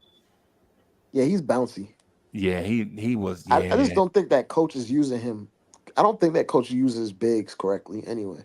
nah. He's using Zeke as an energy bag, and I think by the time somebody else get him, he not gonna have those high school skills he used to have, dribbling the ball. Remember, Zeke Jackson used to be a small forward, a wing Yeah. player, right? And so I guess since he's got the height to it, they're like, hey man, put on 1,000 pounds of muscle.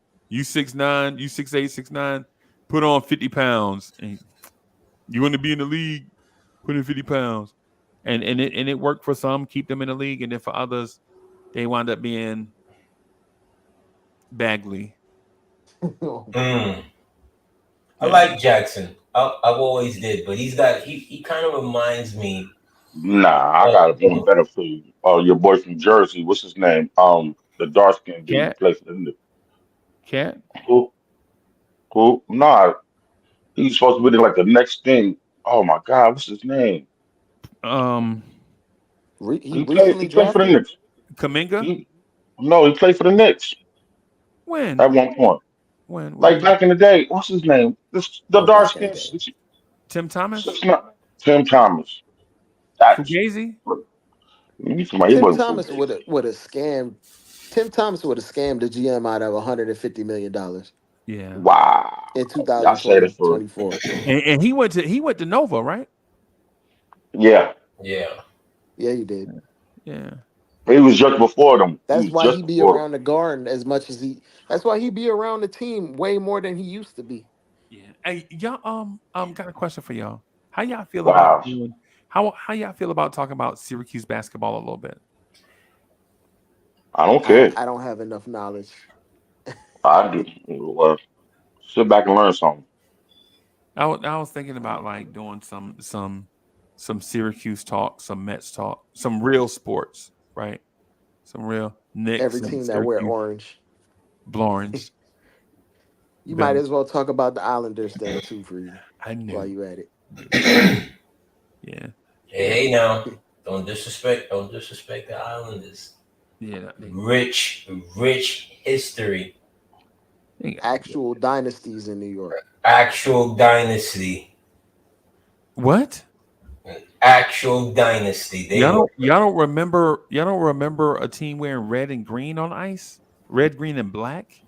Yeah, but they were before the Islanders are before them, and the Islanders were even greater than the Devils. No, okay, I'll give you that. Okay, I'm with you.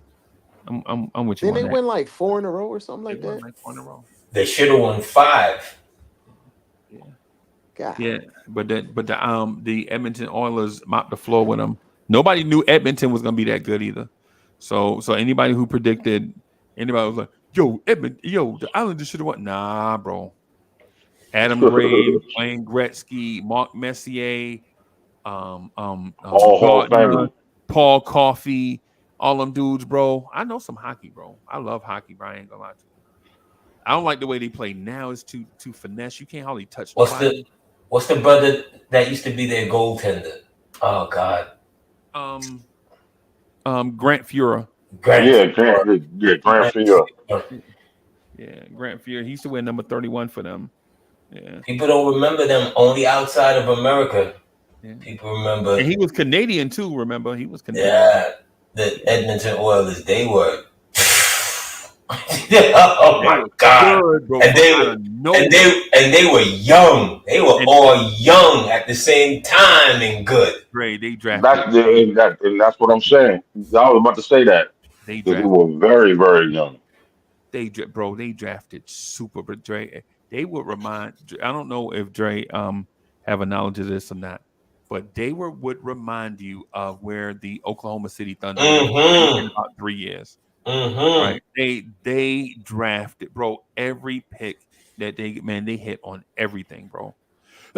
Well, if you're gonna say OKC, you might as well say that the original young OKC with Durant, Harden, and Westbrook, but they actually seen it through instead of I would have letting saw that. Harden go. Yeah, Yeah. The first franchise I think we saw do that, and I think AD and Lee can attest to it. The first franchise that we saw take the draft super serious and hit on all their picks was the Dallas Mavericks. Right, the first pick they ever made, they drafted a dude named Mark Aguirre, and Mark Aguirre, bro. For those that don't know NBA history, bro, Mark Aguirre was a bucket, bro.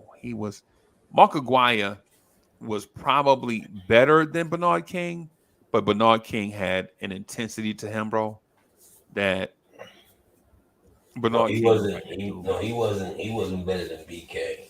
You bugging, bro. BK. Wait. You telling me BK. Mark nah, Aguirre was not more skilled than Bernard King, bro? No, BK used to no, He BK used to wilding, bro. serve him his lunch. Bro, he wilding.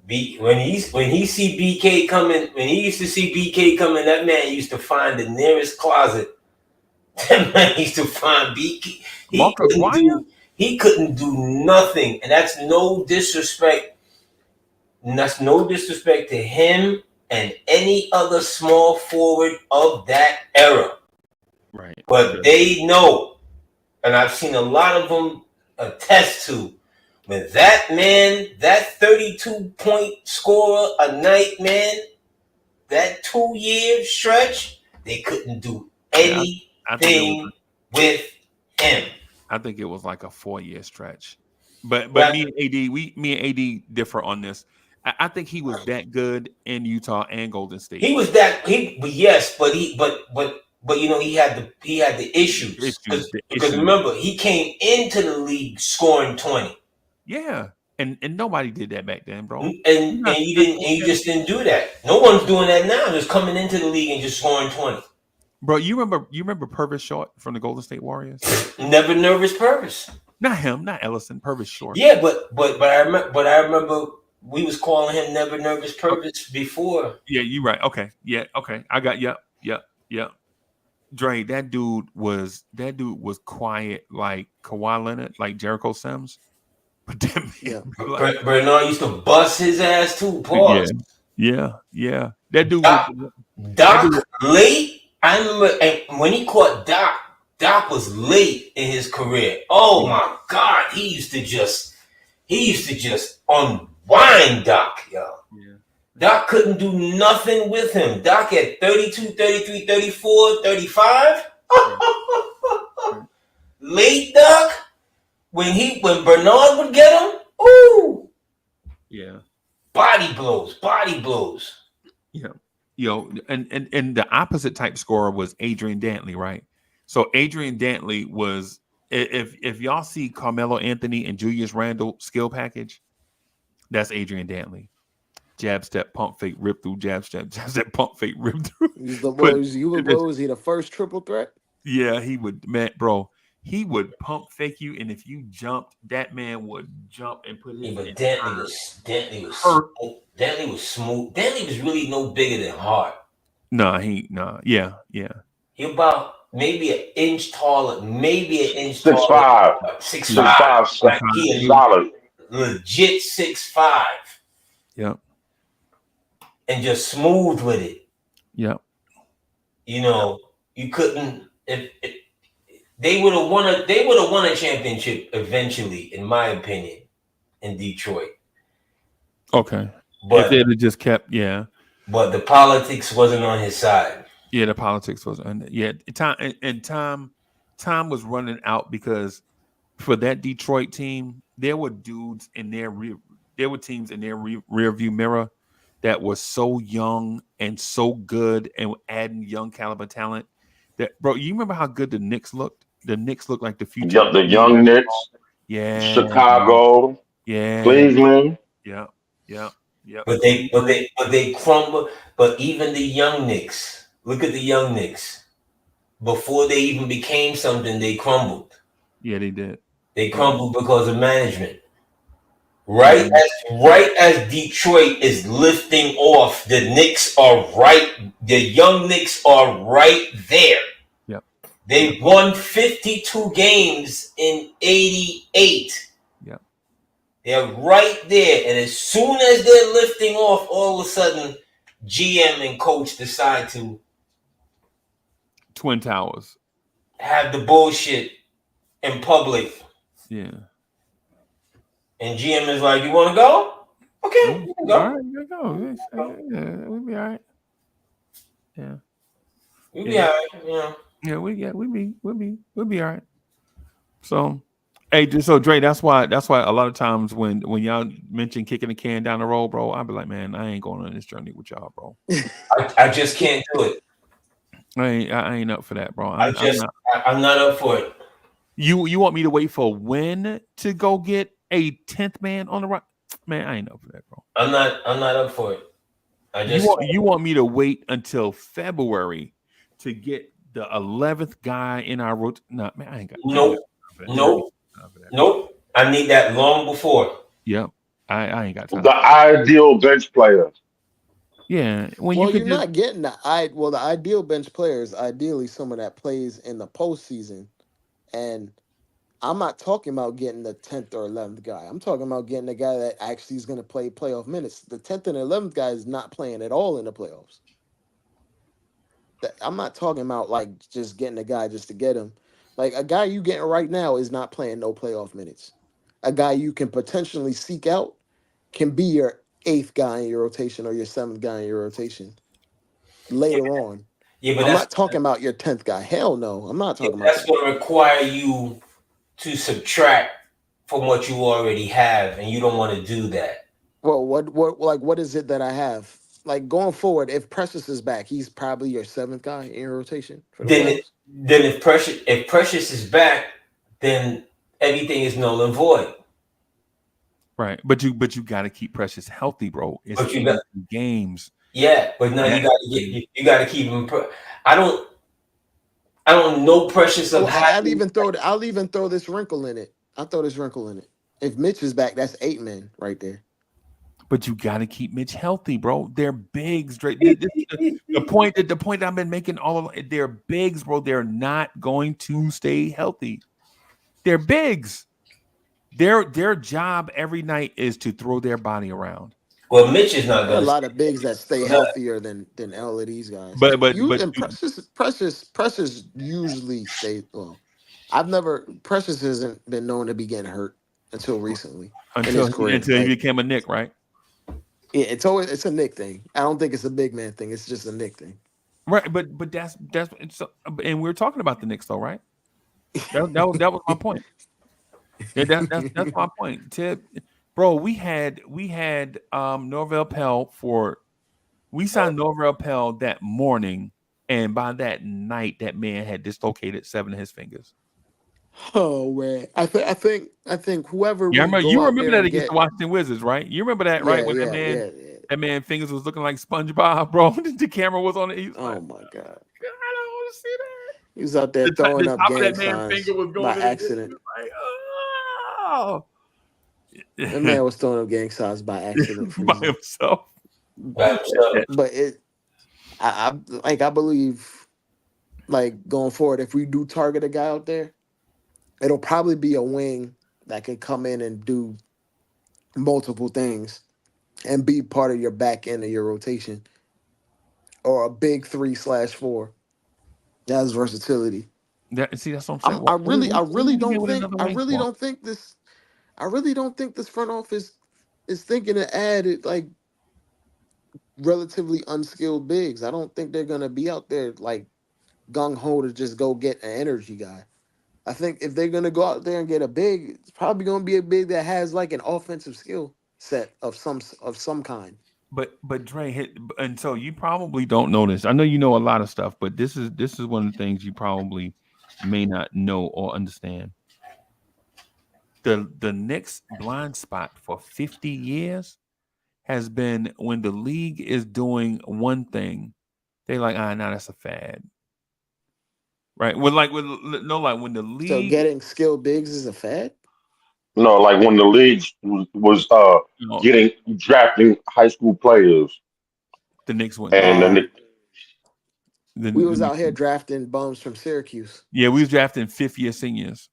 Right. Well, what I'm and so what I'm saying, Dre, is not that the big man thing is a fad. What I'm saying is the Knicks think that drafting those. The Knicks historically have been in the mindset where AD. You remember when AD? Probably remember this.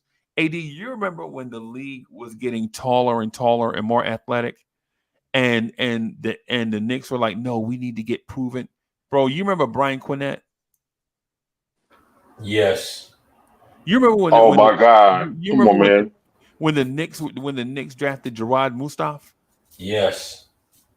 Oh, unfortunately, Yeah, and his mom and my father worked from. We knew each other. They worked at Ford Motor Company together. They worked on, like, she would put doors on one side of the truck, and my pops would put doors on the other side of the truck, and they worked across from each other for like 14 or 15 years, right? And so the thing is, when guys were trying to get guys like when the NBA was trying to get guys like um Gary Payton and Derek Coleman and guys like that, the Knicks were like, nah, we need 4-year starters that know how to play basketball. It's about basketball IQ. It's not about athleticism. Think about when have you ever seen the Knicks have a 6'6" super athletic shooting guard that can score? Not When really. have you ever seen the Knicks have an Anthony Edwards type guy? Never. We had Bill Walker. never. But you know what? We thought we had one, what's called Dominique Wilkins' brother, Gerald Wilkins. Gerald Wilkins. We Yeah. had J.R. Smith, Freezy. Hmm. You just described a 6'6", Athletic extremely shooting. athletic Yeah. shooting guard. Yeah. Yeah. And you're You right. ain't mentioned the intangibles and leadership and all that other Yeah, stuff. because we had Gerald Wilkins also. Gerald Wilkins could jump out the gym, fast, quick twitch, but he couldn't shoot. You had Shumbert. Like we always Jumper, yeah. get like we get the archetype, but it like we get like the refurbished version of the ideal player. Like it's just missing something. It's Always. just missing one No, particular we get the trait. generic version. Always. Yeah, yeah. And And so and that player, he'll be right there for us, but somehow, some way we don't see it. we don't see it, We right? don't see it. Like Donovan, he was right there. Yeah. The year we had 3 first-round picks, bro. Legit, the pick before we started picking was Jermaine O'Neal. He was right there. Right there. We could have traded up one spot and got Jermaine O'Neal, bro. Imagine Jermaine O'Neal in the '99 finals. Bro, I'm telling you, bro. And so the thing about Jermaine O'Neal in 96, then in 97 and 98, you don't draft power forwards again. You don't draft John Thomas out of Minnesota in 98, bro. Y'all don't even remember John Thomas, bro. I be trying to tell AD. John Thomas, bro, I remember. a 6'7", 260-pound power forward that can't jump. Oh my God. Good and terrible. Good and 6'7", 260. That man need to be playing tight end. terrible. Good and terrible. Good and terrible. Oh my goodness, bro. That's what I'm saying. That's why when we mention certain things about the Knicks, I'll be like, yo, I ain't got no time for that, bro. I'm double parked, bro. I ain't got time, bro. Certain things, bro. Nah. Certain things that you just seen some management like you mentioned Gerard. Yeah. Now I understood drafting Gerard because the game at that time was going into was just starting to recognize the big that could handle. Yeah. And he was a big coming. Where'd he go to? He went to Maryland. He went to Maryland. Right. He went Yeah, to Maryland. Yeah. But he was caught between two different managements. Yep. Yeah. You see what I'm saying? Checkers and them didn't draft him. Yeah. So it was like, you know what? We didn't put no time bringing him in. So it's not as soon as they could make a trade for Xavier McDaniel, they traded him for him. Yeah. Bam. Yeah. And for those that don't remember Gerard Mustafa, he was just like Hey, thank you, Jesus. He was kind of like Precious Achua a little bit. If you could imagine Precious Achua playing in 1990. Yeah. If you can imagine this Precious Achua playing in 1990, that's what Gerard Mustafa was like. And then I think also around that time we were just stockpiling. You remember we had J.R. Reed? Yeah, I remember that. Yeah. Oh my God. We were just stockpiling like. But when they got Reed, because they had Reed, Brad Lowhouse, yeah, and a couple he had a little skill. Brad Lowhouse had a little touch though. Yeah, he had touch, but when they got those guys, they really only got them because they were expiring contracts. James Donaldson from Dallas, remember James Donaldson? We just brought him up last night. Yeah. Here we go again. Yeah. Wow. Chris Dudley. We got Chris Dudley from the Nets. Oh, you remember Chris Dudley? Yeah. The most famous thing he's known for is getting dunked on by Shaq. Yo. Dudley was serviceable though. And missing a lot of free throws. He was the best screener. I think he might have been the best screener I think I've ever seen in the NBA. Dudley was serviceable. The one thing I'll say for Dudley was when everybody else was getting hurt, Dudley was available. Yep. And Dudley was tough. He wasn't backing down from nobody. No, when everybody else was getting hurt, Dudley was there. Yep. From my earliest basketball memories, Dudley definitely was the guy that was just in the weight room every day. Yeah. And you know what though? And he went to Yale. Yes, he did. Didn't he turn into like a politician? I think he's like a senator or some shit. Man. Yeah. Chris Dudley was smart, bro. That dude was man. And that was the era too. Get you a Christian Laettner type era. That's the era that we're talking about right now. Get you a Danny is Ferry way more type. skilled than Dudley, though. Oh yeah. Dudley was just available. Yeah, he was a great screener too. Yeah, you'd be angry you see him on the court, but then you stop and think it's like, all right, somebody's either in foul trouble or somebody's hurt. Yeah. And Dudley would get in foul trouble within like 5 minutes. Right. But it's through effort though. It'd be the most effort you get for 5 minutes. It'd be the most effort and you get 3 fouls. Yeah. And other teams didn't like him because he was giving max effort, bro. That's what I'm saying. I wish hard fouls. Pause. Yeah, right. I wish we can get that. Yeah, ain't no doubt. I wish we can get that out of Jericho. Like hard screen. Like in today's NBA, dudes see the screen, they ain't even word.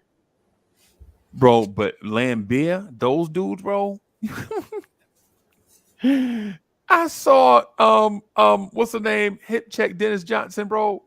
And Dennis Johnson had the devil in his eye, bro. Dennis Johnson was like, I'm gonna stab this man on the court. That man, Dennis Johnson was trying to navigate the screen, and this dude just hip checked him, just like dead on the shoulder, knocked that man out the game, bro. Dennis Johnson was like, "Man, when I get back, I'm gonna kill you." Right? Dudes don't that type of stuff ain't in the game no more, bro. Like No. like like dudes like SGA could legit play an entire game going to the AD. When have you? All right, so I'm gonna ask AD this, and I know it's a trick question. AD, when have you ever seen an era of basketball where guards can just go to the rim anytime they feel like it? Never. Like, Never. I don't care how tall you are, bro. You a guard? You have to earn it. Yeah, but What? you got to You have get to them from the earn free. it. You got to get them from the free throw line, bro. You had to earn it. You really did. You really did. Like little guy, but that's just the way the game has gone. Nowadays, You have commentators just calling it out. Oh, this team plays 5 out. That's the new catchphrase now. 5 out. 5 out. Yeah, man. It's because of Dre. What was you gonna do? What was you gonna do with Shaq? 5 out. Shaq, go above the 3-point line. Yeah. What are you gonna do? What was you gonna do with Shaq? Yeah, and back then, back in Shaq era, you ran a double post, or when Elijah Wan started passing out of the post, Elijah Wan and Barkley, then you started running a more conventional, modern offense. But most It was teams like block to block. most teams ran a double post. If Pat is on this block, then Oakley is on the opposite elbow for his outlet. And then you have guys coming through, getting their head knocked, the bump. The cutters are getting bumped by the opposing team center. Chicken wing. Yep. All game. Hey, AD, think about when's the last time you saw an NBA player with elbow pads on? You know what's funny, Freezy? Well, when Joel Embiid decided to bump a cutter, Brunson took exception to it because he's not Carmelo used to it. Anthony. Yeah. Remember Embiid hit Brunson with a chicken wing when he was Yeah. trying to like bump Brunson as a cutter, and Brunson's like, "What's that for?" Yeah, what are you doing? What's that for? That man sounded so Catholic school, bro. It's like, what are you bumping me for?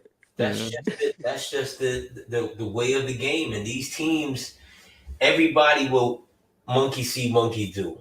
Yeah. You know, if this is the trend, then this is where we're going. Right. That's why you'll have the Lakers. What's that young forward the Lakers drafted this year? Connect?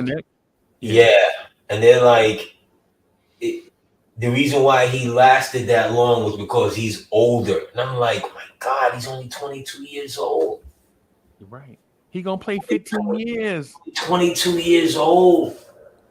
Like you're letting that kind of talent slide because he doesn't fit in what the modern NBA game says, but yet still he's a bucket getter.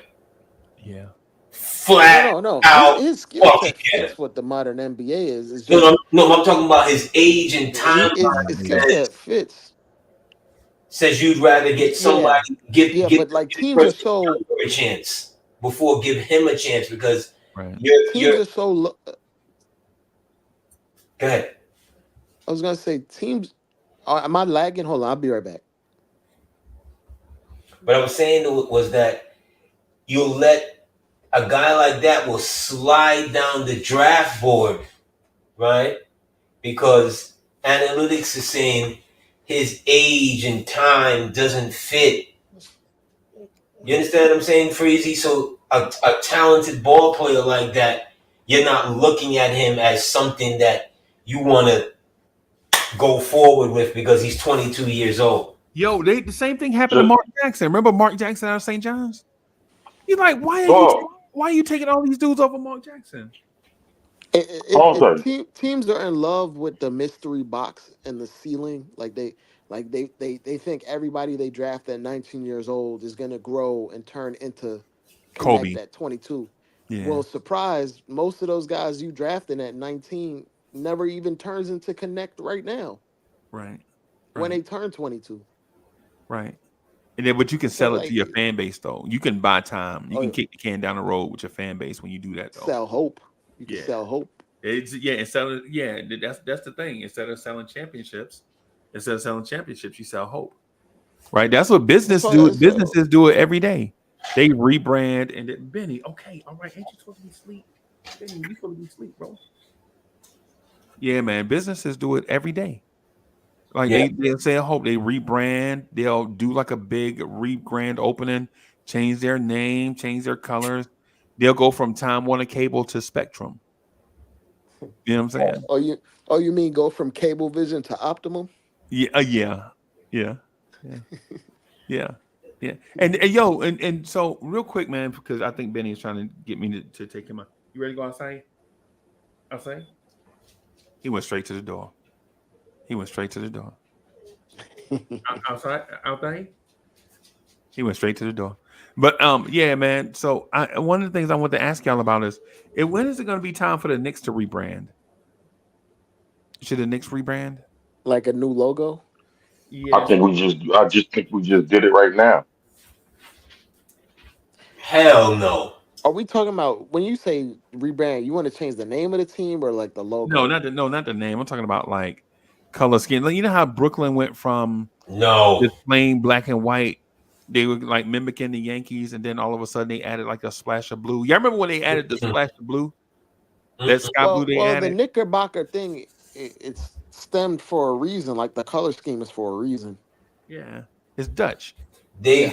They've done this. Remember in the early Randall era, they did the all black with the orange, blue, and white within a circular jersey that they had. Oh, They you talking about? Yeah, it had like a circular jersey, and the yeah, text went they around it, and it they said the did Knicks, and that. Look like some of the Tokyo. Yeah. it was our alternate jersey. Like It Nike was an does this alternate. thing. Nike They does this thing where like they call your home jersey your icon jersey, and your But they away did. Was that jersey. for the whole season though? Yeah, Okay. that was our alternate. Like there's there's this is how like Nike does their scheming. Like they call your icon and they call your statement jersey, which is your statement jersey is really your alternate jersey. Then your city edition is for the city, like something that like memorable, like Talking about it's like the some Porzingis era. The yeah, Porzingis. like your city jersey has something to do with the city that you're from. It Yeah. has something to do with the culture for your city. Yeah. So, and then they just renamed it. Like there's still home, away, and alternate, and then the city jersey is just another type of alternate. And they did another. They have another emerald blue with the orange around the sleeves Yeah. that they really that was a Randall era again. That was a Randall era flavor that they had. They don't need to mess around anymore. Yeah. I Did think. this year? Remember last year we had like the pinstripe with the old lettering that we had from like the late 2000s. Do you think the late 2000s is old? Well, But it's they've got from too, 99. yeah, 90 it was started in 99, they've the got lettering. too many variations. The They really do. They but really have too many, and they phased out that earlier Randall one that we talked about in a blink of an eye. Let's I They was got gonna say they like got rid of that. That's like finding a square car nowadays. They sent that to the chop shop within like 2 seasons. Swoop. I like playing with them on 2K, by the way. I get my 2K play accessorized up all the way up, bro. we gonna have a white version of the alternate jerseys we had last year with the pinstripes, except it's gonna be white jerseys this time. With pinstripes? Yeah. They need Remember to let the they need blue to ones we let had this with rock pinstripes, out. The and it was only like team in New York black that should be wearing pinstripes down the pinstripes sides. is the Mets, bro. I don't even know why they would even consider that. Sorry. There's only one team that would. With the Dutch blue pinstripe, bro. Yo, the Dutch thing is a real thing, bro. The Nets got 18 versions of their uniforms. Can you stop it? Can you stop? bro. 18 versions. The Mets have the richest owner in baseball, bro. That's fine. Spend wisely. No, we ain't gonna spend wisely. Oh, we will. Oh, we Man, will. spend wisely, young man. We gonna spend foolishly, Danny Tartable. What we talking about? Bobby Bonilla Blowing money Chuck fast. Knobloch? he's still spending money. Remember that Jay-Z line, spending money from 88? Bobby Bonilla is spending money from 89. Yeah. Bobby Bonilla is I'm not about to hate on a black man getting money. He can keep getting his absolutely keep getting money. But he signed the greatest contract. Bobby His- Puerto Rican. that man signed the greatest. Him and his agent concocted the greatest deal The greatest keep- buyout ever. to keep him rich. Like literally every year for 30 some odd years, that man collects $1.6 million every year. I've been hearing that for the last 10 years. It should be ending soon. It hasn't ended. When does this windfall end? This is the greatest lottery ticket I've ever seen in my life. It ends in 2035. Yep. 2035. So you're talking about a 40+ year deal. On July 1st of every year, the Mets pay Bobby Bonilla $1.19 million, Bro, that's crazy. which includes an 8% interest rate. This adds up to a total pay of nearly $30 million. Yeah. Bro, that's a lot of money, bro. We talking about Ron Browse now, bro. We talking about Ron Browse. You know how dudes, sometimes you struggling. Oh my God! If you watching certain players over the years, you see like how they struggled and they lost the money, and you literally can be like, you know what? I could spend after taxes. I could spend up to like $800,000 for the year. Yeah.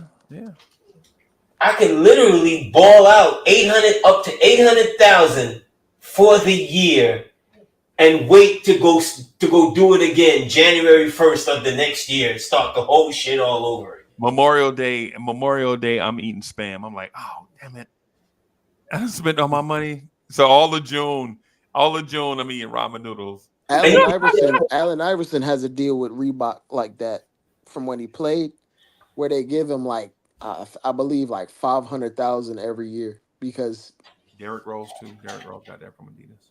Yeah, like he had it set up to give him $500,000 every year until he dies, instead of taking a lump sum deal. Derrick Rose's brother gets like $80,000 a year from Adidas every year. Yeah, because he said if you want to sign me, you got to give my brother a contract or something. Bro, And that's how it's supposed to be. When you get on, if you're doing it correctly, and you don't want your peoples to be in your pocket every day, you gotta get them a deal too. You gotta get them. They need to be the community service person, whatever the title is. They gotta get a deal. You know what? Like funny, like Braun did it the right way. Like he got some friends, but he told them, "Yo, y'all gonna have to get these internships. Y'all gonna have to figure out how the business works. You gonna have to figure out how to be useful." Because it ain't gonna be no free handouts, man. Nope. I don't care how much money I got. You gotta earn your keep. And you know what they did? They earned their keep tenfold. But he's a walking job, because the thing is, he doesn't have to seek business ventures. Business ventures come to him. Absolutely. Especially but he put his man on to figure it out, and they do business ventures without him. At this point, he's not even included in a lot of the stuff that Maverick Carter does. Like, they do real work. Yes, they out here in a real way,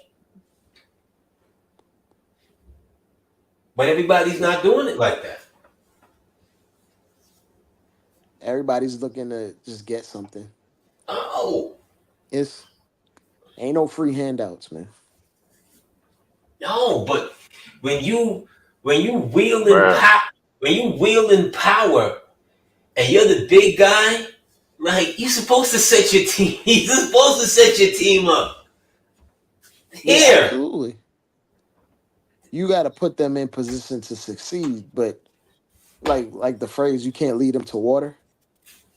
You can lead them to water, but you can't tell them how to drink or whatever. At that point, you can lead them to water, but they got to sink or swim. So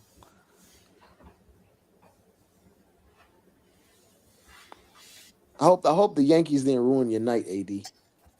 No, because it's one of those moments.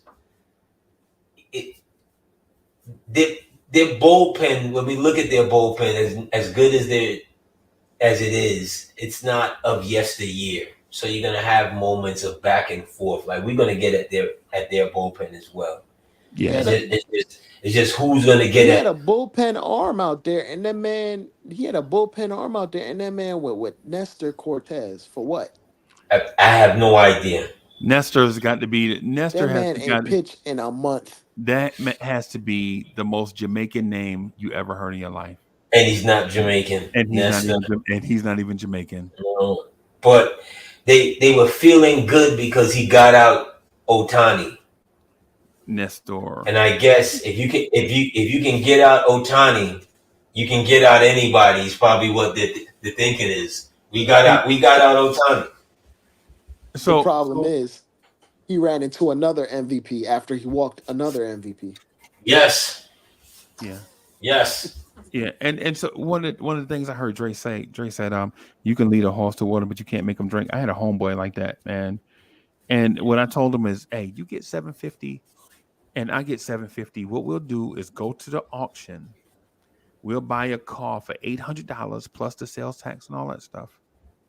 And what we'll do is take the rest of the money that we don't spend, put it into repairs for the car. And then what we'll do is put the car in the yard and put all the repairs that we made on the side of the car. So when people see the car, they'll be like, yo, you know what?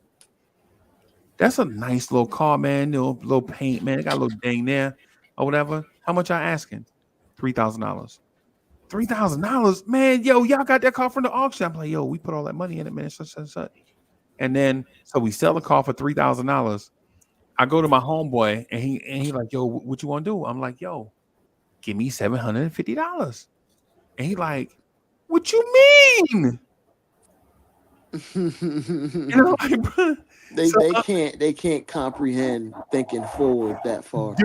Just do it all over again. So instead of him, I get the money from Mo. I'm like, Mo, we'll do this just twice, whatever. You take whatever you made and do it.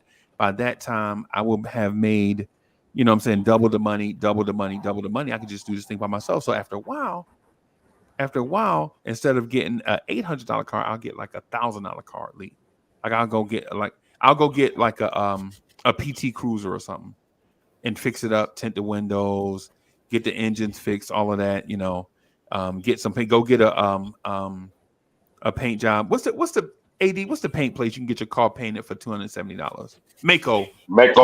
Go get a Mako paint job or whatever. Put it out there in the yard with the tint and all that stuff. List of repairs that we made on the thing and sell it as is. And people will come through after a while. Dudes will be like, "Yo, where Freezy at?" You know what I'm saying? My daughter just got her license, and I'm like, "Hey, man, listen, these are the repairs that we did right here. Now, anything happen after that?" You're like, "Nah, man, we good. You got the motor? Yeah, man. Of course, check the motor, transmission, whatever. So if a water pump go, that's you said whatever."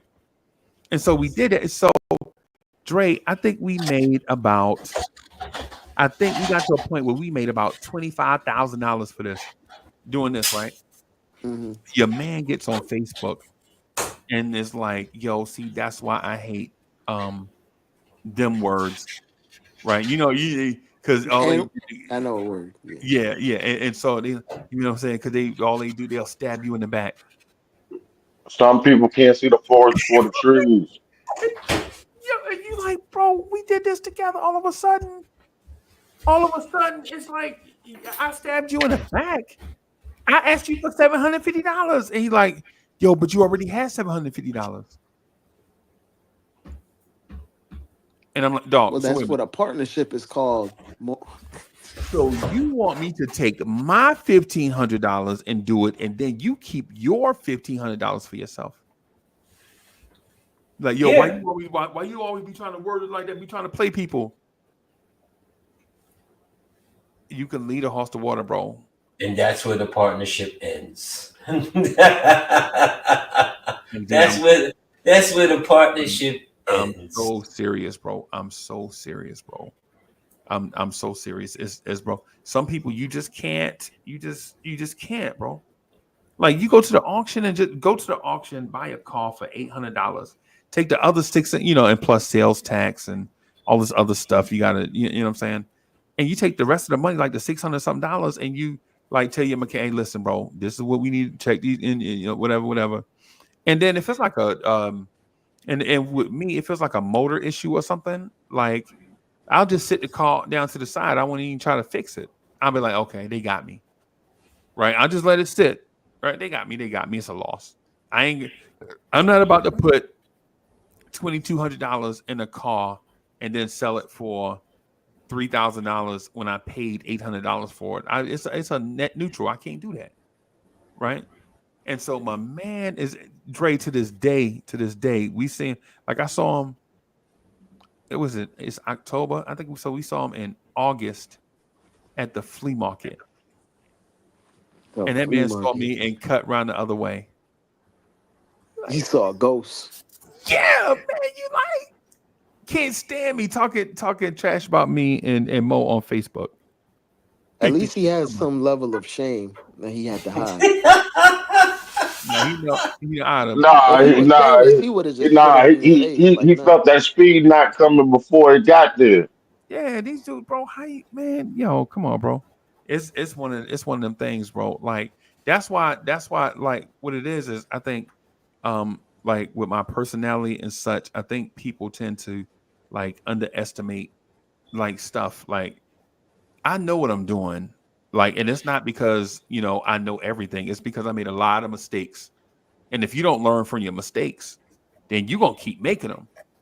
Right. And so I learned from making a lot of mistakes. And so with the thing with the car, I always knew, and at least so and just to share this with Lee. So you know what we parlayed that into, right? So we, Well, buying the cars and all that. So we parlayed that into buying single wides.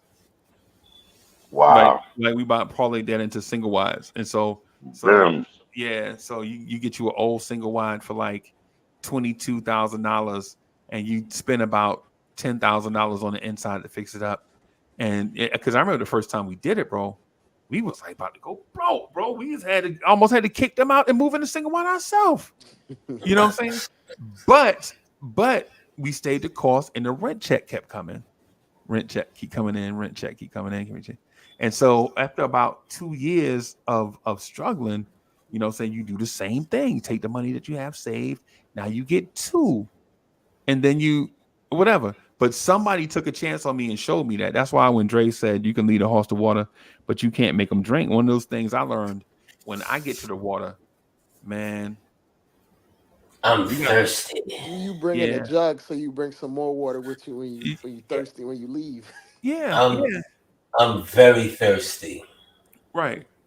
Yeah, man. That's what I'm saying. Like when people say, and I know this is a Knicks channel and all that stuff, everybody. So, but it's early in the morning, man. I'm gonna probably wrap up soon. But one of the things I learned is when people say something about, man, they ain't got no bread, they don't have no, bro. You gotta hustle, bro. You gotta find a way, right? You gotta find Pay a way. attention when people giving you game. Yeah, man. You gotta find a way, bro. Like you, bro. Save that money, bro. You ain't got to have $800 at one time. You know what I'm saying? You can save that money, put that money to the side, bro.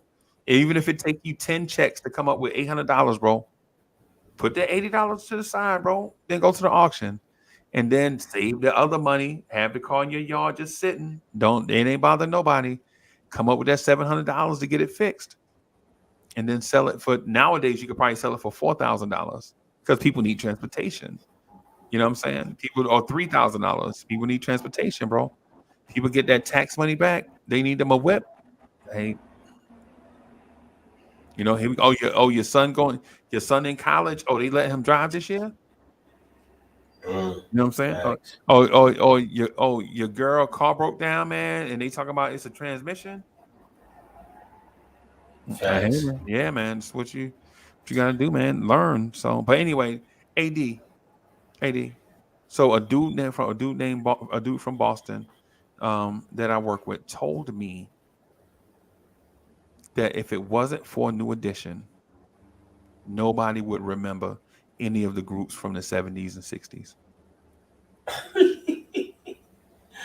I mean, that's a stretch, but You remember Tavares?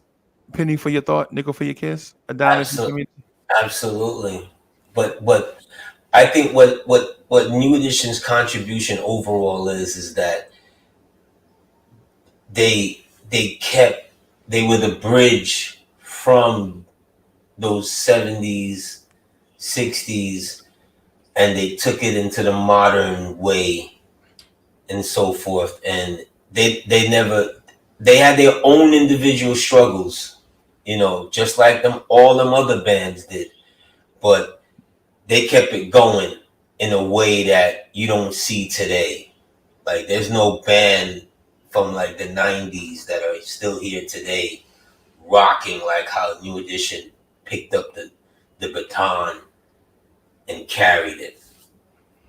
Yeah, So that's what I'm saying. Yeah, I agree with you. That's why I don't rank Jay Dilla that high. That's why I don't Oh rank my Knife God. Wonder that high. You know what I'm saying? Breezy can't help himself. God. he can't help himself. Swiss Beats, bro. Swiss Beats. I J, don't rank him that high. Jay Dilla is phenomenal. Can you stop it? Who? It's phenomenal. Dilla is phenomenal. Jay Dilla is alright. It's phenomenal. Jay Dilla is Chris Middleton. Oh my God. Stop it. Oh my God. Y'all don't like Stop. Chris Middleton, or y'all? Yes, I love Chris Middleton, but that's come on, bro. That's super mediocre. Jay Dilla is Joe Johnson, bro. Okay. But if you telling me, is he Larry Smith? Can he have the streets bumping two different types of music at the same time? Can he have them bumping Run DMC and Houdini at the same time on the streets? Nah, bro. Nah. But here's what Jay Dilla is, Freezy. Jay Dilla is unmistakably a soul funk that you just can't disregard. You just really can't. You really can't disregard. When you put Jay Dilla on in your vehicle, stop it, Freezy. Just cut it out. And you put Jay Dilla on in your vehicle. He be vibing out to Jay Dilla. And No, the man just be in front of That's a a smooth trailer. ride all the way down. That's a smooth. You know that. yeah. Mm-hmm. He ain't no Dallas off. That's like putting on Slum Village when you put on that Slum Village. Oh Yeah. my Yeah. God! Now, so yeah, see that now we at the spot. Slum Village, those my guys, bro. Slum Village, those my guys, bro. So Slum Village, yeah, they be talking about something too. There's something to be said for. I mean, and this is a lot of hit songs that you'll never hear outside of your own individual playlist because people are not digging for the music like that. You see what I'm saying? But there's something to be said for that cool in the pocket feel music, and he was like the head of that. The head of what? He's like the head of that sound. He was like kind of like for that era, and he, rest in peace. He dies like way too soon. Way too soon. Jay Dilla was alright. Okay. And he did die. You're entitled. Yeah, I mean, rest in peace to Clark Kent. You know what I mean? Just about Clark Kent too. Rest Yeah. in peace to Clark Kent. Absolutely. Like those guys, especially just on the Dilla tip. Lord have mercy. That production. So I think yeah, I don't know, man. I want to give more credit to Tone and Polk and Trackmasters and the Hitmen and Howie T and Dr. Dre I love and Trackmasters. I love yeah, all those yeah. guys. I think they probably they took that Bernard Wright joint. Who do you love? Oh, you for sure. They took that Michael Jackson. They took that Michael Jackson. Hey lover. Yo, yeah, yeah. That's what I'm saying. Jay Dilla's I. Jay Dilla is like Stan Smith Adidas. And Stan Smith for a period Was it right? was You could it. still wear Stan Smith You Like can that's every what now I'm and still put again. saying. Stan Smith on today. That's what I'm saying, bro. That's what I'm saying. I'm giving them respect, but I just don't. I prefer Kanye over Jay Dilla. I That's prefer. no that's no disrespect. That's no disrespect to That's Dilla. not a slight. Kanye's one of the That's not a greatest ever. slight. Yeah, sometimes I'm He not. he mimicked that though. That's Yeah, like basically that's just one of his influences for sure. so you just imagine he lived through him now. Right. Yeah, man. With no Dilla, you don't get Kanye. Yeah, but the thing is, Facts. That's my all point. all them other producers, bro, and all them other producers, they have like a iconic joint. And with Jay Dilla, I'm like, yeah, all his stuff is good. Are you serious? Yeah. Wow. Jay Dilla's best joint can't be The Light by Common, bro. It can't be that. It can't be the joint from them kids from California. What's the California kid's name? Running the Far Side. Running. Yeah, Running can't be his piece de But resistance. that's a legendary. That's a legendary record. Period. Yeah, but he's got a lot of those. Like I said, he's got a lot of songs that That man made Didn't You Know, man. Like, yeah, come I on. mean they've got a lot of like come on, Freezy. Like He made that man's Faces got High. What are we that talking that, about? that No, man made that he's man's got nice. that man's got bangers. Bro, that dude is a top 100 hip hop producer of all time. No, he's higher than that. Top I 100. don't care. No. I don't care where you rank him in the top 100. I'm saying he Oh, for sure okay. is in there. I Oh, didn't say okay. that man is 100. He Oh, definitely in the okay. top 100 wherever you rank him at. But he ain't no RZA, right? That's all a matter of personal opinion. Yes, it's all a matter of personal He opinion. ain't no West Side Gun or nothing, bro. We talking about this dude What? like he's somebody. That man about to make me get loud at 5 a.m. in my For home. real. Dre's like, what Dre trying to argue early in the morning, bro? Stop, bro. Relax. It's just words, bro. It's just words, bro. You think he Yeah. better than West Side Gun? Yes. That's not even a real question. That's not even a real question. Come on, bro. So you think is he better than Marley Marl then? Freezy, he made Stakes is High. Stakes is High. I think we wilding now. I think we absolutely just Marley Marl, bro. I love Marley. I love Marley. And I don't want to compare the two. I love Marley. I don't So know about that, man. I love Marley. I don't want to compare the two. You talking about a cat who worked on the radio, had a label, Yeah. and put rappers on. And he from I don't Cali. know about that. No, I'm just talking about the straight production. Marley does something. Marley kind of starts that infusion of singing with the hip hop, singing on the R&B singers singing on the hip hop tracks, kind of sort of thing. TJ Swan, Yeah, TJ Swan and stuff. Y'all heard the Runaway Girl? Remember Flex? That group Flex? I need y'all remember that? That's Marley Marl. Yeah. That's no disrespect to I'm not taking one over the other in this space. I'm not definitely biased. I'm taking New York over everybody. Well, you can do that. That's we can do that. And in that case. That's fine. That's in that sense. Because if I love Dilla, but that's not to slight Dilla. You know what I'm saying? Because I think he's phenomenal for what he's done. I mean, y'all were just spitting out hits. I had nothing else to say. We Like you talking said, about Regular like you is said, dope. that man made stakes as high. Like that's we should stop right there. that dude in higher regard than Prince Paul, bro. We gotta relax. Yes, we're talking about him in high Yes, regard than yes, Prince Paul. And No, I love yes. Prince Paul. bro. Yes. Prince Paul produced 3 Feet High and Rising. You don't y'all didn't like that first De La Soul album? That first De La Soul is tremendous. Classic. Classic. Bro, this dude produced for Stetson. Y'all don't remember Stetson Sonic? Yeah.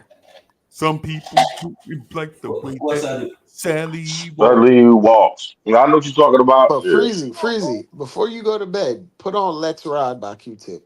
And just play that. Bro, I already heard that song like 10 million thousand times, bro.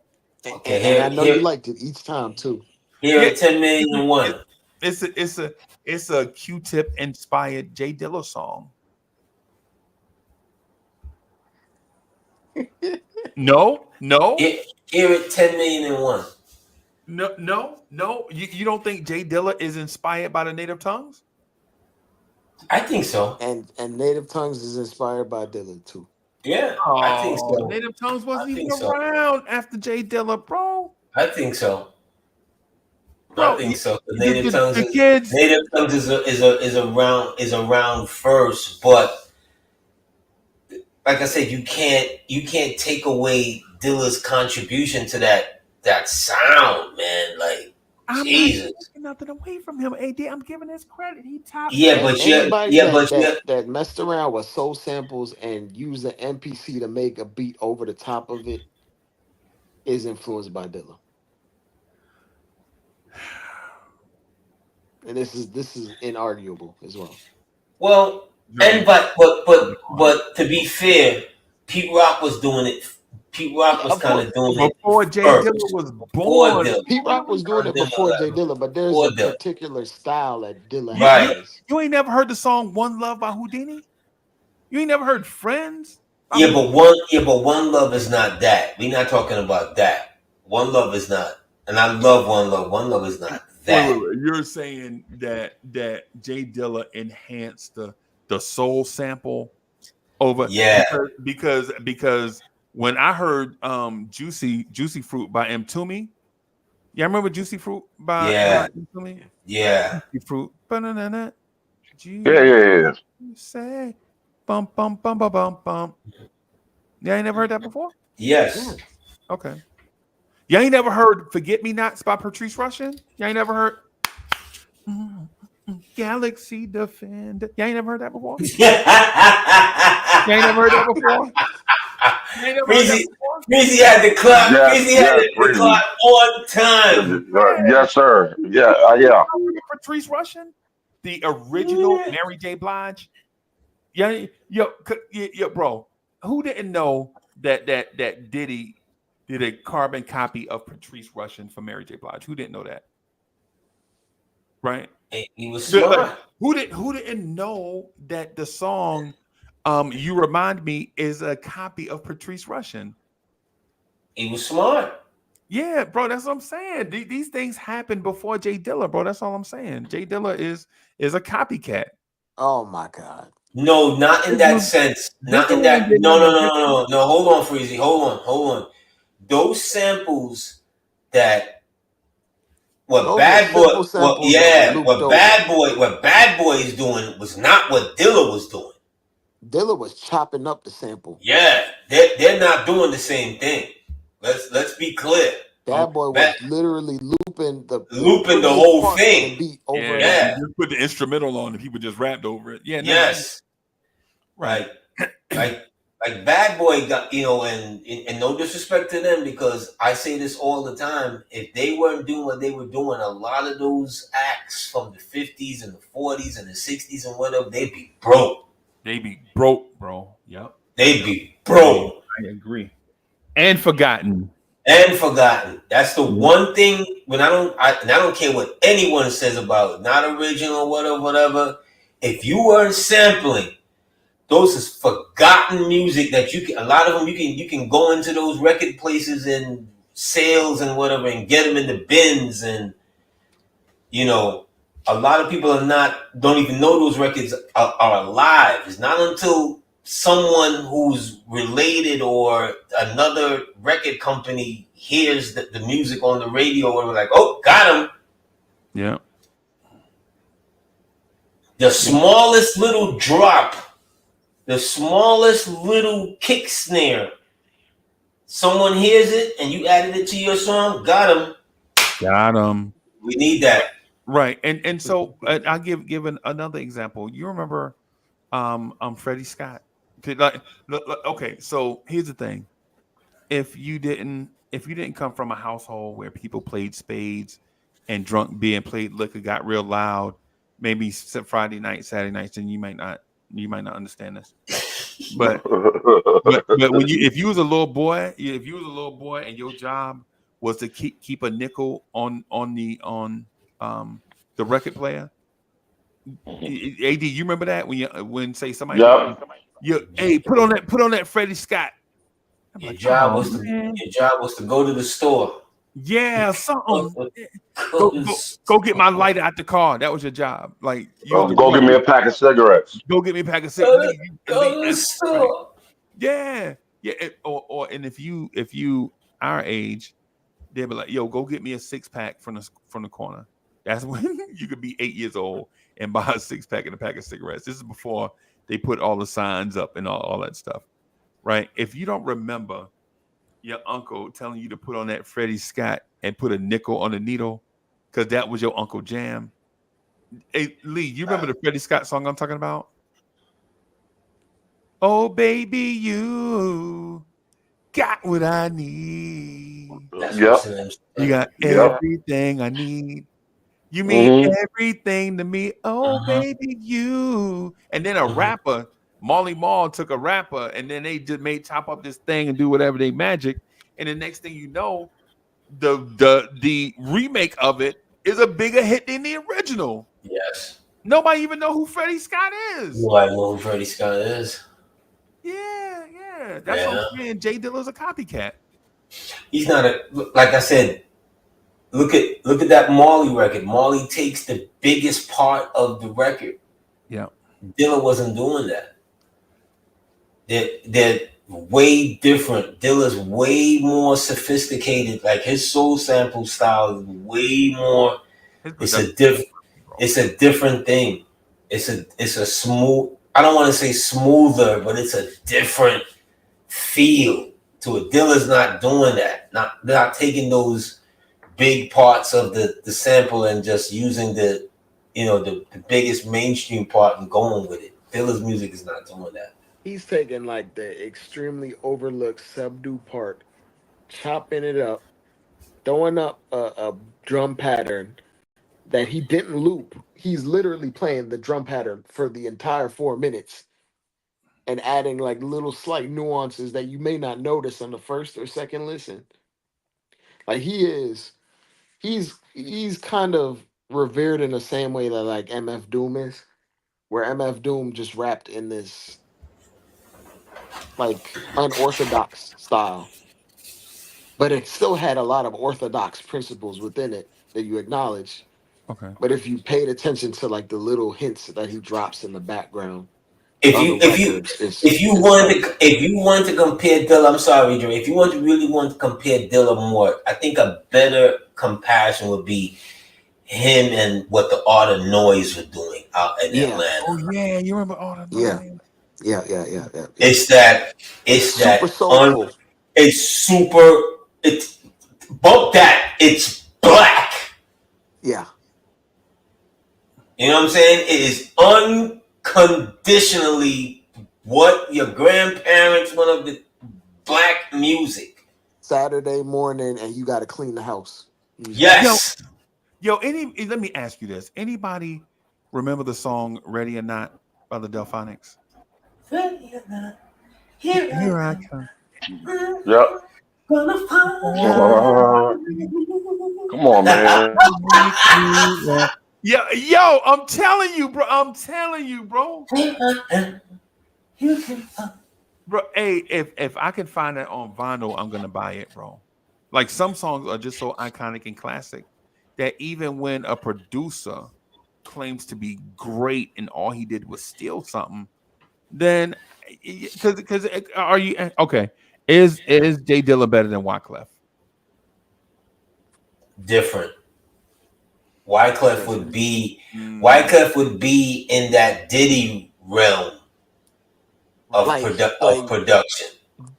Dilla was like a beat maker. Wyclef would just put together entire records from vocals to instrumentation, and he wouldn't even make the beat himself, but he'd correct certain parts of the beat and Right. make it more palatable and listenable.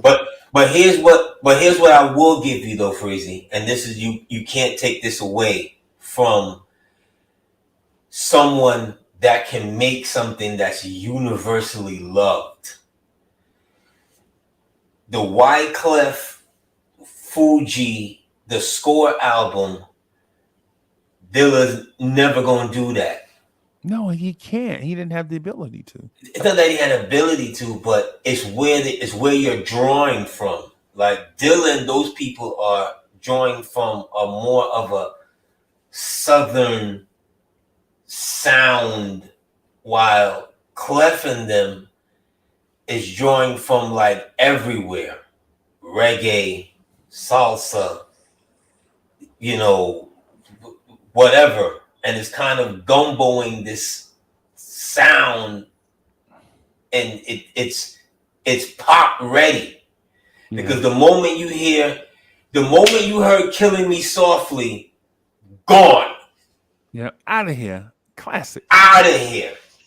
All three of them. All three of them. The White Girl, Roberta Flack, and the Fuji. Gone.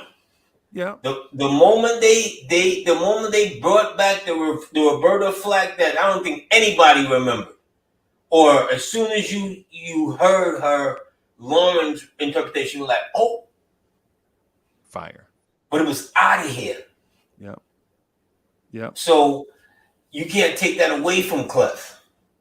Nah, I can't take that away from Clef. But what I can take away from Clef is that he'll do the Diddy thing, because he did it with Staying Alive. Remember Staying Alive?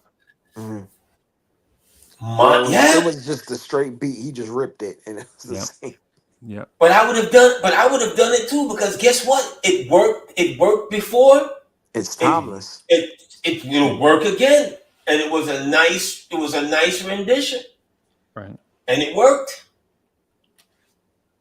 He also remade Guantanamera. Who knew that Guantanamera could be done in hip hop? Right. Who the hell knew that that could be done in hip hop? That was original. And work. Yeah. In a big way. Right. You know what I'm saying? Dilla and them are not doing that. They're more, I don't even want to call Dilla more backpackish. Dilla's more of, like we said before, more of that soul sound. While he was aight. If you love the soul, which I know you love soul music, you gotta love Dilla. Nah, I love soul music. I'm not in love with Jay Dilla. Okay, that's fair. Like okay, so, and I'll tell you why. Like, I like the Jay Dilla. I don't like the California. I don't like the fake native tongues guys. The dudes from California. The Far Side. What? You didn't like Far Side? They was aight. They was. You don't like Running Away, Freezy? No, I like the other dude, Souls of Mischief, better than them, and I like the Alcoholics better than them. That's fair. And that's my preference. I'm not saying that they're bad. I'm saying it's just what I like. But Far Side got two absolute bangers. Them other groups don't got that. No. 93 Till is drop. I like 93 Till better than I like the De La song, Jay Dilla. I like 93 Till better than I like. And I know it's a toss up. I know it's a toss up, bro. It's a toss up if you think about it. Right.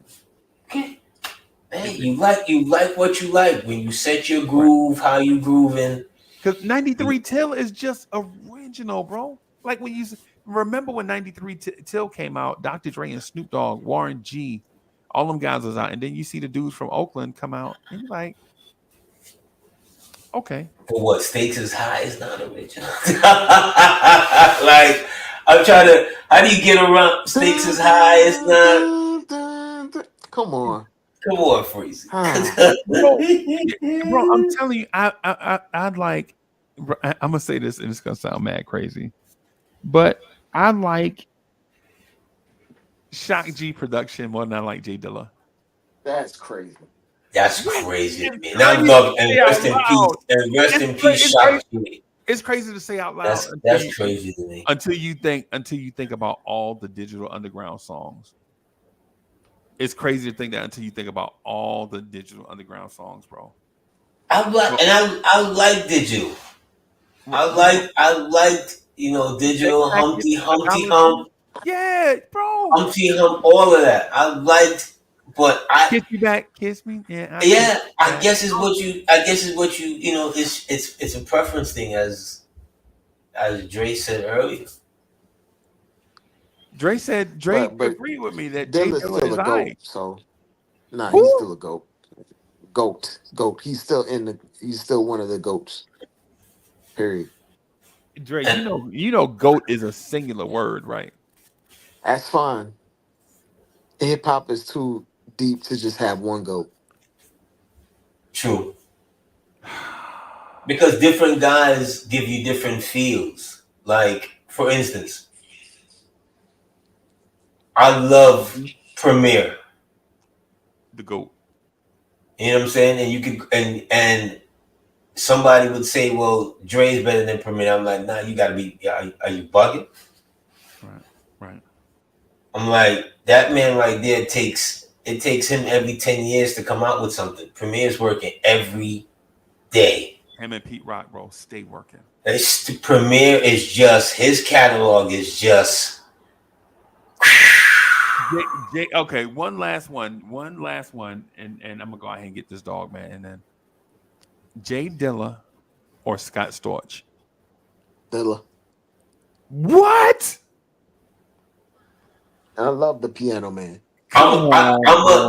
That's close to me, but I'm gonna still take Dilla, but that's close. It's close. I like that. That's close. Yeah, that's close to me, but it again is what you feeling for. You know what I'm Jay saying? Dilla or The Alchemist. I love Alchemist. Oh man, What are we talking about? Jay Dilla is top 100, bro. I love Alchemist. Jay Dilla is legit 100 top. Look, I'm leaving you guys because I'm not gonna get into this conversation. I'm leaving. I'm trying to get out of it, but it's don't 5 o'clock. Yeah, go ahead. Jay Dilla. Yeah, it's 5 o'clock in the morning. I'm out. I'm so not. I'm out of here. Just don't stop. All right, y'all. Thank y'all for coming through, rocking with us, man. Peace. Coach, if you somewhere watching, thank you for holding it down for the first part of the show. Thank you everybody for hanging out, man. And with the ancillary chat at the end, Knicks got us feeling good. We'll probably holler at y'all Sunday morning. Absolutely. Let's get it. All right, peace, y'all. Knicks.